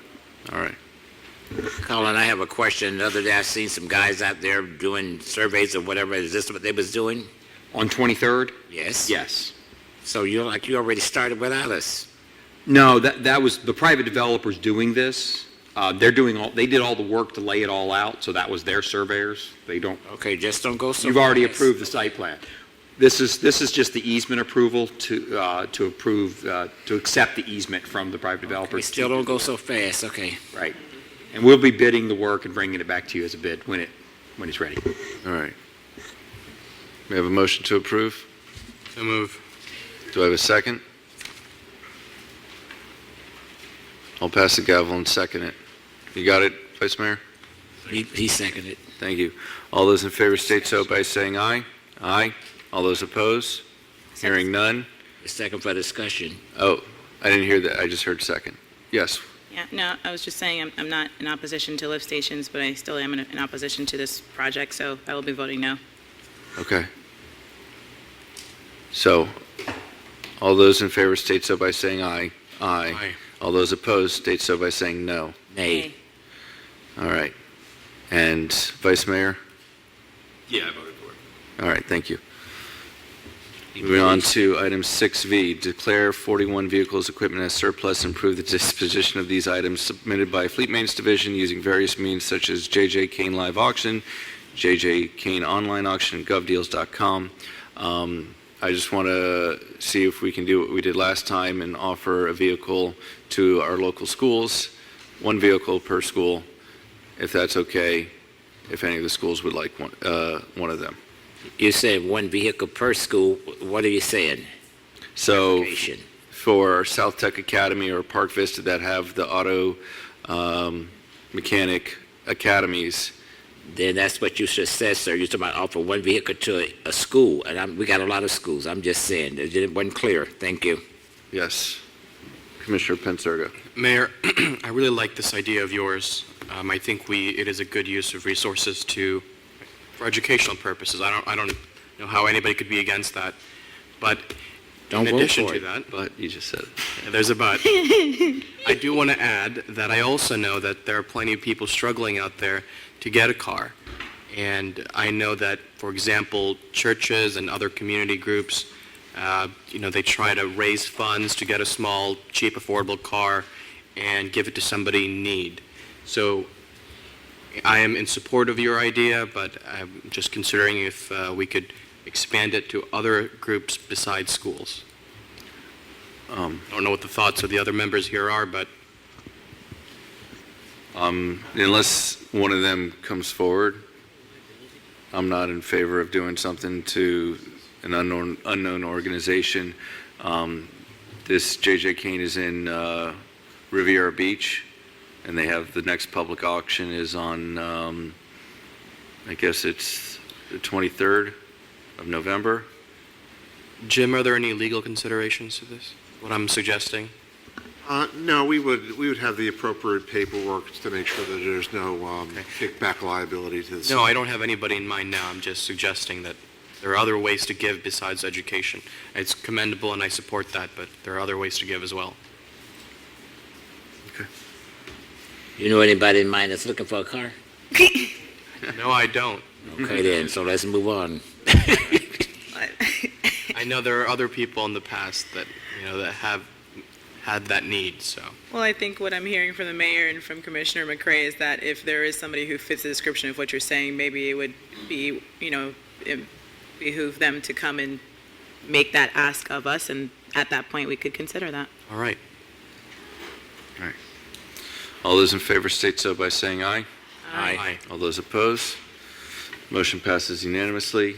And item Z, I wanted to get some more information about that. The agenda was kind of vague. Michael Lowe, Utilities Deputy Director and Manager Technical Services. This is a RFQ to get hold of a systems integrator. That's someone who works with our SCADA control systems, our PLCs and the like, and assist us in the modernization and upgrading of those processes. That covers our water plants, our pumping stations, our lift stations, all through the service area. And so the McKim Creed was the number one ranking? Yes, McKim Creed came in as number one, Star Controls as number two. Okay. And so may I have a motion to approve the ranking? So move. Second. All those in favor state so by saying aye. Aye. All those opposed? Motion passes unanimously. Michael, don't go. Were you the one on vacation when we had that water fiasco? Where were you? Oh, no, I'm afraid I wasn't. I was very busy. Wish you were an Anglo. Yeah. Okay, thank you. Wishes he was gone. Thank you. May I have a motion to approve the remainder of the consent agenda? Second. All those in favor state so by saying aye. Aye. All those opposed? Motion passes unanimously. Consent bids and purchases over $100,000. May I have a motion to approve? So move. I'd like to pull item A. Which one? Item A. Item A. Proposed resolution number 19-137, authorize the city manager to accept the award and sign all documents associated with the Assistance to Firefighters Grant for fiscal year 2018 through the U.S. Department of Homeland Security. The award is in the amount of $481,165, which requires a 10% match of $48,116 by the city of Boynton Beach for a total project budget of $529,282. Yes. Glenn Joseph Fire Rescue. Our heart monitors are getting to the end of life. We have about 13 of them. They cost about between $30,000 and $40,000 a piece. To replace them, if we get all the bells and whistles. And traditionally what we've done in the past, we replace them in phases because that's a lot of money, it's $500,000. So Chief Davidson, who used to be here, and myself, we decided to put in for a grant to replace all of them at once. Because when we do a phase-in approach, we have two kinds of monitors that are older or different brands out in the field at the same time, so the rescuers have to use two different kinds of monitors. By doing it this way, we just replace them in one fell swoop.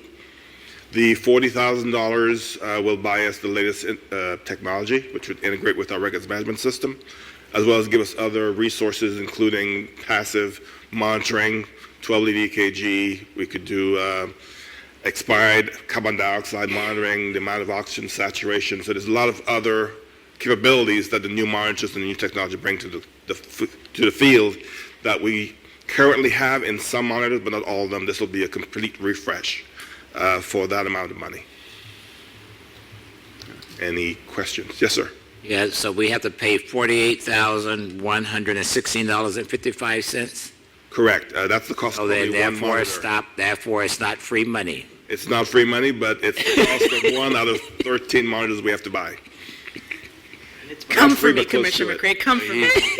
Listen. Look at it in the mirror, and then look about the same. Free and... Listen, it's getting late. The gloves are coming off. Listen, I just want to say, yes, we're paying $48,000, but at the same time, we are getting $480,000 for Okay, but- free. And this one really is free because we're getting free material. They're not doing anything in return to get it. Well, except for writing the grant, right? Yes. And being an amazing fire department. But thank you, Chief, for doing this. And, you're phenomenal. You've been doing amazing work with our city, and you've, kept the grants coming. And I really do appreciate the work that you've kept doing for our city in the time that you've been here.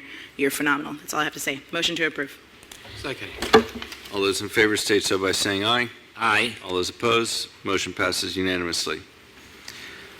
Motion to approve the remainder consent agenda for bids and purchases over $100,000. Any further discussion? Seeing none, all those in favor state so by saying aye. Aye. All those opposed, motion passes unanimously. Moving on to public hearing. The City Commission will conduct these public hearings in its dual capacity as local planning agency and City Commission. Proposed ordinance number 19-038 and 19-039. So moved. Second. Well, Jim? 19038, an ordinance of the City of Boynton Beach, Florida, amending Ordinance 8938 by amending the future land use element of the comprehensive plan for property commonly known as the Bird property and described herein owned by B.m.on LLC, changing the land use designation from Palm Beach County Industrial to Industrial, providing for conflict severability and an effective date. Ordinance 19039, an ordinance of the City of Boynton Beach, Florida, amending Ordinance 02013 to rezone a parcel of land described herein and commonly referred to as the Bird property from Palm Beach County Light Industrial District to M1 Light Industrial District, providing for conflict severability and an effective date. Separate motions are required. So, may I have a motion for ordinance number 19-038? I already got it. Thank you.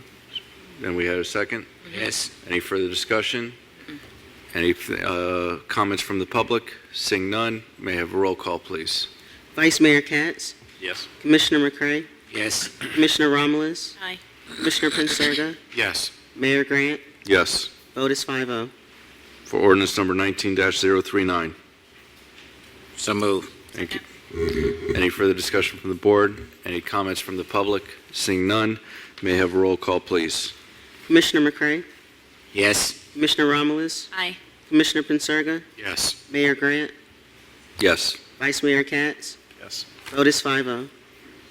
Moving on to City Manager's report, reconsider the issuance of special event permits at Sarah Sims Park.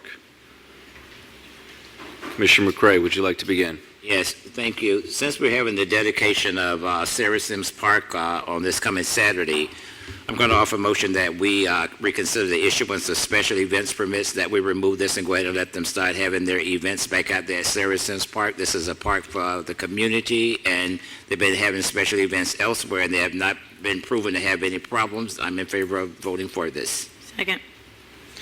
Okay, the comment that I have is that would mean that you could have amplified music until 10 o'clock. Is that something you're okay with? We have also a noise ordinance, Mayor. If it doesn't surpass the noise ordinance, then it's going to have to be okay. All right, well, for my comments is that I think that the events should end at 9 o'clock on the weekends and 8 o'clock during the week. But if you feel that having them go to 10 o'clock isn't going to be too much of an issue to the residents there, then I'll go with your assessment. Yes. Mayor, okay, let's go like this. Let's go ahead and try it. If there's a problem, then we'll come back. I'm just saying, but let's give the citizens, a chance to, to have fun. I'm just saying, I come from Broward County, and on the weekends I pass through where they have events at each one of their parks, and they go until 10 o'clock, and they have not had any problems, and I watch them have a lot of fun, and I'm just saying if they can do it in Broward County, they can do it here in Palm Beach County, also in Boynton. Thank you. All right. Vice Mayor, then Commissioner Penserga. Just request for information from staff. are the parks in the city governed by time, or are they governed by like dusk and dawn? Like when it gets dark, parks close, right? Yeah, most of the parks, but parks with lighted facilities like tennis courts, basketball courts, racquetball courts that are lighted, we allow those parks to stay open until 10 o'clock at night at the latest. And it does depend on usage trends. Sometimes we can, we may go shorter, but it's 10 o'clock is typically the latest. So to Wally, what would be the anticipated time? Because this park has different components to it. Right. So what would be the anticipated time per the concern of the mayor with loud noise past a certain hour? Would permits be issued under the current permit guidelines and the park would be open past, like right now it's dark out, so is the park, if it were open full-fledged, or it is open already, Right. what time does the park close? Well, as the city manager, Wally Majors, Recreational Parks Director, as the city manager indicated, we do have several parks that have lighted amenities, in which case they are open till either 9 or 10 based on usage trends. And again, we don't allow amplified music at any of our parks. If there is an event that requires or requests for amplified music, then they have to apply for a special event permit, in which case we analyze the request and review it accordingly. And if it's something that we deem to be appropriate and something that the community would embrace, then certainly we would approve it. Okay. So, I mean, I share similar concerns, but in the interest of having a wait-and-see approach, I have no problem supporting the recommendation or motion from Commissioner McCray to lift the restriction, have special events at this park subject to the same guidelines any other park, and hopefully none of the issues that led to the prohibition, which was voted on, I think, a month prior to some of us coming up here in 2016. Hopefully none of those issues crop up, and if they do, then we'll address them And appropriately. even at this park, Commissioner, you'll see a sign that, and it's common with most of our parks, where it'll actually refer to the ordinance, which states, again, no loud noises, no amplified music. And that's out of respect for the neighbors. We want to be good neighbors, and in essence, we don't want to keep them up too late at night. And consequently, again, if there is an event that would require music, for example, then again, we would review it and respond accordingly. A good example is the firefighter union, who has the fishing tournament over at Oyer Park. They have amplified music. We review it as part of a special event permit application and then proceed accordingly. We haven't typically allowed, like during a week, if someone came in for a special event permit at probably any of our parks, we're going to probably permit amplified music up to 10 o'clock at night. It's just something that I don't think is conducive to the neighborhood from a peace standpoint. And we don't, like, the city doesn't have to permit ourselves, but, we have this July 4th celebration at this park, for example, in which case we have amplified music. But that's just like the manager would indicate. No, I don't remember any case where during the week we would approve anything that, again, would be, honestly, a disturbance to the neighbors. Let me go ahead and clarify this. The same governance for all the parks in the city of Boynton, let them apply to the governance of Sarah Sims Park. Exactly. Absolutely. That's it. Absolutely. Thank you, Commissioner. Yes. All right. Any further discussion? Seeing none? Oh, Commissioner Pincirga? Not really much of a discussion anymore. I just want to say I support everything that's been said by Commissioner McCray. 100% with you.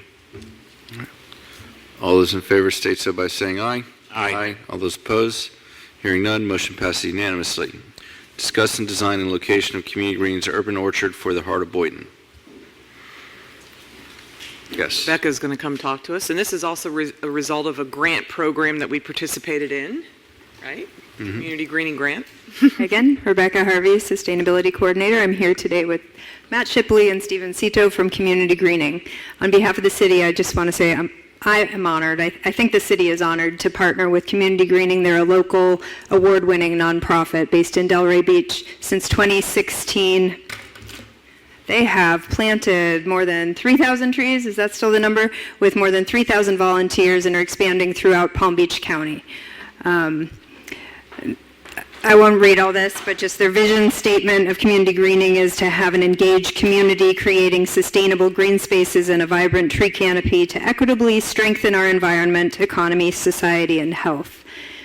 I can't emphasize enough the number of benefits that trees have for our sustainability, our community revitalization, and so many important goals of the city. This is a little hard to read, but I'd be happy to share this. Just the many benefits of trees. And the programs that community greening leads fall into a few categories. They do public park and school plantings, urban orchards, neighborhood and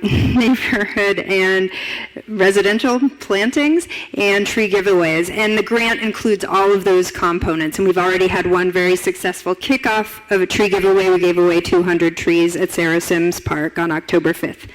So the item we want to discuss and open up for your consideration tonight is the urban orchard.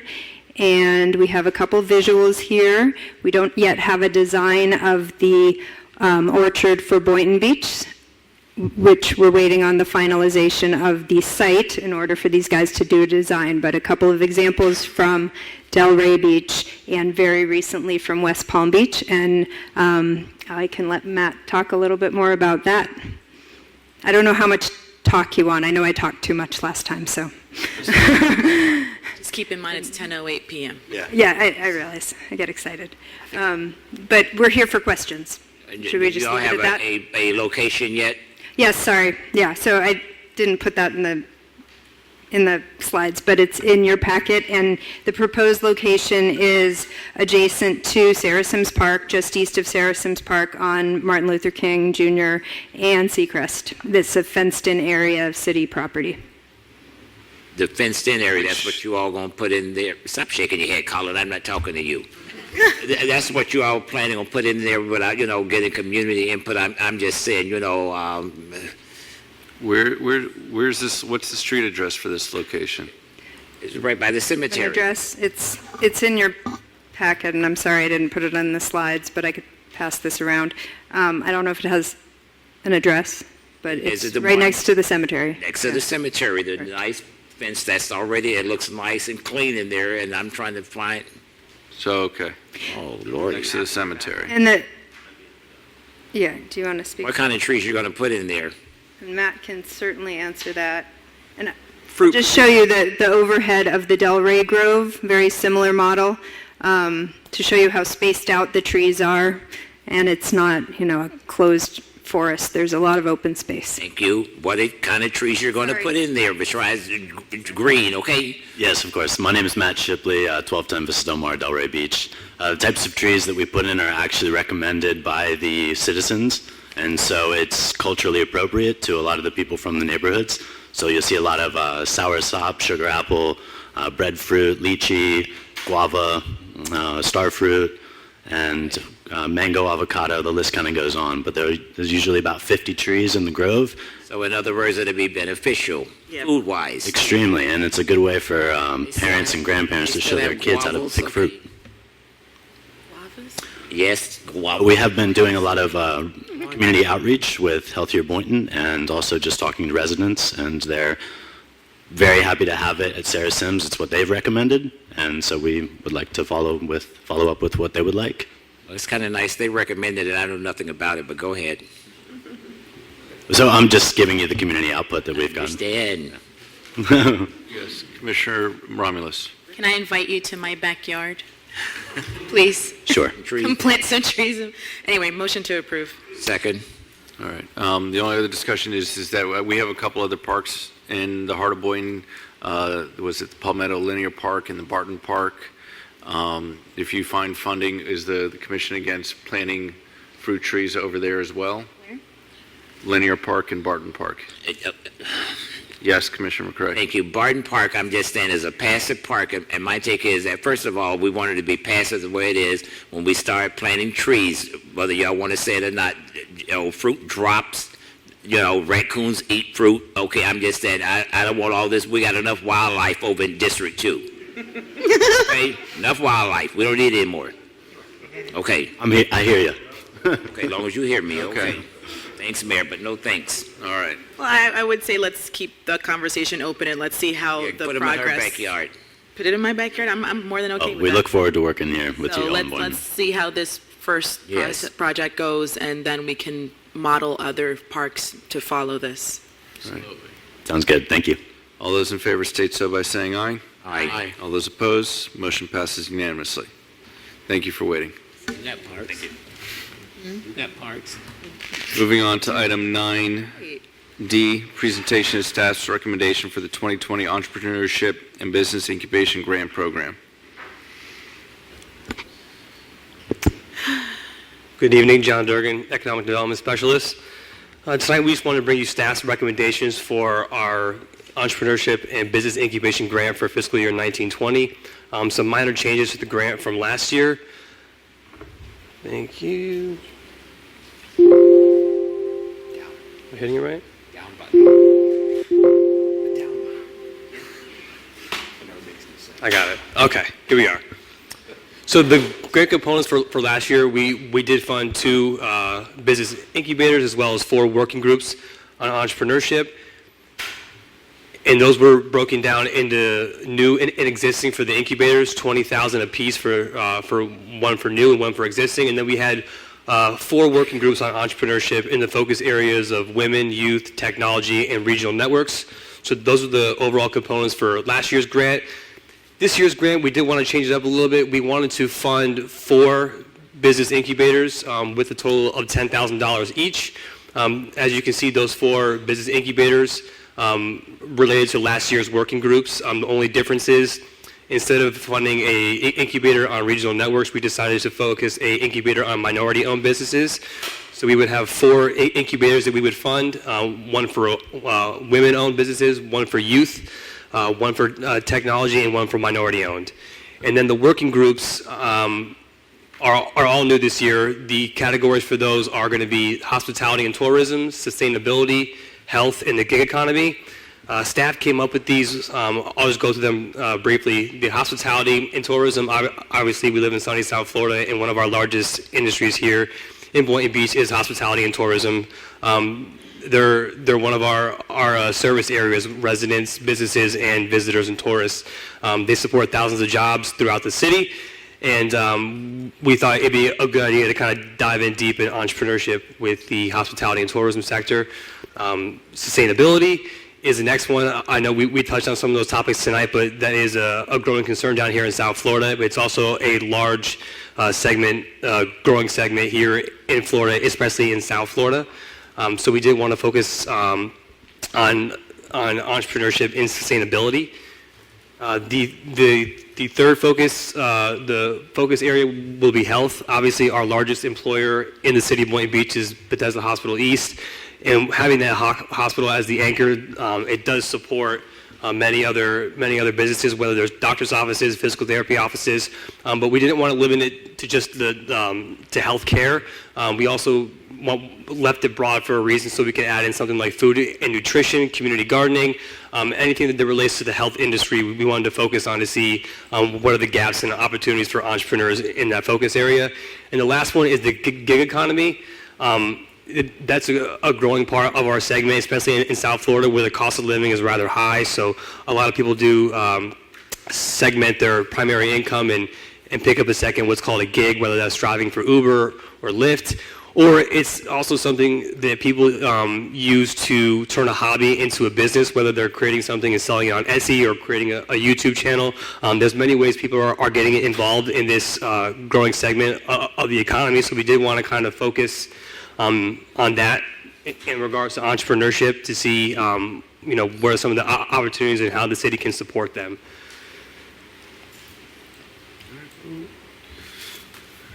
Any other questions? Yes, Commissioner Romulus. Yep.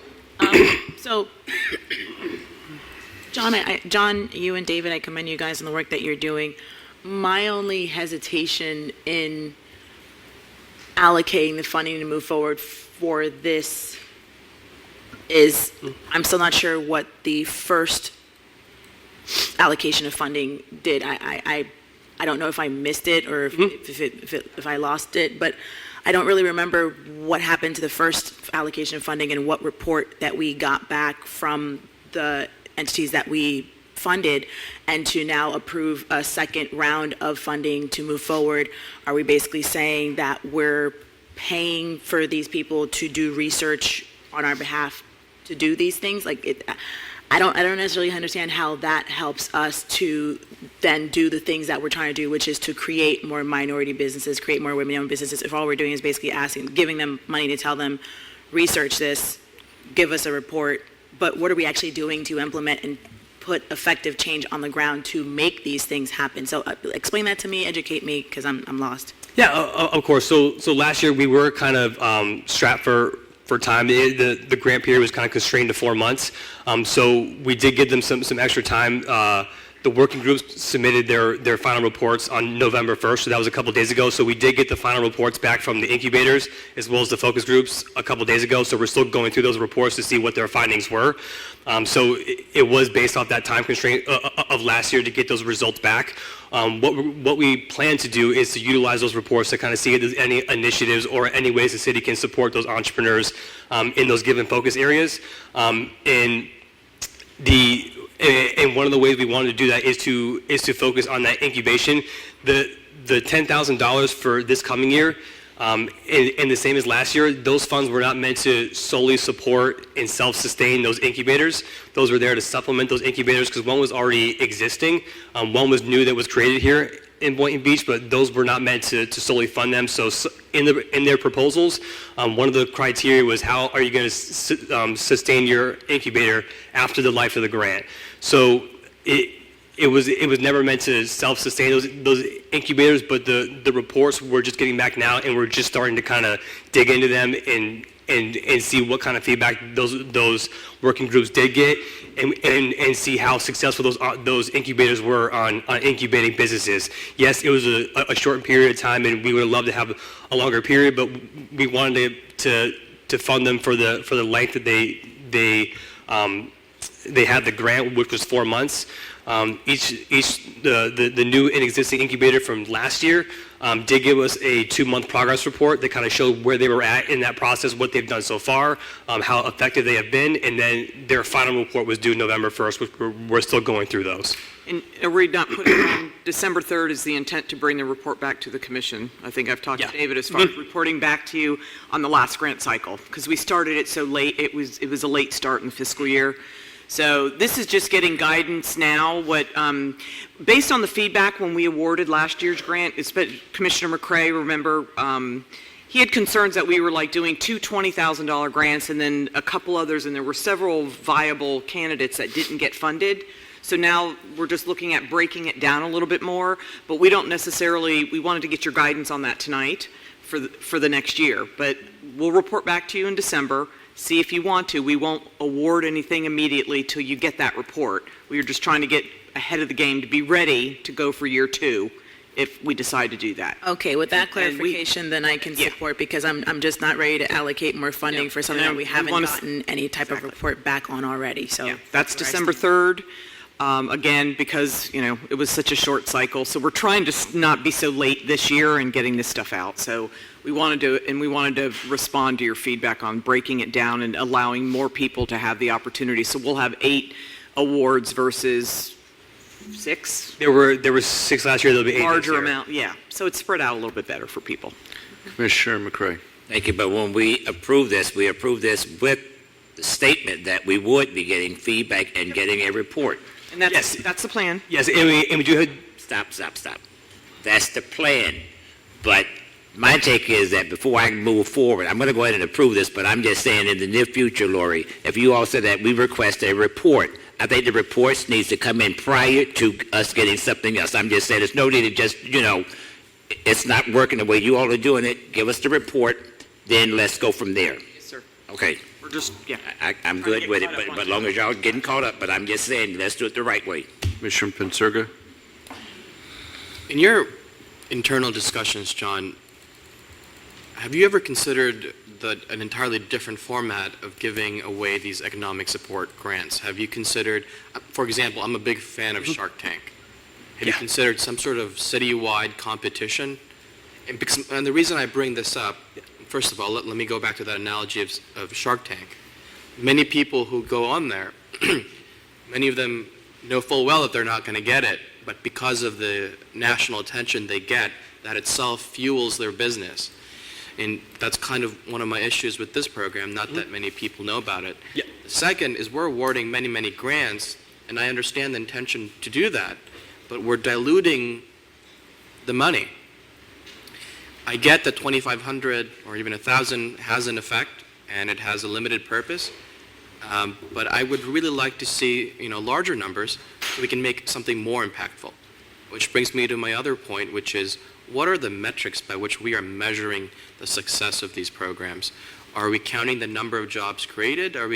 What are we measuring? What are we counting? How do we know that it's doing well? So I know that was a lot, but first the question was, have you considered a different format for this type of grants? So we have discussed a number of formats in the idea of a Shark Tank type competition has been brought up. It hasn't been brought up in the sense of this entrepreneurship and incubator grant program.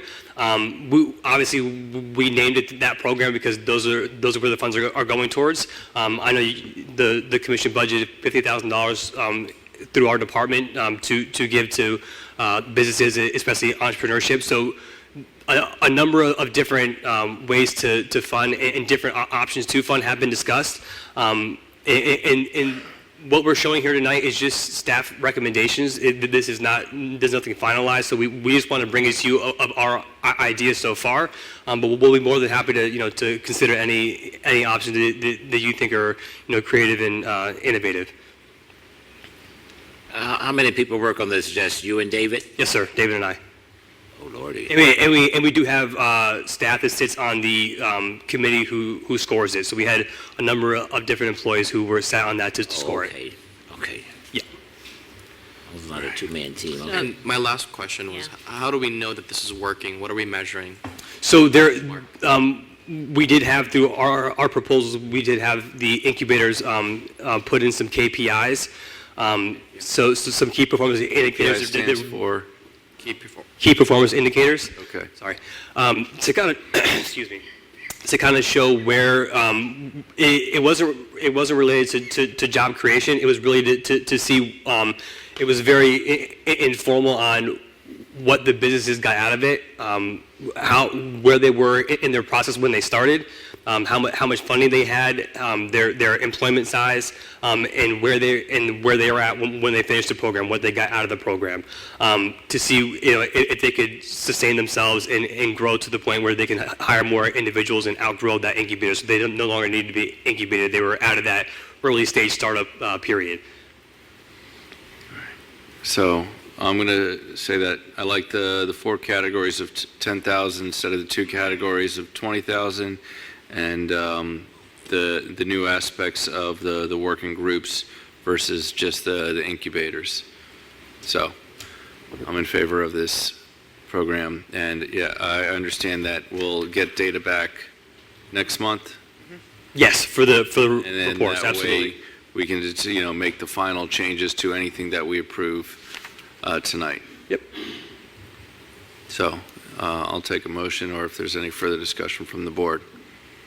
So just to put it out there and to make it clear, let's focus on one of these topics, for example, for the business incubators for minority-owned businesses. Mm-hmm. What is it that we're looking for? What is the objective of this incubator group? What will they be looking for or doing? What is this $10,000 funding?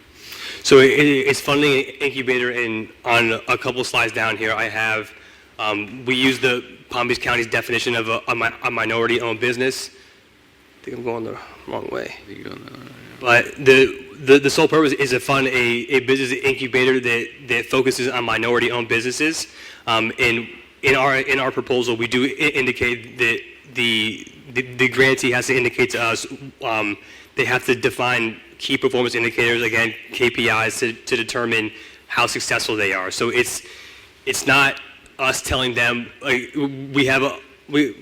do have a number of key performance indicators that we expect to see from them, and we also have a section for them to implement their own KPIs to see how they do score and see how successful they are as an incubator. So there is both. We are telling them there are certain criteria you're going to have to meet from us. And I can get you that information. It's a little more detailed, and then they're also going to have their own KPIs added into that incubator that they have to submit with their proposal. I don't mind the details. You feel free to email me them, please. Yes. Thanks. Yes, ma'am. I'm good. Motion to approve. Second. Thank you. Any further Emails. discussion? Seeing none, all those in favor state so by saying aye. Aye. All those opposed, motion passes unanimously. Thank you. Thank you. Thank you, John. Item 9E, authorize the city manager and city attorney to negotiate a purchase and sale agreement with the Pulte Group for vacant city-owned property known as the Nichols property. Motion to approve. Second. All right, any discussion from the board? Sure. Yes. Flying. Tell to the public where's the Nicholas property. This is a piece of property that sits outside of our corporate limits west of the Boynton Beach Mall, immediately north of Boynton Beach Boulevard. There's a map in your backup. And Pulte Homes is interested in this property. They've submitted a letter of interest to us. So by our ordinance, this request tonight is if the commission, one, is remotely interested in possibly selling the property, and if so, authorize me and Jim to talk to them further about it. That's what the action is tonight. If anything, we would then need an appraisal of the land. I think Pulte is offering $2.25 million. I know this land was appraised years ago.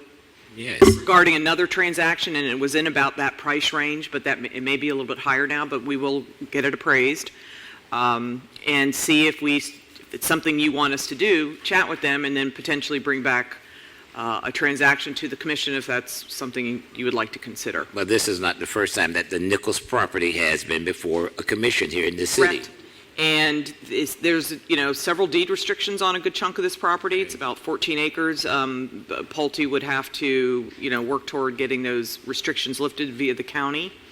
Whether or not they're successful in that makes a difference on whether or not this was. Send me an email. Yeah. So tonight it's just the authorization. Well, one, do you have interest in considering selling it? And two, if so, do you want Jim and I to go continue negotiation with or have a negotiation with Pulte and bring back some structured transaction to you? Vice Mayor. So I'm in support of this fundamentally. I guess I got a question or two. So in your negotiations, would you anticipate them to try to put in some language that if they're unsuccessful in their endeavor with the county, that somehow they get to give the land back and get the money back? Like, I'm not in support of anything like that. I want to make that clear. If they want to buy this land and it's got restrictions on it and they want to go to the county to lift those restrictions, that's their business venture. I don't want them to buy the land, put in a bunch of clauses, and we agree to them where if they can't get what they want from the county, now we got to take this worthless land back. Well, it's worthless to develop if they can't lift these restrictions, and they're aware of that. This is the nature of the free market. I don't want them thinking they could take it from us, try their hand at the county, fail, and then give it back risk-free, and all of a sudden, no. I'm in favor of selling it, but I don't want to I'm not leasing them the land for their endeavor and taking it back. Right. So they offered us a letter of interest, and included that was the details on how they would go through this. So they're willing to offer us a non-refundable deposit, which helps us cover the cost of doing negotiations. That's non-refundable whether they move forward or not. The way they propose is there's several steps. One of them is removing restrictions. They don't want to close on the property or actually own it until everything is done and they're ready they can be built on, which I think is good for both sides. It allows us allows them to go do all the work, and then if it becomes at the value that we've determined that it is, then they will purchase it at that value.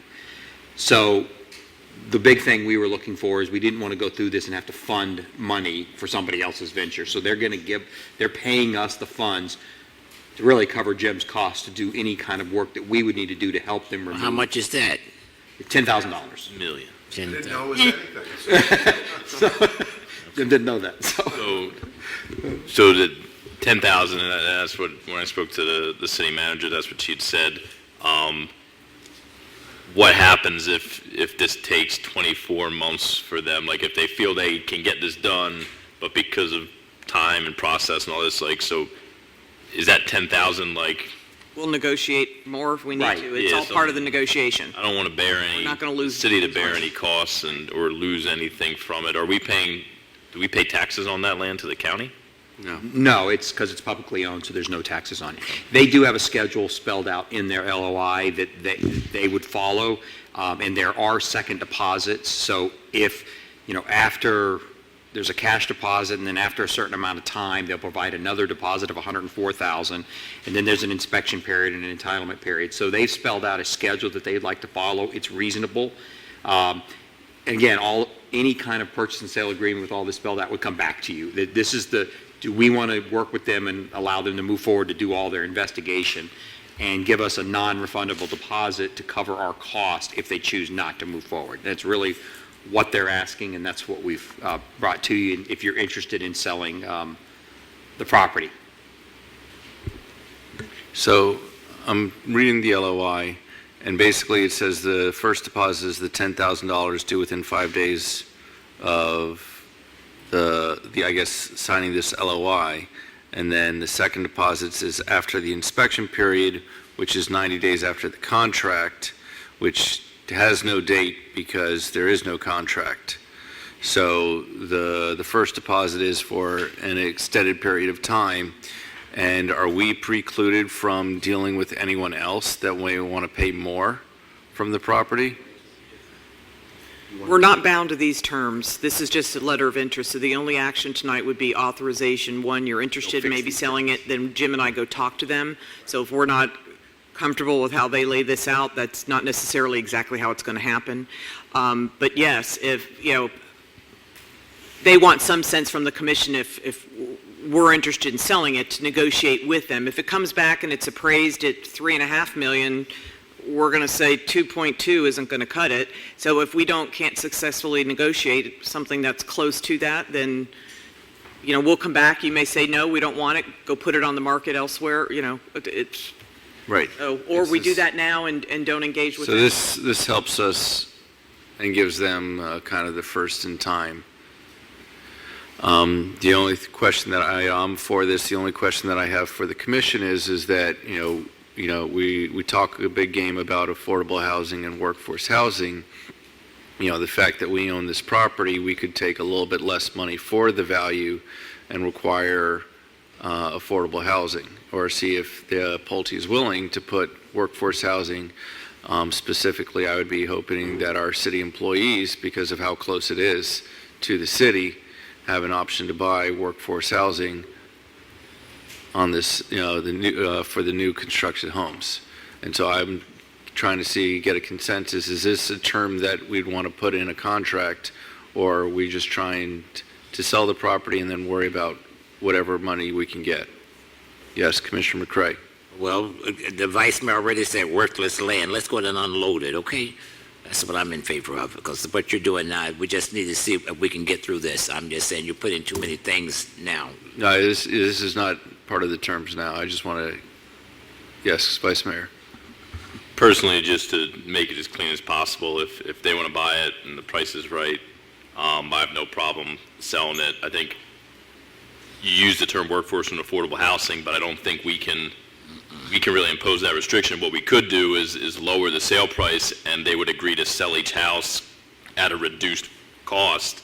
But I wouldn't feel comfortable saying, we'll sell you this land. It's not even in the city. I don't think they're doing this to build workforce and affordable housing. They could build market rate housing, and we could subsidize the cost to lower it, make it more affordable. But that's workforce housing. All affordable housing is a subsidization. But there would be no deed restrictions. No. I wouldn't be comfortable saying, we're going to subsidize the cost for the buyer, and you can never sell it for market value ever again.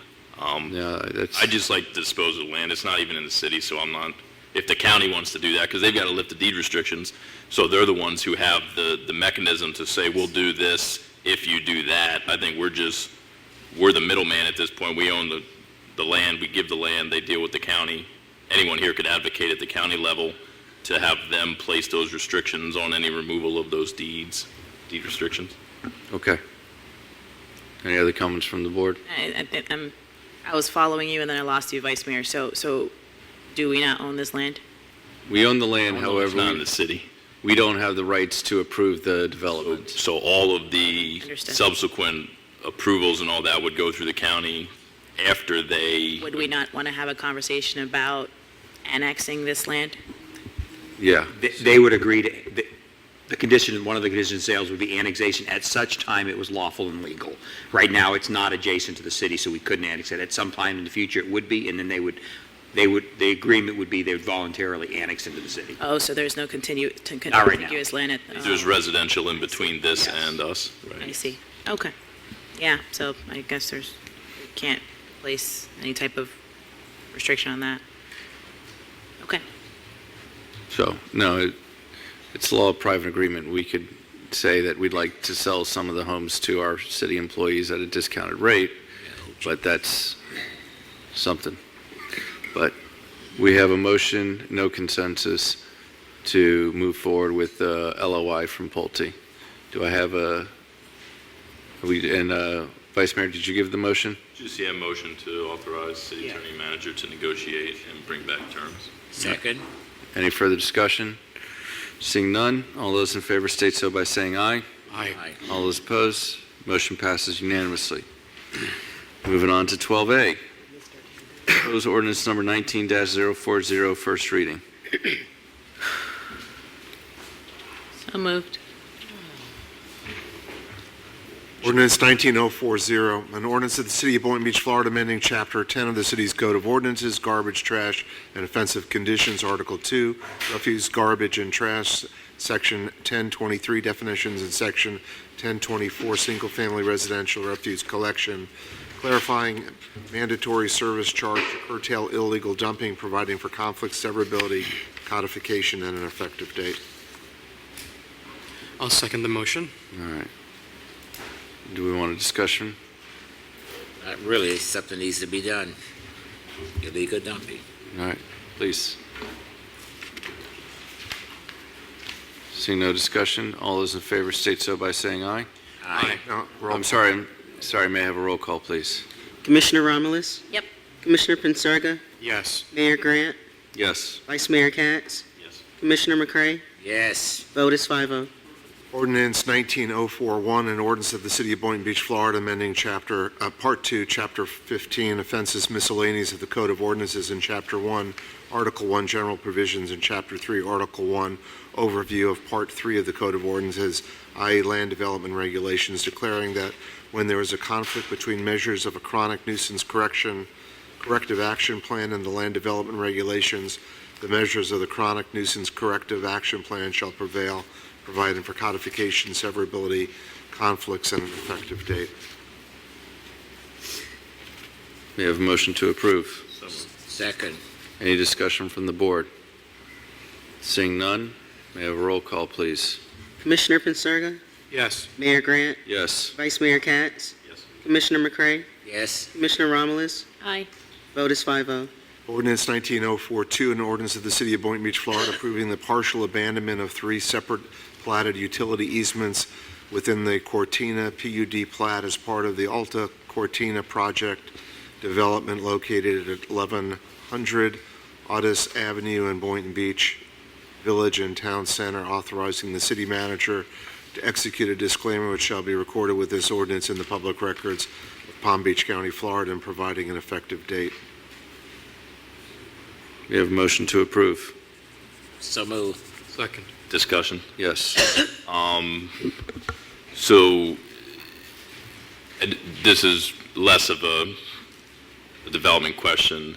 This segues into my future agenda item. The dog park that exists in this area adjacent to Renaissance Commons in the Cortina is in disrepair, and this item is us giving access to land to the people who are not fulfilling their obligation to the city to maintain that park, which is a city park, so people think we're the negligent party, but it's actually their responsibility to maintain the, it's like a property owners association, so to say, of all these new developments that are coming in the Cortina area. I won't be that petty to not support this, but I'm using it as an opportunity to say that the people who are running this area right now are a disgrace with how they're keeping up with that park. Every plant is dead. There are massive holes adjacent to the cement slab under one of the pavilions in the dog runs where if a dog were to dig and crawl under there and it were to collapse, now you got a dead dog or a person who tries to help them. I just want to put them on notice, and at the end of the meeting, I'm going to put on future agenda item for staff to bring us back the language of that agreement for them to maintain that park, because the same people who are building here are, in my opinion, neglecting their responsibility, which in a massive mega $1 million residential complex that's being built, they have to put like $60,000 a year towards park maintenance, and they're being cheap about it to the detriment of the city's image and to the residents who access that park. So I'll support doing this because I'm not trying to stall out this project, but I want to put these people on notice, and I'm going to add a future agenda item that they're being ridiculous, that they can't do the one thing they agreed to, and we're doing all these things for them. So that's my rant. Motion to approve. You don't think the dog's tearing it up, do you? No, the dogs are, but then they're supposed to fund maintenance to remedy that. They agreed to build a dog park, not to construct one and then walk away from it. Okie dokie. All right. Second. We already had an initial motion. Yes. And a second. Yes. Yeah, thanks. So since it's not on this item, but to echo what you're saying is that, do we have it to the city manager? Do we have any recourse to having our community standards go look at it to see if that park is not up to our standards for city park? I think it's going to be more of a legal remedy. I mean, 'cause it's our park, it's our land. We would be citing ourselves, but it's going back to the maintenance agreements of the original transaction and enforcing that. So our maintenance agreement says that they have to fix it And maintain it. according to whose standard? Yeah, I mean, according to our city standards, and they're not doing that, and that's where I think it's going to, and we've met with John Markey and are working on getting some representation on the board.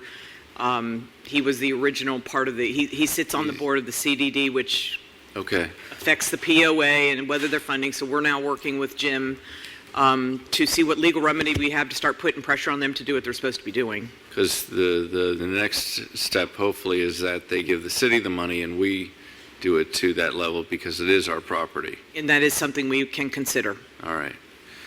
May I have a roll call, please? Mayor Grant, Yes. Vice Mayor Katz, Yes. Commissioner McCray, Yes. Commissioner Romulus, Aye. Commissioner Pensurga, Yes. Otis 5-0. Motion to remove ordinance number 19037 from the table. So moved. Second. Thank you. All those in favor? Aye. Aye. Any opposed? Hearing none. Ordinance 19037, an ordinance of the City Commission of the City of Boynton Beach amending Chapter 18, Pension and Retirement of the Code of Ordinances to create a new Article 11, Deferred Retirement Option Plan, providing for uniform deferred retirement option plan benefits for all city employees, amending conflicting provisions of drop benefits contained in the general employee, fire, and police pension plans, providing for delayed implementation to accommodate collective bargaining or waiver of bargaining, providing for codification and an effective date. All right. Motion to approve. Second. All right. The discussion that I have is that I'm not going to vote against this because of where we already had our police contract, and this is part of that. But I feel that staff has kind of let us down because we're not changing anything of the drop until only for new hirees. Going over the language, it makes the city an annuity, an insurance company, and a bank, and I don't think that's right. In addition, some of the terms are so ambiguous that you have no idea what it means. For example, fire has equal periodic payments, which doesn't mean anything because equal periodic payments can be so many different things. You're dealing with so many. I have no idea how does our pension fund administrator actually doing this, and the fact that we are requiring all of our future drop employees to take their funds out as a lump sum really hurts the pensions because that means those funds have to have that much cash available for that lump sum after 5 years.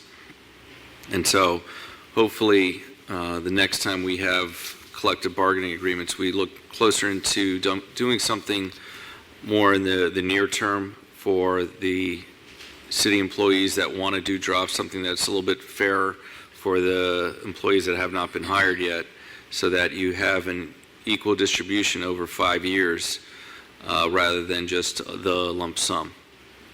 So does anybody else have any discussion? Seeing none, may I have a roll call, please? Vice Mayor Katz, Yes. Commissioner McCray, Yes. Commissioner Romulus, Aye. Commissioner Pinsurga, Yes. Mayor Grant. Yes. Vote is 5-0. Proposed resolution number 19-142, consent to the termination of the declaration of protective covenants of Quantum Park at Boynton Beach. What are the protective covenants? What are they? What are they? They were the basic ground rules for managing the property that comprised Quantum Park from its inception, dealing with issues regarding roads, common areas, drainage and the like, all of which, or essentially all of which, were turned over either to the city or the QPOD, which is now being merged with the city. The need for those protective covenants for the interest of the property owners no longer appears to be necessary. So the life expectancy of that entity, the Property Owners Association, is near its end. There is a representative here of the Property Owners Association who may wish to speak to the issue. Okay. It's the letter that's in your backup that started this, working its way towards the agenda. All right, so yes, state your name for the record. Gregory Macklin, attorney for the Quantum Park Property Owners Association. I'm an attorney at Tripp Scott 110 Southeast 6th Street in Fort Lauderdale. Exactly as the city attorney mentioned, this association really does not serve much of a purpose anymore. All the common areas have been conveyed over to the Quantum Park Overlay District and now, as I understand, conveyed over to the city.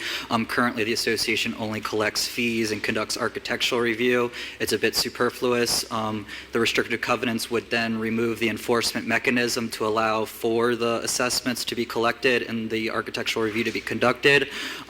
So essentially, it would just create a more streamlined situation, especially considering there's no more common areas in this association. What are the fees associated with the POA? So currently, and these are estimates that I'm providing right now, there was a previous board about 2-3 years ago or so, and their annual budget was around the $700,000 to $800,000 range. The impetus for this request was the takeover by the new board. They immediately reduced the fees in half. A lot of it was through bloated management fees that weren't necessary in the first place because the common areas had been conveyed over to the city. So this new board has taken a proactive measure to really reduce the amount of fees, the maintenance fees that were really unnecessary considering the common areas were handed over. Okay. Yes. Vice Mayor. I'll speak in support of this, just from my past experiences, and I don't varnish my words with anything related to the QPOD and the POAs connected to that. It's the same degenerates who were scamming people through the QPOD by giving out contracts to their buddies and doing all they did were the same exact people on the POA that were mentioned.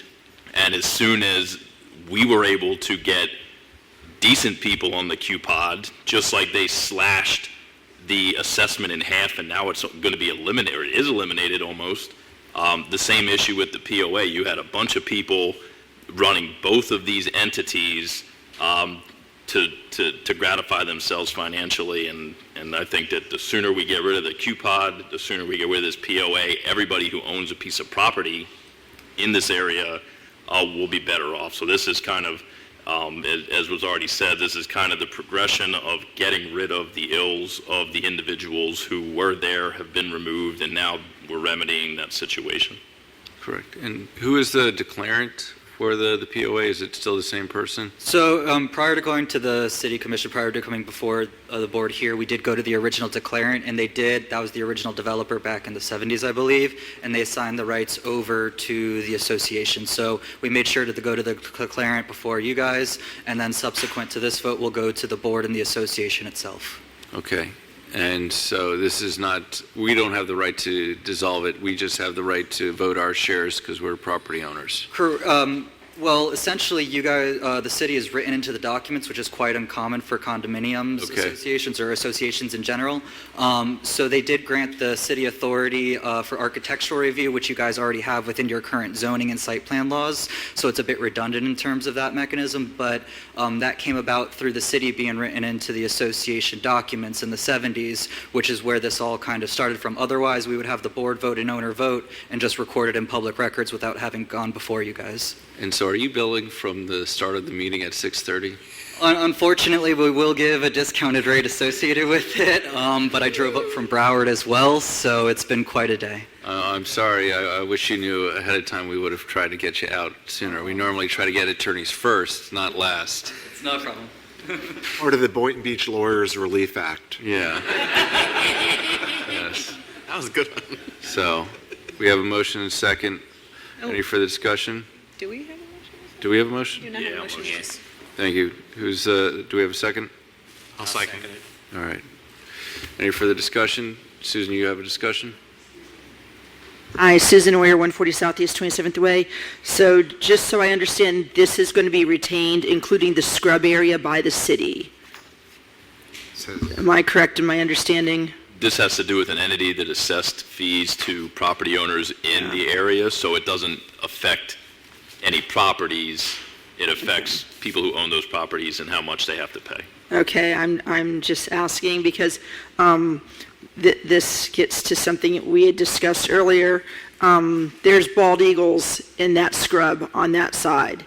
And I just am looking to make sure we're maintaining this because that is our national symbol. And, you know, I want to make sure that scrub is properly protected. So thank you for your time. Right.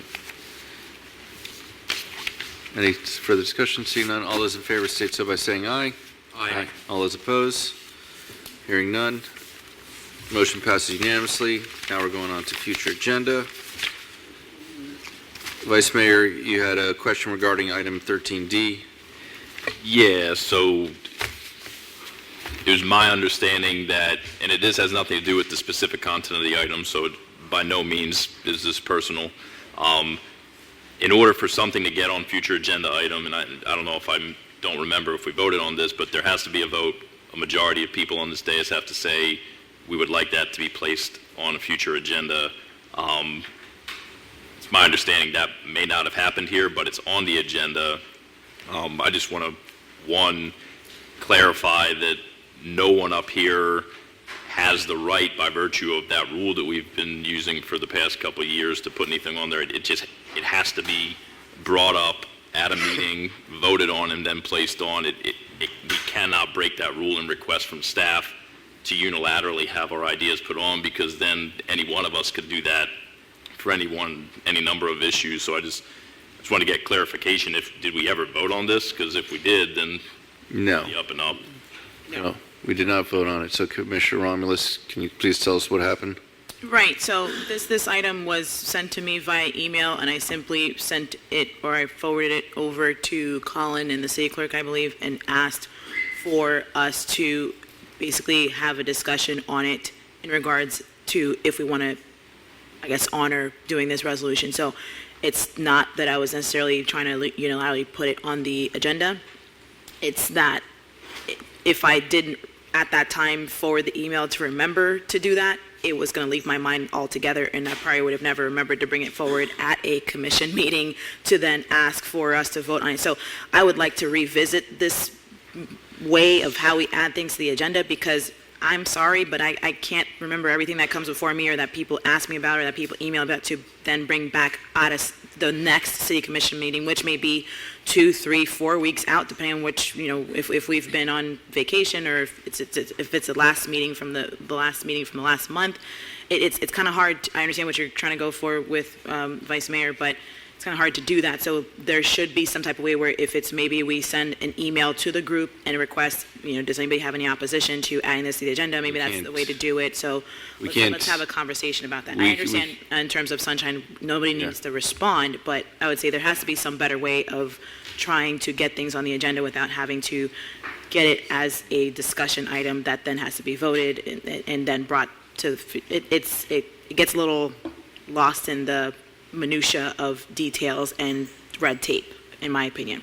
And that was our intent when we put it on the future, was to allow you to have that opportunity to say, do we want to put it on the agenda for an item or not? But then the vice mayor makes a point, the past discussions by the commission has been, So- we shouldn't, The difference you have is to remember and bring it up under agenda approval. I think the main difference is that the resolution language should not have been on the agenda. Just the Well, we wanted you to have it to have the discussion. Do you want to put this on an agenda or not? all right. So So Commissioner Let us McCray, know. you have comments? Yes, my comment is that the way we've been doing things, it has always worked. I'm just saying, if you have a problem like that, don't send it to Collins or don't send it to the clerk. That's why you have the city manager. Let her be the one to bring it back to us. I'm just saying, if you're going to forget, give it to her. Yes, Vice Mayor. So that's what, yeah, if I want to put something on an agenda, then it's important enough to me that I will remember it. And I understand that it could be weeks. We're not going to have another meeting now for almost 30 days. But you can't create a gray area here. If something's going to go on agenda and requires majority approval by this commission, it can't be placed on the agenda to determine if it should be placed on the agenda because it's already on the agenda. So I sympathize. A tip I have, if I need to remember something, even if it's not an actual event, I put notes on my calendar, say on this day, talk to city manager about this. So I think that it's our individual responsibility. It's a system that's worked well, I think, for the past couple of years. I think that it protects all of us from being forced to discuss items that a single individual up here, whether it's me or the mayor or anyone for that matter, I think that we have a rule in place. It's worked. It's a matter of bringing it up at a meeting and saying, next meeting, I'd like to discuss this. So I don't want to open this door because my concern is that if I go to the city manager, assistant city manager, or somebody and say, I want this on the agenda, now they might put it on there as to be determined. But it's on the agenda, so it's determined. It's on there. So our response in the future will be, if we get that request from you, is to bring it up at the next meeting under agenda approval for discussion by the board. So that'd be under... We will try to track that and help remind you perhaps, God help us, we're struggling now as it is, but to try to maybe help trigger that, Commissioner Romulus. So, And yeah, you have the options of doing it at the beginning of the meeting for your informational items to put on the future agenda. And then you can get the quick... we can work something out to be able to... Or you can do it now. And so with that, going to the Associated Metropolitan Planning Organization meetings, I'd like to see if the board would be okay with a resolution for a Vision Zero City. Basically, a Vision Zero City means that along with the county and the state and the federal government, we don't want to have anyone dying on our roads or on our sidewalks. And we are going to do what we can as a city to help prevent any deaths when people are traveling. We're not doing that now? Nope. So that's a resolution you'd like to propose? Yep. So moved. I'll second that. All right. Discussion. Yeah. So that I'll use this to segue that I have a growing concern about the placement of resolutions on the agenda. There were efforts a couple months ago to potentially place resolutions that dealt with abortion and an energy resolution that stirred FPL up enough to call all of us in the city. Are you afraid of having a conversation? No, I'm afraid of individual elected officials hijacking the agenda to pursue their own personal political agenda. Well, Vice Mayor... And I'm not speaking to the oil one because we are a coastal city, and I'm not even speaking to what you just recommended, but I personally don't want to see resolution after resolution, because at what point do you say, well, that's not a resolution for us? I have a growing concern because of the increased desire to place resolutions on there that this, I don't want to be voting on things that aren't germane to us. It's a slippery slope. I agree with you. So if you don't want to, you can vote no when we're talking about a future agenda. I mean, that's a simple thing too.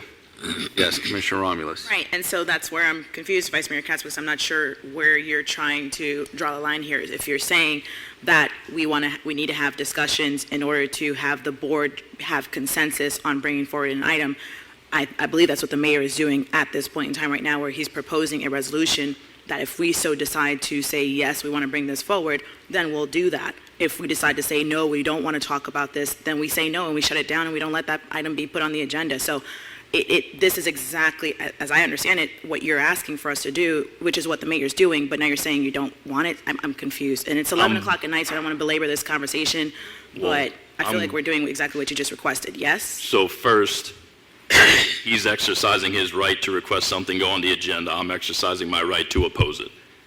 And I'm throwing in my concern that resolutions, in my opinion, in recent months have taken a political tinge that in some cases are not germane to the city's activities. Now, your resolution, which still needs to be voted on to be placed on the agenda, Correct. which is a separate issue, and the resolution that he's requesting be put on there, I don't oppose discussing either of them. I'm just using this as my opportunity because there's no other forum for me to voice that concern. Okay. So are you opposing, so you're not opposing the process because we are following the process which you just belabored that we need to follow, which is what is being done at this point in time right now, yes? No, I'm stating publicly that I have a concern, and I want it on the record, that I think that resolutions need to be germane to municipal activities, and I'm just putting that out there as a warning that So you're So saying, you're making a point using this conversation right now, but you're not necessarily opposing what's being talked about right now? because, Correct. Okay, thank you very much. correct. so Commissioner Romulus is more on the federal level, but because it's germane to our coastal city, it's okay. I don't have a problem with that resolution coming forward. All right, You're so, saying you'd like to see resolutions that are relative to Boynton Beach in the future, and those are the things that you would be supporting in the future. Am I understanding that correctly? Everyone understands, yes. okay, so, I don't know if we got a motion for Commissioner Romulus. Yes, we did. And do we have a s- Yours. Let's finish up yours. All right, Votes. all those in favor? Mayor, I have a quick question. Yeah. What you're proposing for us to have a discussion on, this resolution you suggested, Yeah. it is about the safety, road safety. Absolutely. So it's dealing with the count. Okay, well, to me, that's related to Boynton Beach. I'm in favor of listening to what you have to say. All right. Yes. So I'll work with you to get the resolution on the Zero City, and we will place that on the December 3rd agenda Yeah, for we can look at consideration. what West Palm Beach has. And we'll do the same, you'll vote in a minute on the oil. Correct. All right. And so, we have consensus for Vision Zero? There's already a motion, a second. All right, all those in favor, state so by saying aye. Aye. Aye. All those opposed? Hearing none, motion passed unanimously. And now I'll make a motion for the resolution that I propose, and that's been placed on the future agenda, which is to, what was the, Oppose offshore drilling activities Yeah, including that. seismic air gun we blasting. did have someone who actually came up earlier and spoke Yes. to it. Yep. So I'd like to have that be put on a future agenda. I'll put it on December 3rd. Thank you. That's All my right. motion. I will second that because we are a coastal city, and I want to learn more about what this is about. Any further discussion? Seeing none, all those in favor state so by saying aye. Aye. All those opposed? Motion passed unanimously. Vice Mayor, motion to adjourn? Request approval to direct staff to bring back the language related to the land swap that led to the dog park creation and the rules that govern the maintenance by the CDD or POA, whatever it is right now, just so I want to have a full understanding of that agreement so that if they are truly in violation, which I believe, and I think staff in my discussions also agree that they're being negligent, I want to know crystal clear what their obligations are, and if they're not fulfilling them, I would ultimately like some course of action to force them to. All right. Can we just do consensus? Does anyone disagree? No. Okay. Commissioner Pinsurga. I have a different request. Hopefully it's the last one of the night. Yep. We all know that there is a serious problem in the city about illegal dumping. And our city is working on it. So what I'd like to ask... Illegal dumping or illegal? Illegal. Illegal dumping. Okay. We have garbage that needs to be cleaned up, and the city is working to do that, but we need new and aggressive measures to make sure that we do clean up all the way. We are a growing city, and we need to make sure that our city is presentable, that it is a place that shows pride. I don't think anybody could really disagree with that, but what I'd like to ask here is that staff brings us some recommendations on new policies we can enact that can aggressively go against illegal dumping. That was item 12A. The items that we approved tonight. Yeah, we approved that tonight. No, what we proved tonight was, Colin, would you elaborate? Or no, it's on second reading, so. It was, okay. So, may I have a motion to adjourn? Please, so moved. I know what you want. Is there, all right. Mayor. All those in favor? Yeah, would you like to go, Commissioner Pinsurga? Or you want to discuss I would like it? to go, I just didn't understand what was being said at that last minute. What was the point that you were making? The point is that we already, gave them its direction, but it has to come back for the second reading. When it comes back, then you can discuss it again, then you can ask them to. We can do that, yes. Yes. Yeah. All right. We'll wait. I learned that thing you brought up there.